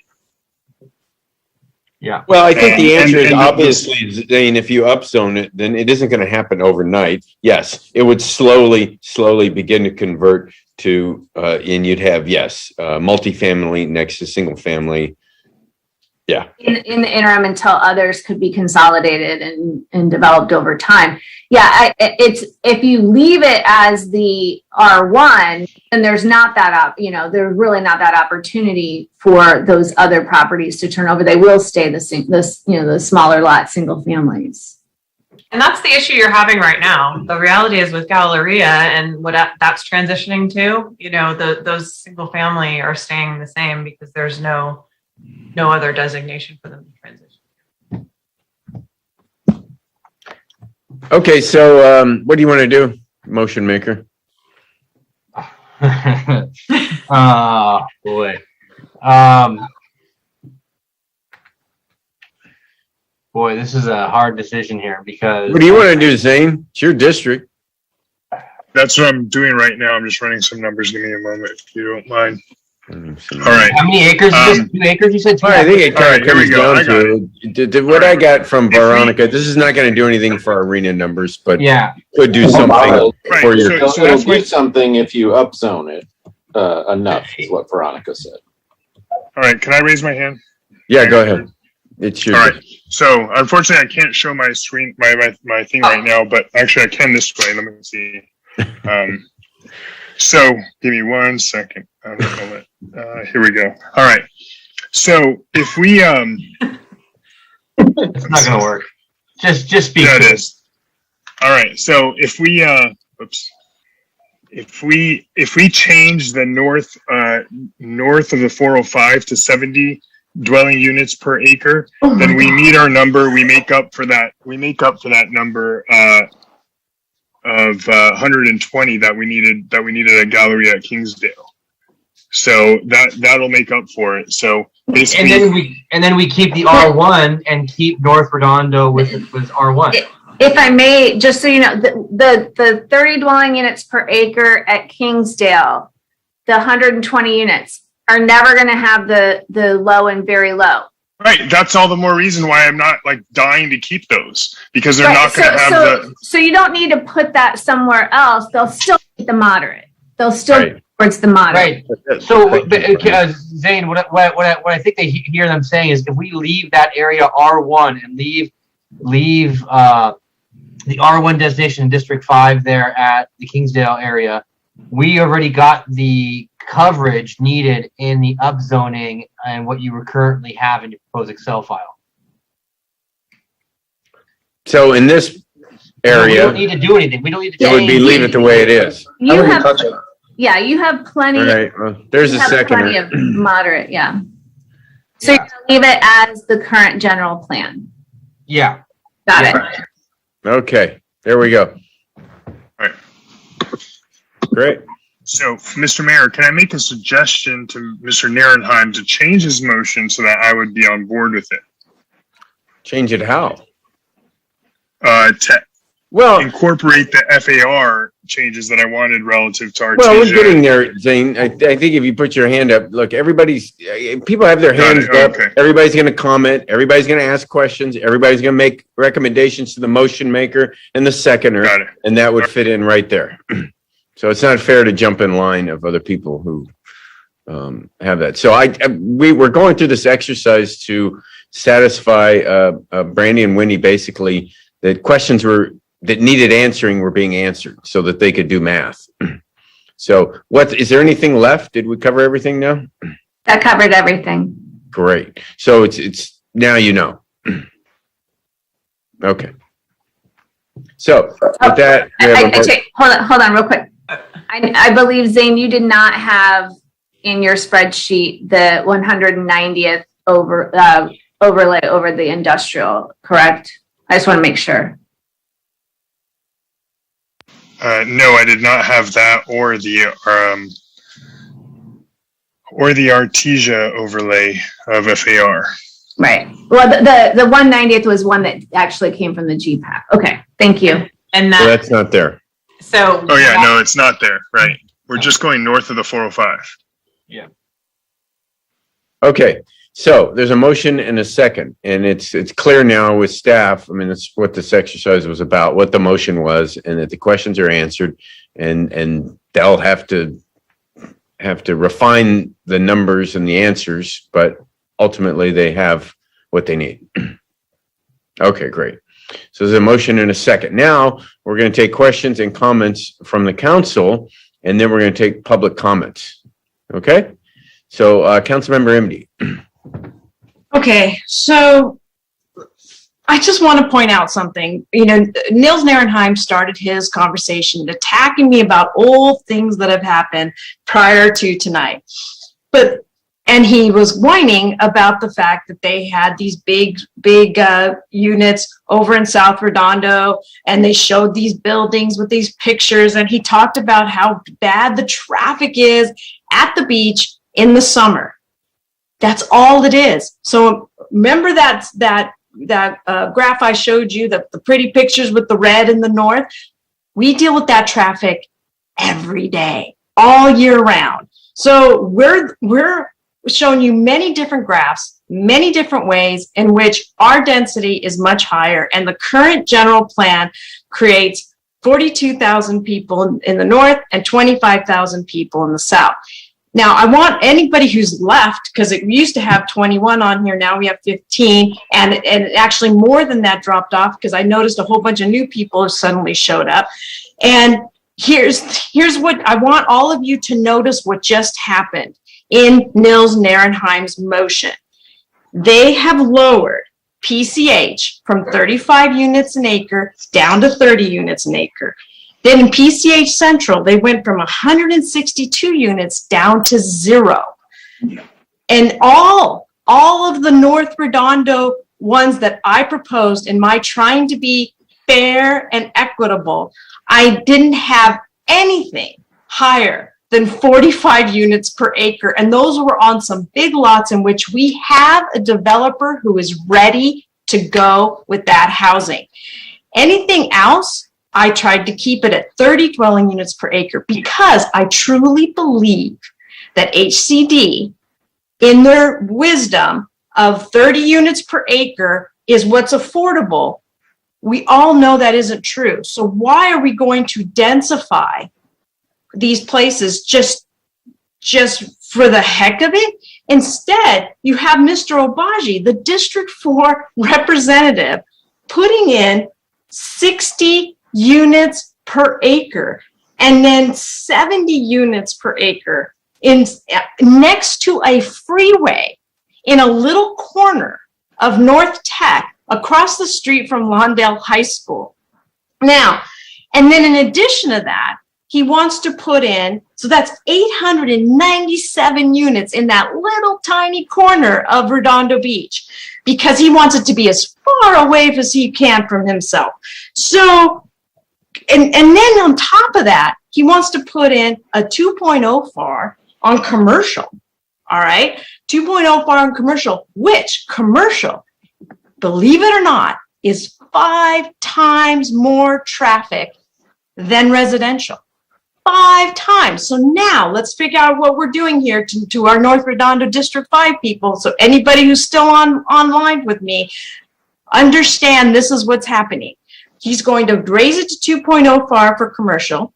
He's going to put 900 units at a density of I don't even have your density on here, but it's going to be you're going to end up with 897 units over our Vons, our Vons shopping center, so that people don't drive through the neighborhood.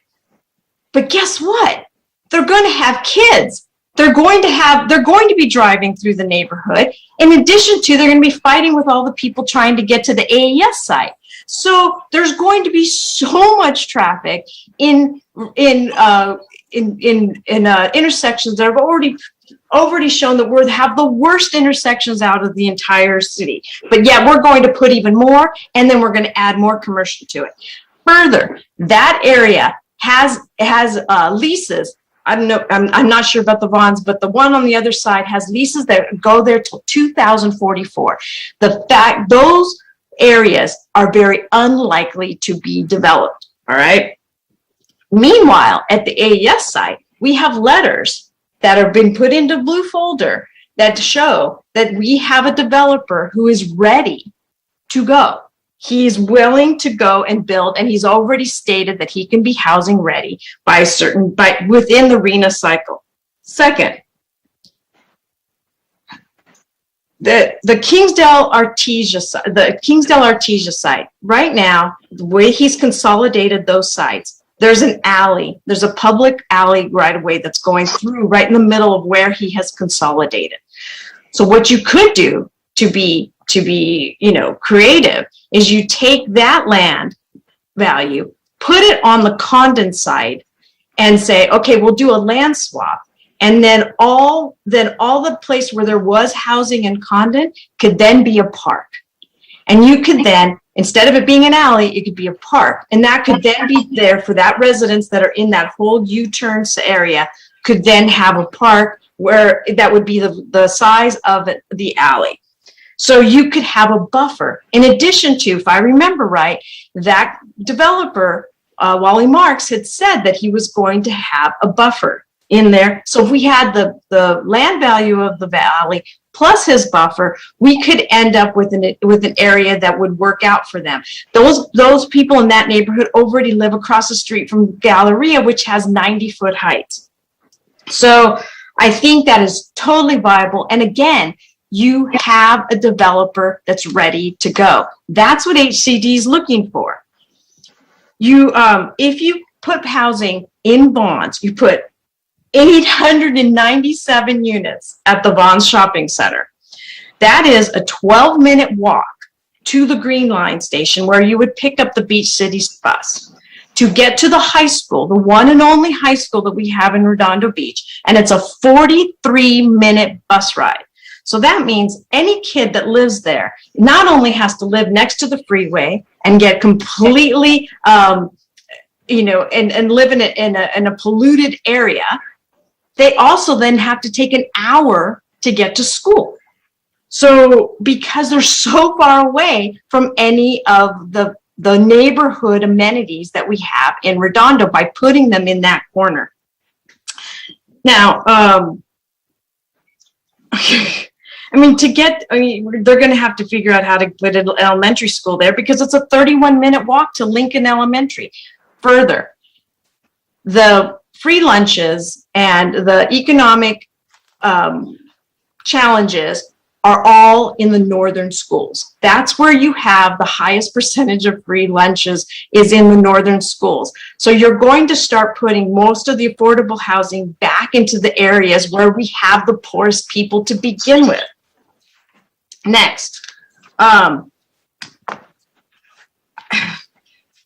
you're ignoring the hundreds of comments that have been put in to the social pinpoint, to all the e-comments that have been over here for the last three meetings. You're ignoring all of them.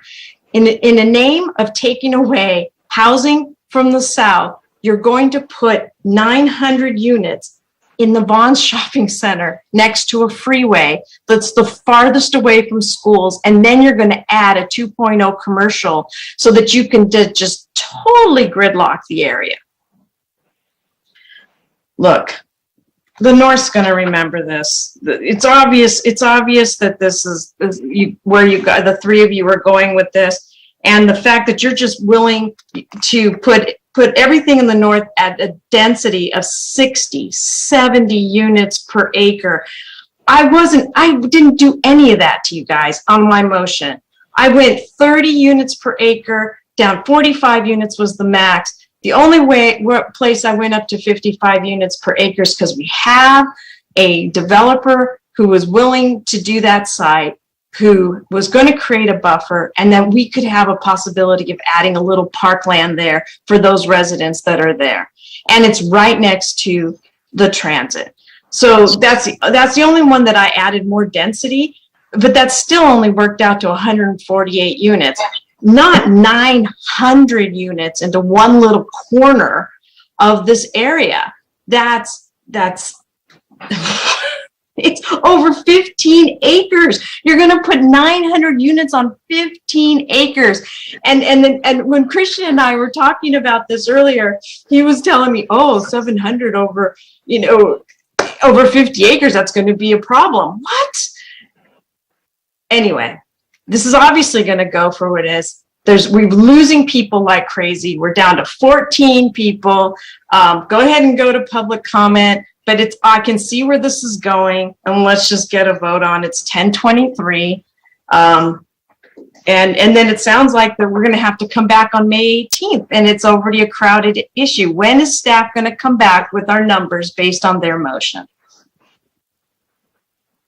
We are intending to bring those back for next week. For May 18th. Okay. So no matter how much you want to point to South Redondo having more density, none of the numbers, none of the censuses, none of the data we've ever seen holds that true. You guys may have, there was one graph in which you had more housing units per acre, but at the end of the day, you only have 2 people average in each house, as opposed to we have 2.5, because we have all the kids, all the young kids in our area. So, and the population density shows it on every graph you could ever do. And you can attack me all you want about me approving these other places, but they were zoned that way. They were already zoned. And if you lower the densities, and in this case, if you lower the zoning, you lower the entitlements, you're going to have to go find, and you don't max these out, you're going to end up having to go find more places to go do the zoning. If you don't want to, and I've tried to show you time and time again, if you put all this housing next to HQTA, we're going to get double the RENA next time.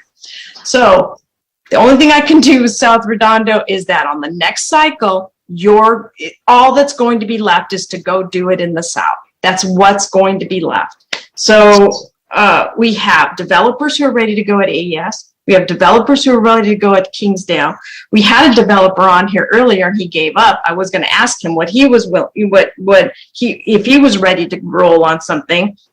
And then you have our number one employer who has written a letter who is asking us to keep it all industrial.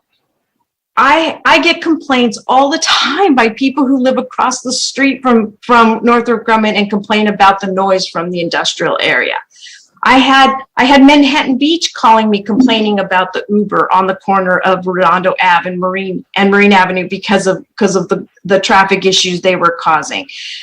Industrial zoned areas are not conducive to having the residentials right next to them. This is going to be in AES site, it's an industrial use that's going to go away.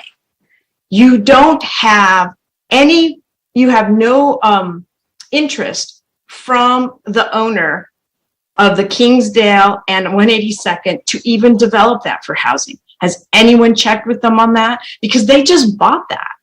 The way I understood it, he was putting in a whole commercial complex to put in that area. So those are why I was trying to do it. I was trying to make it so that it was equitable, so that it wasn't too much of a burden on anybody, but yet you're not showing the same courtesy at all to North Redondo people. North Redondo will remember this. All right. So thanks. Okay, Councilmember Lowenstein. Yeah, I get to speak finally. Hey, Laura, can you put up your proposal again? Could you share that? Is it? Which one, the Excel spreadsheet? Yeah.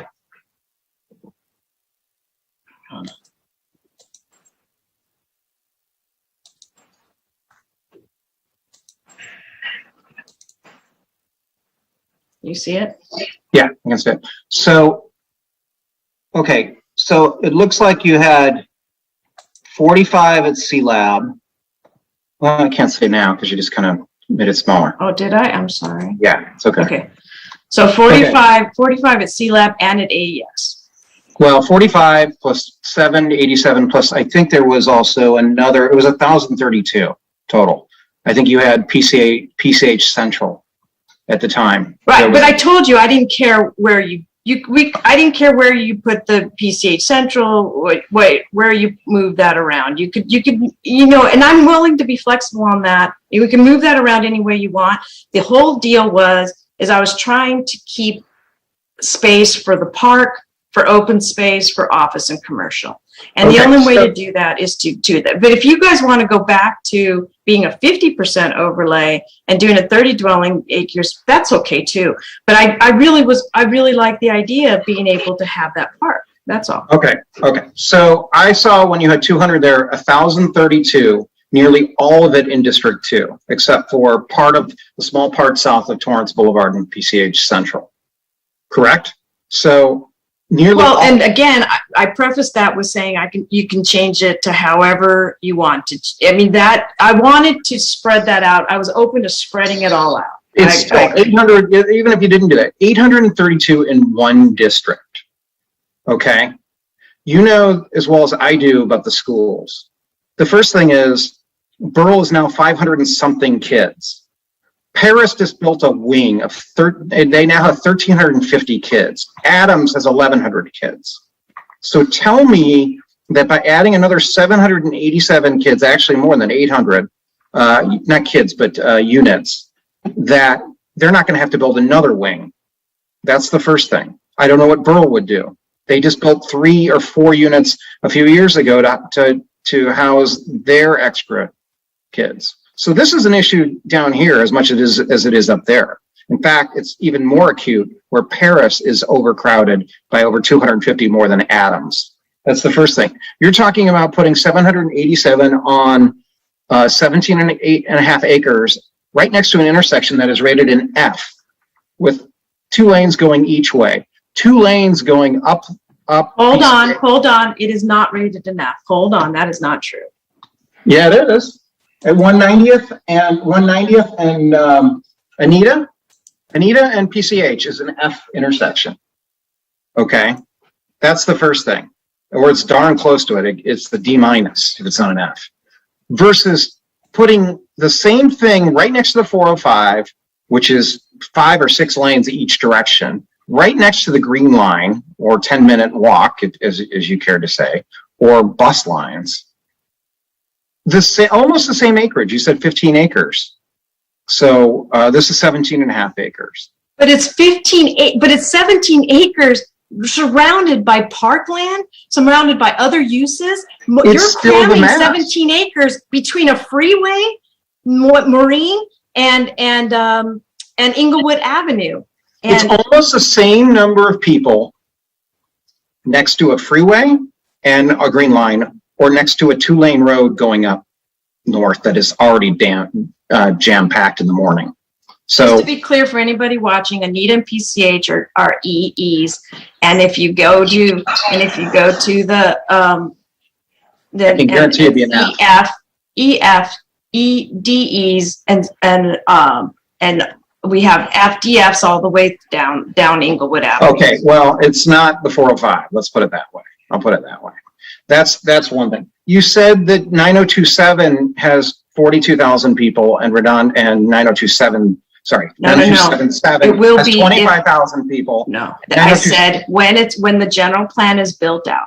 Yes, okay. That's 3 districts. 90278 is pretty much 3 districts except for 1 street. You can't compare the 2. The districts are divided equally. So when you say it's going to be that much more, of course it is, because it's 3 districts instead of 2. So that's not legitimate. You can't say that. I want to share with you something. 2.5, but okay. Well, it's not 2.5.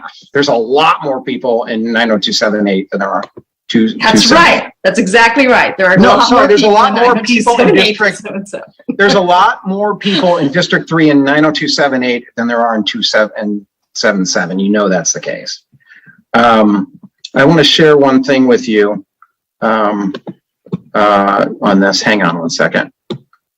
I also did this as Nils did because I want people to understand when you talk about equity. I want people to see the same thing that I'm seeing. This is District 1. as Noel showed you, 10 stories, 171 dwelling units per acre at 531 the Esplanade. District 2, Casa de los Amigos, 112 dwelling units per acre. That's 136 units. District 3, and by the way, these are probably the biggest, most dense in each district. That's what I looked at. District 3, this is 35 dwelling units an acre. This is a corner of Flagler and Burl. District 4 on Grant, 2111, that's 52 dwelling units an acre. I know it, I live right behind that building. And District 5, this is by far the biggest unit, apartment unit in District 5, 57 dwelling units an acre. In fact, it's 41 units. So when you say that district... Wait, what about the Montecito? The Montecito is District 4. No, Montecito is District 5. I think not. Isn't Matthews the dividing line? Not when it goes down there, it does a jog in. Okay, well, I can compare that to... I mean, I'm glad to compare that to Put up my slide deck? To this density right here, which is this entire density is way bigger than just about anything other than maybe the Esplanade. And I'm not even showing you Crystal Cove, which is 160 units.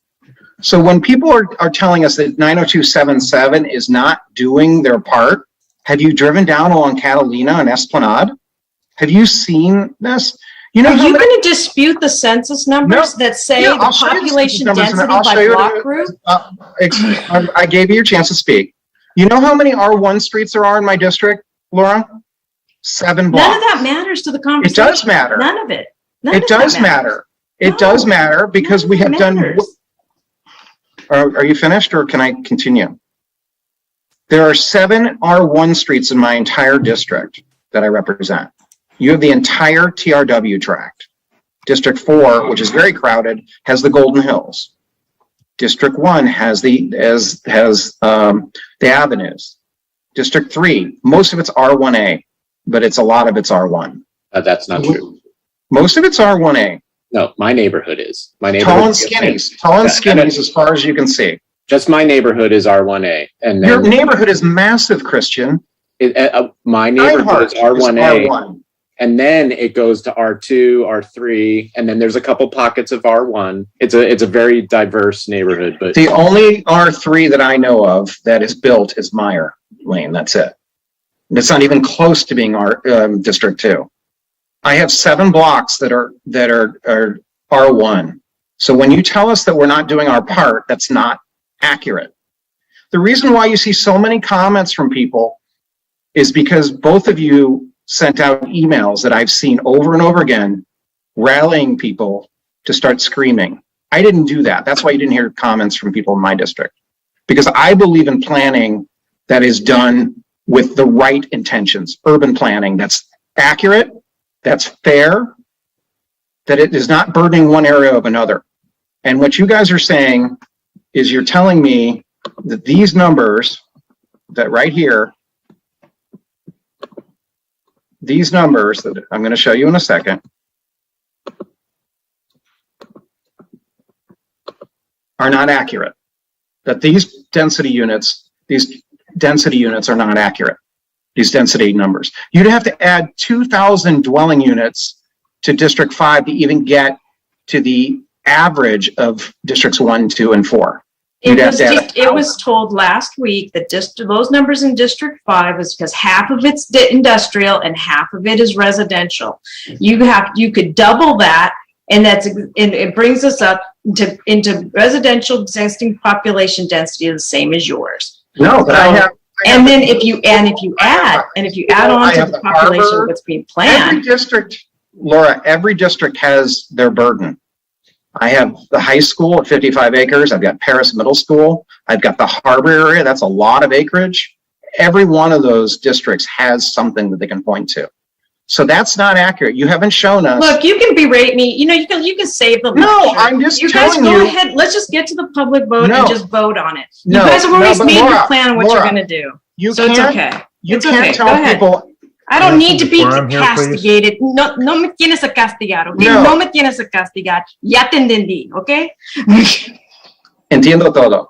Yo Anyway. sábelo perfectamente bien. You just can't say, oh, we're going to remember this. And like, Oh, regret the it. North will remember this. Okay, well, you can do whatever you want, but I can tell you this, that I want to tell people what is accurate and show them the data. You can write them all you want and say, you need to be with pitchforks and torches, but that's not the right way to govern. And you know that's not the right way to govern. And I'm offended by that. Oh, So finally, okay, tell that to rescue our waterfront. well, what you want to do is put 787 units down at AES after it was defeated in 2015 by the entire city. It was. Don't believe me? No, because it's a choice between zoning and not zoning of Seriously, can you housing. guys take Of this course, we're going to stupid vote for no conversation zoning. You know, you guys, we're now way off track. And No, I just want to make sure that people I understand. don't need to be All reprimanded. right. Anyway, you can consider it whatever you want, but I want it to be accurate. So I'm finished speaking. I don't think anything I said was not accurate. Everything you said was inaccurate. The population density We'll leave it by at block that. group is unequivocal. Mayor, can we get some decorum, We'll leave please? it at you guys disagreeing on who's accurate. Councilmember Obaji. All right, Mr. Nierenheim, would you entertain some amendments? I did do some outreach to my constituents, especially in this area. And I will tell you that actually in light of the metro coming, they would very much like something that increases value to their property, and multifamily zoning would do that. So would you be willing to amend your motion to include 30 DU for this area? We asked you about that, Zane, and you weren't clear. So now you're Right. clear. No, I know it wasn't. I Okay. absolutely know that and acknowledge that I was not, because Okay. the question is Fair enough. did not come up with an opinion, but I did some outreach to people on Kingsdale and Condon, and that's my question to Mr. Nierenheim. So I want to make sure that you understand a couple of things. One is we, by doing what we're currently doing, and I just want to make sure we're fully on board, on the same page together. That's all of these questions are. One is what we currently have in place with your spreadsheet that we're going off of. We're leaving the R1 as is. So we're leaving it North Redondo, single family there. And we're not upzoning this area. If you want to upzone this area, if you feel that's appropriate for that area. Yes, a residential overlay zone at 30 DU per acre. Okay, I would be fine with that as long as we get RENA credit, significant amount of RENA credit, and then we can reduce the density. Right, that was going to be my next thing. Yes, is direct staff when they do come up with the numbers from this area, because I don't have it charted, that they reduce the density accordingly in 5 and 4.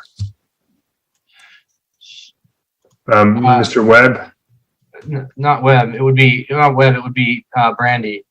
Well, I know, but Mr. Webb has his hand up. Yeah, I was going to say, if I understood you correctly and you did the outreach during the meeting, could you perhaps make those communications part of the public records? Yes. Yes. Just so everyone is clear what you're considering during the meeting. Sure. Thank you very much. Perfect. Before I forget, I want to make sure that all of our PowerPoint slides are also included part of the record, because Yes. those are very important. Okay, Thank you. perfect. Well, And this video is recorded, right? So yeah. there you go. So yeah, I mean, as long as we get credit, Brandy, we're getting credit now. If we upzone to appropriate numbers, or Miss Veronica Tram, we're getting credit on RENA numbers, correct? And you're talking about the entire Kingsdale or just the commercial portion? The Kingsdale portion upzoning from R1 to what is it that you want that we were looking at? Just put in an overlay zone at 30 dwelling 30 units. dwelling units per acre. You would get the credit for those areas that were where we can demonstrate the consolidation has happened. Good. The other portion, we can probably get credit for moderate income, because we wouldn't be able to demonstrate like significant and reasonable lot consolidation. Okay. And may I ask a clarifying question? Does it need to be an overlay, or can we change it to what the GPAC had recommended, which was the it sounds like you wanted the whole area to be dwelling units per acre. What was the GPAC's recommendation? Otherwise, the GPAC's recommendation still had that just as commercial. It didn't have, you wouldn't be getting any credit for those red sites, because those are, unless you did, if you did do an overlay. Are we saying the whole, let me, if you don't mind, I'll bring up the screen so that we can make sure we're looking at the same thing. Yeah, because they had two portions there. They had commercial So farm. are we talking about changing this whole thing to multifamily residential at 30 to the acre, or are we just talking about the area where the property owner was consolidating, or No, the whole thing? The whole thing, okay, would go to this multifamily residential. So then this would no longer be commercial on Artesia? No, Councilman Obaji. No, I don't think we wanted to get rid of the commercial on Artesia. Okay. So then it's shown as is. So this box would look like this. Right, right, exactly. But do you want to have, here's the issue. If you don't have then a residential overlay over the commercial portion of it at 30 dwelling units per acre, you're not going to get any credit for that. Okay, which goes back to my point, which is all I wanted was a residential overlay of 30 units per acre, because that'll take care of the whole thing, right? On the Condon, Kingsdale, Pomona area, correct? Can I make a recommendation of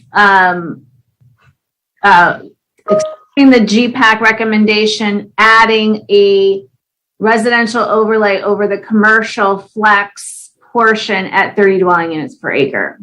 Okay, sure.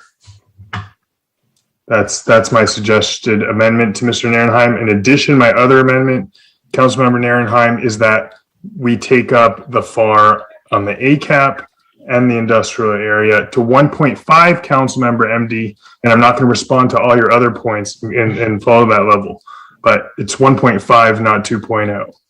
Yeah, I'm fine with that as long as we send it back to the planning commission first, because we ourselves haven't looked at that in detail, and it's only the GPAC that's talked about it, but the planning commission, there's other factors they need to look at. So I would like to have the GPAC or the planning commission look at that increase, and I'd be fine with it. I want to have them look at it. I feel like we are the decision-making body, and it's going to undergo environmental review. So I'd like to just, I mean, we got Space Park coming in. Our biggest job provider is capped at 0.7 FAR. Has got tons of empty space and no incentive to essentially grow on that site. If I may, the planning commission did make a recommendation of increasing the FAR. They did not say an actual amount in the industrial area north of Manhattan Beach Boulevard to Marine, and then east of Aviation.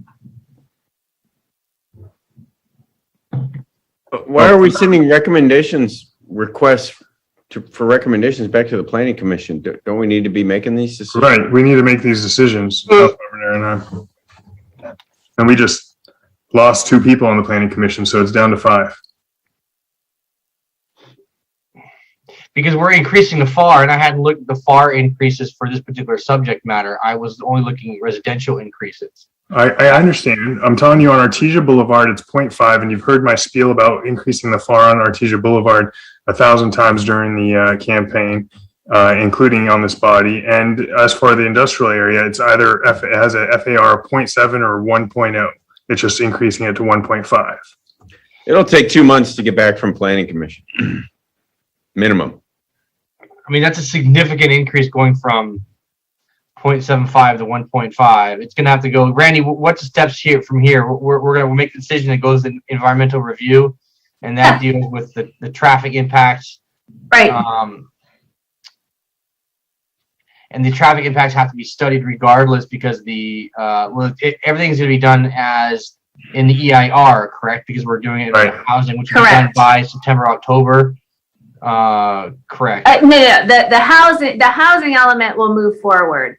the EIR will move forward concurrently. The EIR will take longer. If there's something that comes out of the EIR where there might be adjustments, then there's that ability to make those adjustments. Okay. I guess my point, Nils, is you're going to send it back to Planning Commission and they're going to come back with some other recommendations and you're going to take it, guess, or? Well, I guess the GPAC already looked at that, and the ACAP was part of the GPAC. So if they recommended that, then that's fine. And then I will accept that amendment, the commercial increase in FAR. All right, thank you. That's fine. I'll do it too. Thank you. Yeah, thanks, Todd. I meant to ask you. Sure. Anything else, Zane? No, thank you, Mayor. Okay, Councilmember Horvath, and we're going to public comment. Yeah, thank you, Mayor Brand. So, wow, this is a conversation that's been keeping me up at nights for weeks here, because this is not an easy decision. And I want to, start by thanking the General Plan Advisory Committee. They signed up for a 2-year process. It's like coming on 4 years now. And I think they put a lot of time and effort and thought into it. And I want to thank the Planning Commission, for dealing with just one meeting to try to get through all this. And I mean, if you look at the recommendations they made, there was only a handful of ones that were either 7-0 or 6-1. This is clearly, it's complicated. It's not easy. And, for all the residents out there, this is what really gets my goat here, right, is that we're trying to do a general plan where, to Todd's point, right, we're really being, I think, thoughtful and considerate about a long-term urban planning, perspective for a city, right? And then you throw in these kind of arbitrary numbers that the state has handed down to us and every other city, and it's totally junking up, this conversation. Instead of thinking about how do we want our city to grow and evolve, in a slightly organic way, slightly prescribed, we're here trying to throw, numbers around, and where are units going to go? And I think it takes out all the critical thinking from everybody that is, participating in this meeting in one way or another. And so I just find that personally frustrating, that this is what each of our bodies has had to deal with, especially, for the GPAC. I just feel for them because everything that they thought they were doing, right, got upended because basically we had to get into compliance with what the state was doing. And it's not just us, right? Every other city that has a general plan or has an existing housing element, they're all facing the same issue right now. And trying to figure out what to do. I hear, I see that some people really wanted to, make this, a night of attacks against Councilwoman MD and myself, and that's fine if that's the way you want to go. I get it, but at the same time, you know what? It's slightly disingenuous because other individuals here have used the power of their voice and organization. And activism to rally residents around other topics of concern and issue over the past 20 years, at least, that I've been participating or just aware.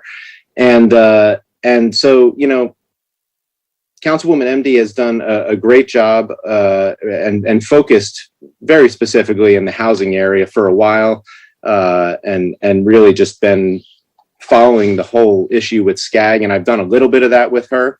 But in my opinion, telling my residents what's going on and trying to make them aware is super important. Otherwise nobody's paying attention, as somebody mentioned earlier. Mr. Herlihy said it, right? There's a lot of, my email list only hits a certain amount of people, people are not truly paying attention. They're busy with pandemic or with their lives and kids and trying to get back to some kind of normal. But making them aware of this is important because, and Councilman Lowenstein probably understands this, on some intimate level as well, because he lived in North Redondo at one point. But the truth of the matter is that North Redondo residents feel like they are the redheaded stepchild of Redondo Beach. I didn't make that up. That's told to me over and over again by North Redondo Beach residents, Now, I don't know, that's a historical thing. It's clearly not something new because I hear it from people who say they've lived here for 30, 40, 50 years. And I hear it from people who haven't and who are, maybe, in my range, where they've lived here 18, 20 years. So, Laura's correct. The fact that so many residents, whether they, did it because they were advised, because they got an email saying, hey, pay attention, show up, make your comments, or not, doesn't matter. You have over 400 responses, both on, the thing that PlaceWorks put together, the social pinpoint. You have hundreds of blue folder comments and e-comments and verbal comments. And I don't think that those individuals should be dismissed. They're merely just trying to express how they feel. And a lot of them feel like it's a second thought. Okay. I'm not, and we don't need to argue about this. I just want to kind of put it into the lens. All right. Because it should be considered in some way, shape, or form. And the motion that Councilwoman MD and I worked on was really trying to be thoughtful about it. Okay. You may not think that it is equitable, but really, if we weren't trying to be equitable, we would have just said, put it all in South Redondo, like kind of, and that would not be cool either. All right. I've worked on the subcommittee, the AES subcommittee with Mayor Brand and Councilmember Lowenstein for the past 3 or 4 years. And we have done, we spent 2 or 3 months doing exercises with outside consultants before Mr. Postelnikoff came into the picture about what could potentially happen at that site. And we've all been unified on really trying to get at least half of that site as parkland. We've been lockstep. Actually, the whole council was pretty much lockstep on all our strategies for what we were trying to do to accomplish that goal. We are all in agreement that there's going to be 6 to 7 acres of wetlands there. Okay, but at the end of the day, that is a piece of private property, and somebody is going to do something with it. And that subcommittee knows full well when we did it. And it was one of the most interesting processes I ever went through as a council person in learning about land use, was the understanding that whoever was going to buy that property was going to need to do some small component of residential. And I think in one of our exercises, we maybe got that down to about 100 units, right? But there had to be some form of residential on that property for there to be a true return on investment for whoever was going to buy it. Okay, now granted, that can change, and the reality is that we do have the ultimate say and control over that property, because it does have to come to a public vote, and we still don't have a plan from Mr. Postelnikoff.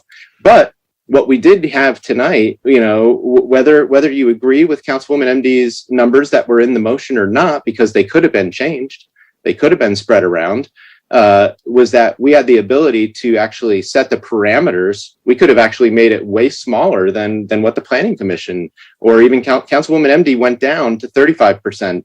The Planning Commission said 50%. We could have gone down to 10 or 20% and really limited anything residential there, which would force the developer to still have to come back with a plan for everything else. So, I don't know. I still think this body has the ability to make good decisions as it relates to that property down the line. But at the end of the day, I will just say, I'm frustrated here. I always tried to work in good faith. The Legato project was brought up. As a matter of fact, some of the quotes I made during that were brought up on a slide. I was the only person that actually didn't want to support that project at all. I made a motion, and Councilmember Brand at that time said, hold on, Christian, hold on. And then he came in with a motion, and it was a compromise motion, and I ended up supporting that. And we got sued, and we worked our way out of that. But that was a learning experience, and I was a freshman council person at that time, and So at the end of the day, these are complicated matters. This is not an easy conversation, and to be honest with you, I feel I realize we're up against the gun here with a time frame. This is the General Plan Advisory Committee had a lot of time. It's almost a conversation that we would need to have a lot of time. Any resident would need months to kind of download and understand the complexities of this. This is not easy stuff, and to be honest with you, I don't personally feel comfortable making, even though we are the decision body and we're making decisions like this, these are big decisions. And in 20 years, everybody's going to blame us, just like the way they blame the council from, 1994 that enacted the last general plan. Nobody's going to be happy, and we all have to accept that. But we're doing the best we can. And to be honest with you, if RENA didn't exist and some of these, state mandates weren't, hanging over our heads, maybe we could make some really, truly thoughtful positions. But there's one last thing I do want to point out. Todd, I get it. Your district does have, a bunch of R2. But you know what? You don't have anybody to the west of you. That's one thing. There's just ocean. North Redondo is surrounded by Lawndale, Torrance, Manhattan Beach, Hermosa Beach. And if you look at Laura's density map, you're right. There are 3 districts up there, and that's a lot of people in a smaller area, in almost the same amount of space. We'll take away the industrial area, maybe less. So it's a lot of people. That's why they're complaining. That's why they want to be considered, and they wanted to be heard. And that's why they emailed and sent all those messages and showed up to comment. So that's it. Thank you. Okay. Thank you, Councilmember Horvath. Apologize to the public. I had to wait so long, but people had the option to speak before all this. But there's a motion and a second on the floor, so let's go to public comment. Okay, the first public comment is Bob Pinsler. Can you hear me? Yes. Okay. Now you understand why 8 meetings wasn't nearly enough with PlaceWorks for us, and the problem being that the final meeting, the curveball has been thrown at us, and you have got the curveball as well. So it's not an easy position to be in, and it hasn't been an easy position for us, Planning Commission, for 1 meeting, or for you. I would like to make sure that you don't get caught with the bright shiny object and miss out on some of the details. The change for the RCFE needs to be codified. Don't assume the staff's going to do it. They didn't do it the last time. They actually did it on their own. So make sure that you, in this motion, include the fact that RCFE will not be included in the BI or BCF zoning. Thank you. Okay, thank you. Okay, the next person is Mark Nearing.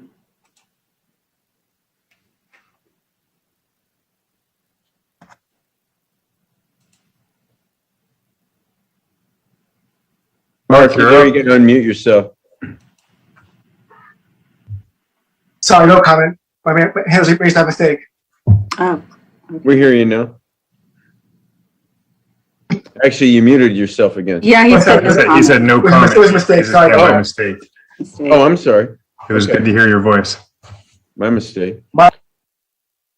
Any other public comment, Ellen? We have, there's no one else has raised their hand. We do have a couple new e-comments. Go ahead. Okay, great. Oh, wait a minute. We have another, before you do that, Katara, Robert Gaddis. Can you hear me? Yeah, we hear you now. Great, Mayor and City Council.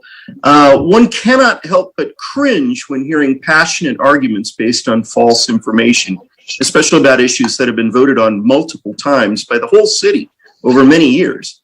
Also cringeworthy is hearing residents calling and writing from their single-family homes in the least densely housed neighborhood in the least densely housed city district, complaining to elected officials who live on 3 and a lot and 2 and a lot homes in much higher density districts that they are unfairly carrying the housing density burden for the city. These commenters also attacked elected officials and staff for votes that had not yet been taken, on motions that had not yet been made, on issues that hadn't yet been discussed. What is happening here? It is a campaign by a council person who has no positive agenda, but sees political gain in dividing the city. She has told these commenters to push the idea of rezoning the AES property from parkland, which is its current zoning, to high-density residential. The AES power plant is zoned parkland, and it's in another district, not hers or theirs. They do not offer up their own Anderson Park for such rezoning. The entire city voted 6 times against placing residential development on the AES site. 6 times. They zoned it as parkland. The entire city voted 4 times to put a park on the AES site. 4 separate citywide votes of the residents. Did the council person tell the commenters those facts? Apparently not. Did the council person disclose to the commenters her own communications with the real estate developer who bought the AES site? Apparently not.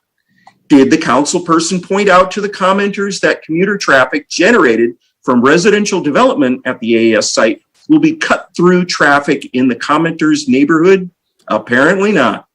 This same council person wasted $12 million of taxpayer money voting to buy out the Fun Factory lease for a shopping mall and movie theater on the pier that the residents voted down weeks later. She also voted to contract a mall developer for that shopping mall and theater weeks before the voters rejected it. Her vote cost the taxpayers millions in lawsuits from the real estate developer. Is this the council person to be relied upon to make good land use decisions and commitments for the city?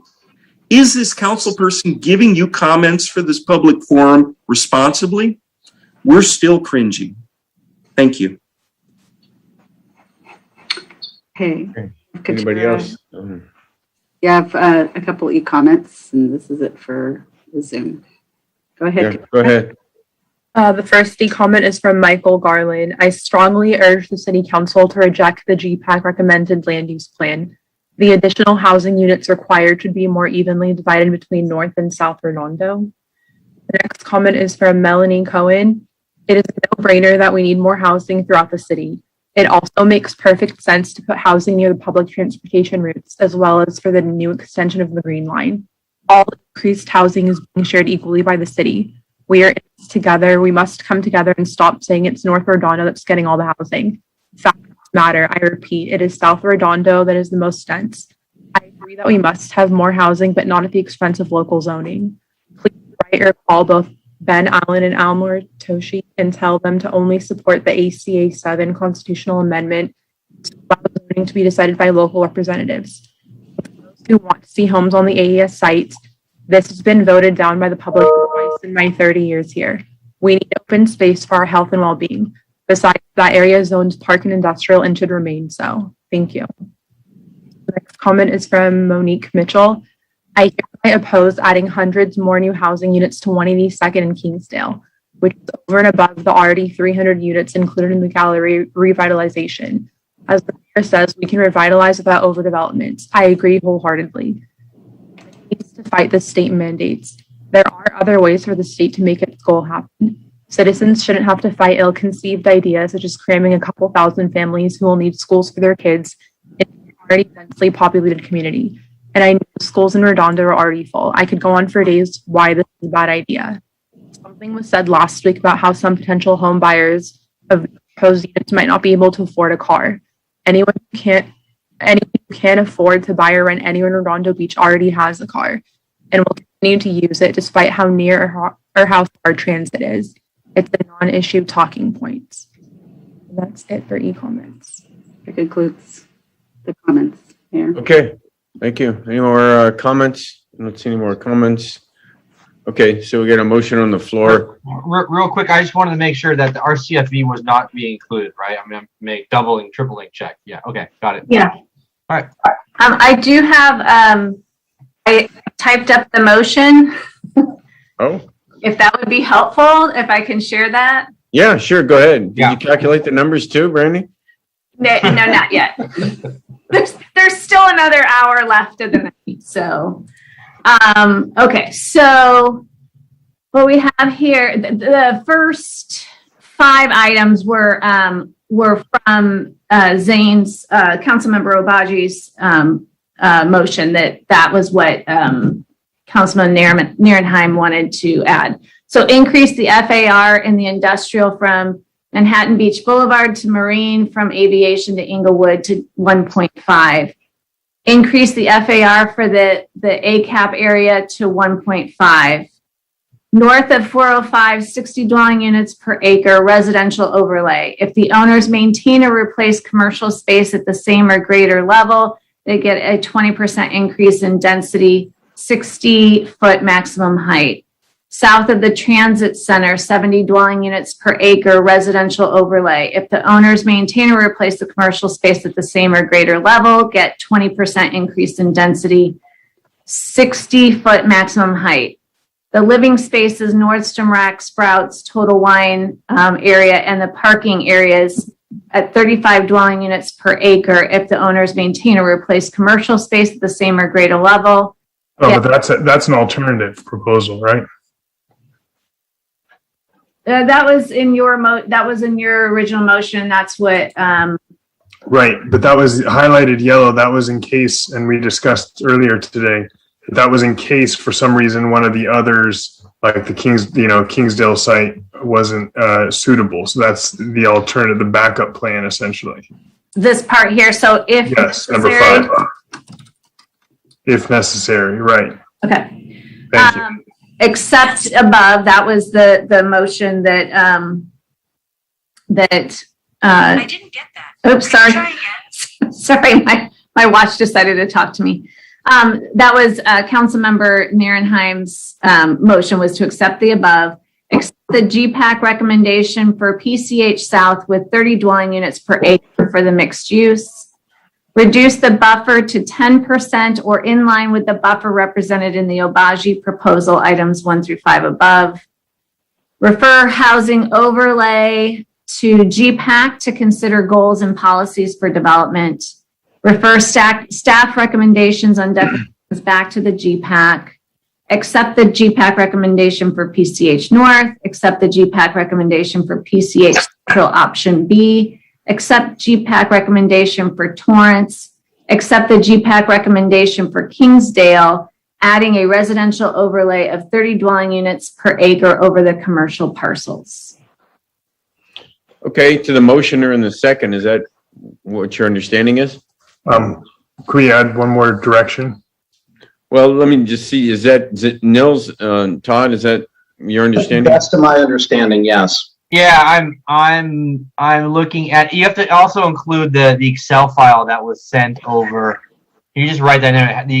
Utilizing the Excel file that Councilmember Obagi put in, and also adding into that the 10% wiggle room for staff, plus or minus, to satisfy the buffer, the 10% maximum 10% buffer, or the buffer we talked about there. So you don't have to come back to us. You have the direction and the wiggle room. Does that make sense? And the cap. That's what I wanted to make clear. Is you do not want them to go over by 15%, for example. You want them to cap at 10%. No, 10%. Yeah, 10% cap. That's on there right there. Number 8. Oh, got it. Okay. Yeah. Sorry, didn't see that. Okay, perfect. May I ask a clarification on the definitions? Going back to GPAC, was that predominantly for the RCFE? Yes. So if we codify that we are removing the RCFE, then do the definitions need to go back to GPAC, or are you comfortable with them? No, I don't want the definitions. I'm not comfortable with them. Yeah. I don't want medical office on the SCE right of way. Well, you wouldn't get medical office right away, would we? Yes, that's been public institution. That needs to be tackled separately. The definition. Yeah, that really needs to. They need to go deep into that. That's way too much new stuff for us to consider. It's broad application across the whole city. I haven't even been looking at that because I've just been looking at the bright shiny object of housing, not the definition. So I couldn't even speak to it. So yeah, I don't want to touch that. So leave that in the motion. Leave that out of the motion. Explicitly state that we are not accepting those. Oh, so just have the existing zoning definition. Okay. Yeah. All right. No, wait. The definitions have that commercial flex definition instead of C3 C3, C4, and C5, the definitions have the commercial neighborhood instead of C1, C2. So I would prefer if you left it at this, where you refer it back to the GPAC, rather than just going back, because otherwise what our current definitions don't match what our what the land uses are. I'm fine with that, because from GPAC it goes to planning and then hits us as a separate council item. Right, that'll be built. Right, that'll be built into the general plan. Brandy, one more note is that we are trying to get revised numbers back to the council next week. If we don't have direction on the definitions, it's hard for us to run build out. All right, can we approve the commercial definitions? I don't think anybody had any objections to the commercial flex. Commercial flex, commercial, Far. just as long, the public institutional one is the one that I have a big red flag on. And even some of the residential. Okay. What'd you say? Agree to the residential? And even some of the residential I have some concerns about. Yeah. So why don't we approve the commercial, because those seem to be non-controversial. And then we can come back and look at,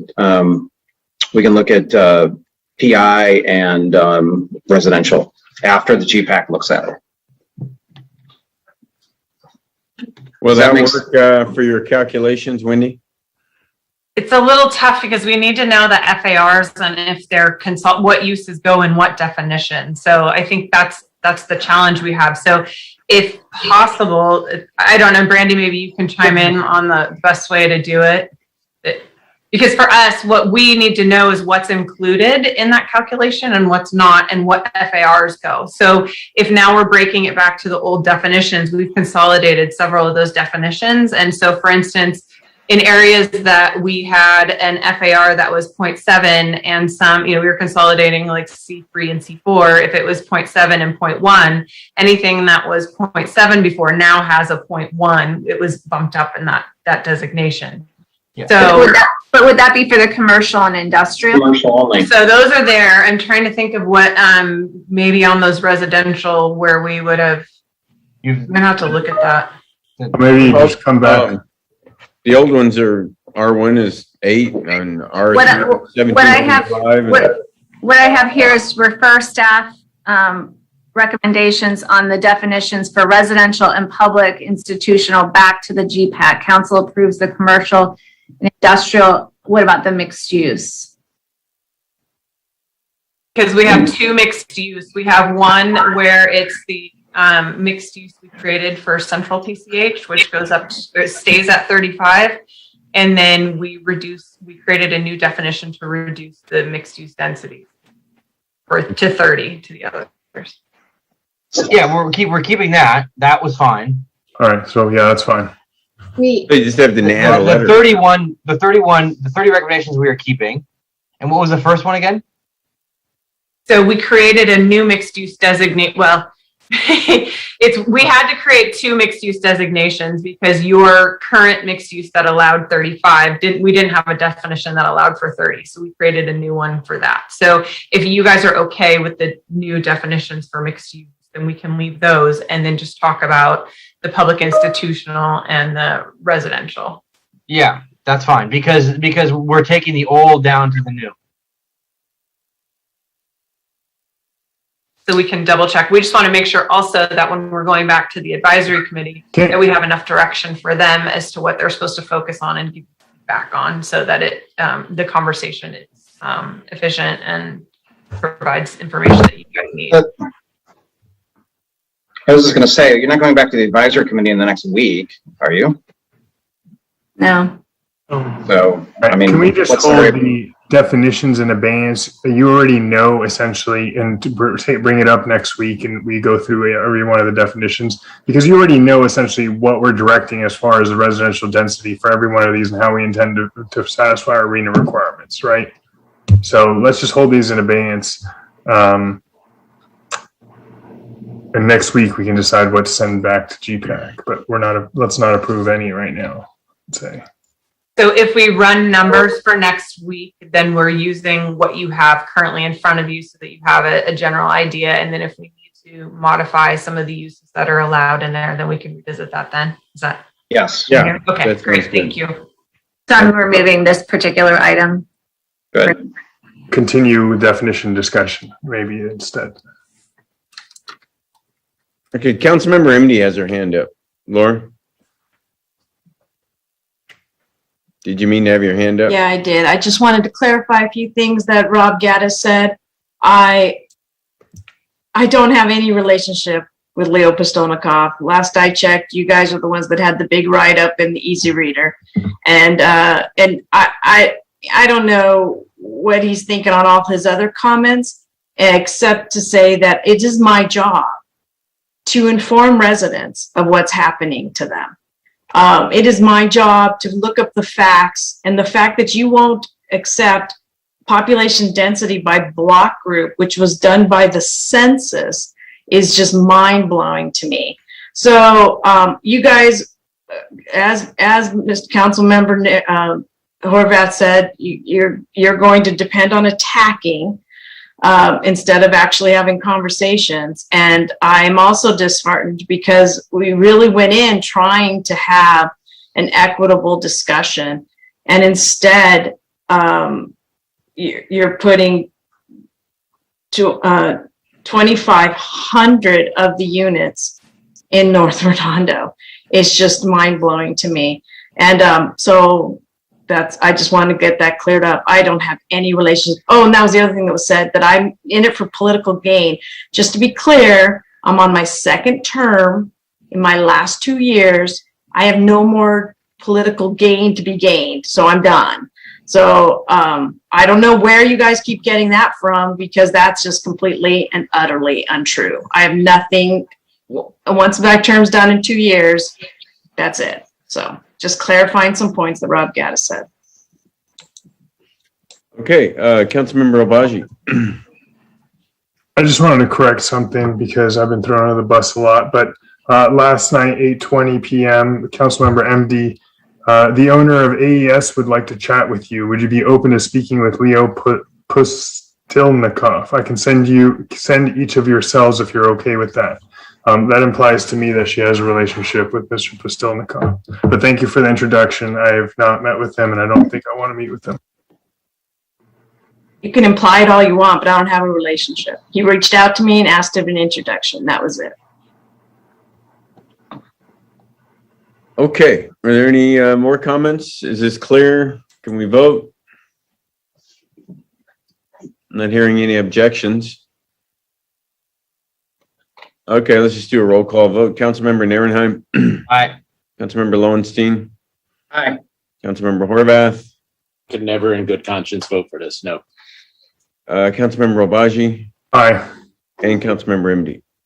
Absolutely not. Not when 2,400 out of 2,800 are going all to the north. No. Okay. All right, so it passes, and I guess it's going to get further clarified next week. Randy, is that what you're saying? You have to? Yeah, we'll be bringing you numbers back next week based on this. Okay. Thank you, staff. Thank you, Yeah. Brandon. Thank you, Sean. Thank you, staff. Wendy. Thank you, Sean and Brandy and everybody at the planning department and Wendy, and to be continued. This isn't over. Thank you. Let's remind everybody this is being forced on us by the state. This council would probably be downzoning the city if it was up to us. So, Yes. So back to the agenda. City manager items. Joe, you got anything you want to share with us? Just a couple things. One is, in addition to all of this work, we have all the departments in the final stages of budget preparation. So the budget will be out within the next few days. We have a charter date of May 16th. We're going to try to get it out this weekend. It may have to trail until Monday, but we're in the final stages of putting together the budget. So I wanted to make mention of that. The other thing is, I would ask that for the next couple of meetings, I think we're approaching capacity in terms of referrals. I mean, we're looking way out in terms of, we're starting to get into the fall in terms of the follow-up on the things, and I think you all kind of acknowledge that. And so I'm just putting my hand up to say uncle a little bit, that if you could give us a break to kind of catch up on the stuff that's already in our queue. So Yeah, makes a lot of sense. It's not lost on me, Joe, that, you know, you're getting referrals, many a night now. So, it's not an unlimited, it's not an unlimited, staff over there. So That's got to, manage our expectations. Understood. Okay, with that, we already did referrals to staff. I don't see any mayor council items. I guess that's it. We're not going to closed session. I assume we're having closed session at the next meeting, Joe, Mike? Well, we're going to talk agenda tomorrow. I don't know. We'll see. Okay. All right. Well, I'll just entertain a motion to adjourn then till May 18th. Mr. Webb had something to say, but Oh, sorry. No, just we haven't, I was saying I'm not sure either. So we'll talk with the city manager tomorrow. Right, right. Okay. Is there a motion to adjourn? motion to adjourn. Second. Okay, motion by Councilmember Nairn, second by Councilmember Lowenstein. Is there any objection to us adjourning? Okay, so ordered. Have a good night, everybody. Night, everybody. Everybody. Good night.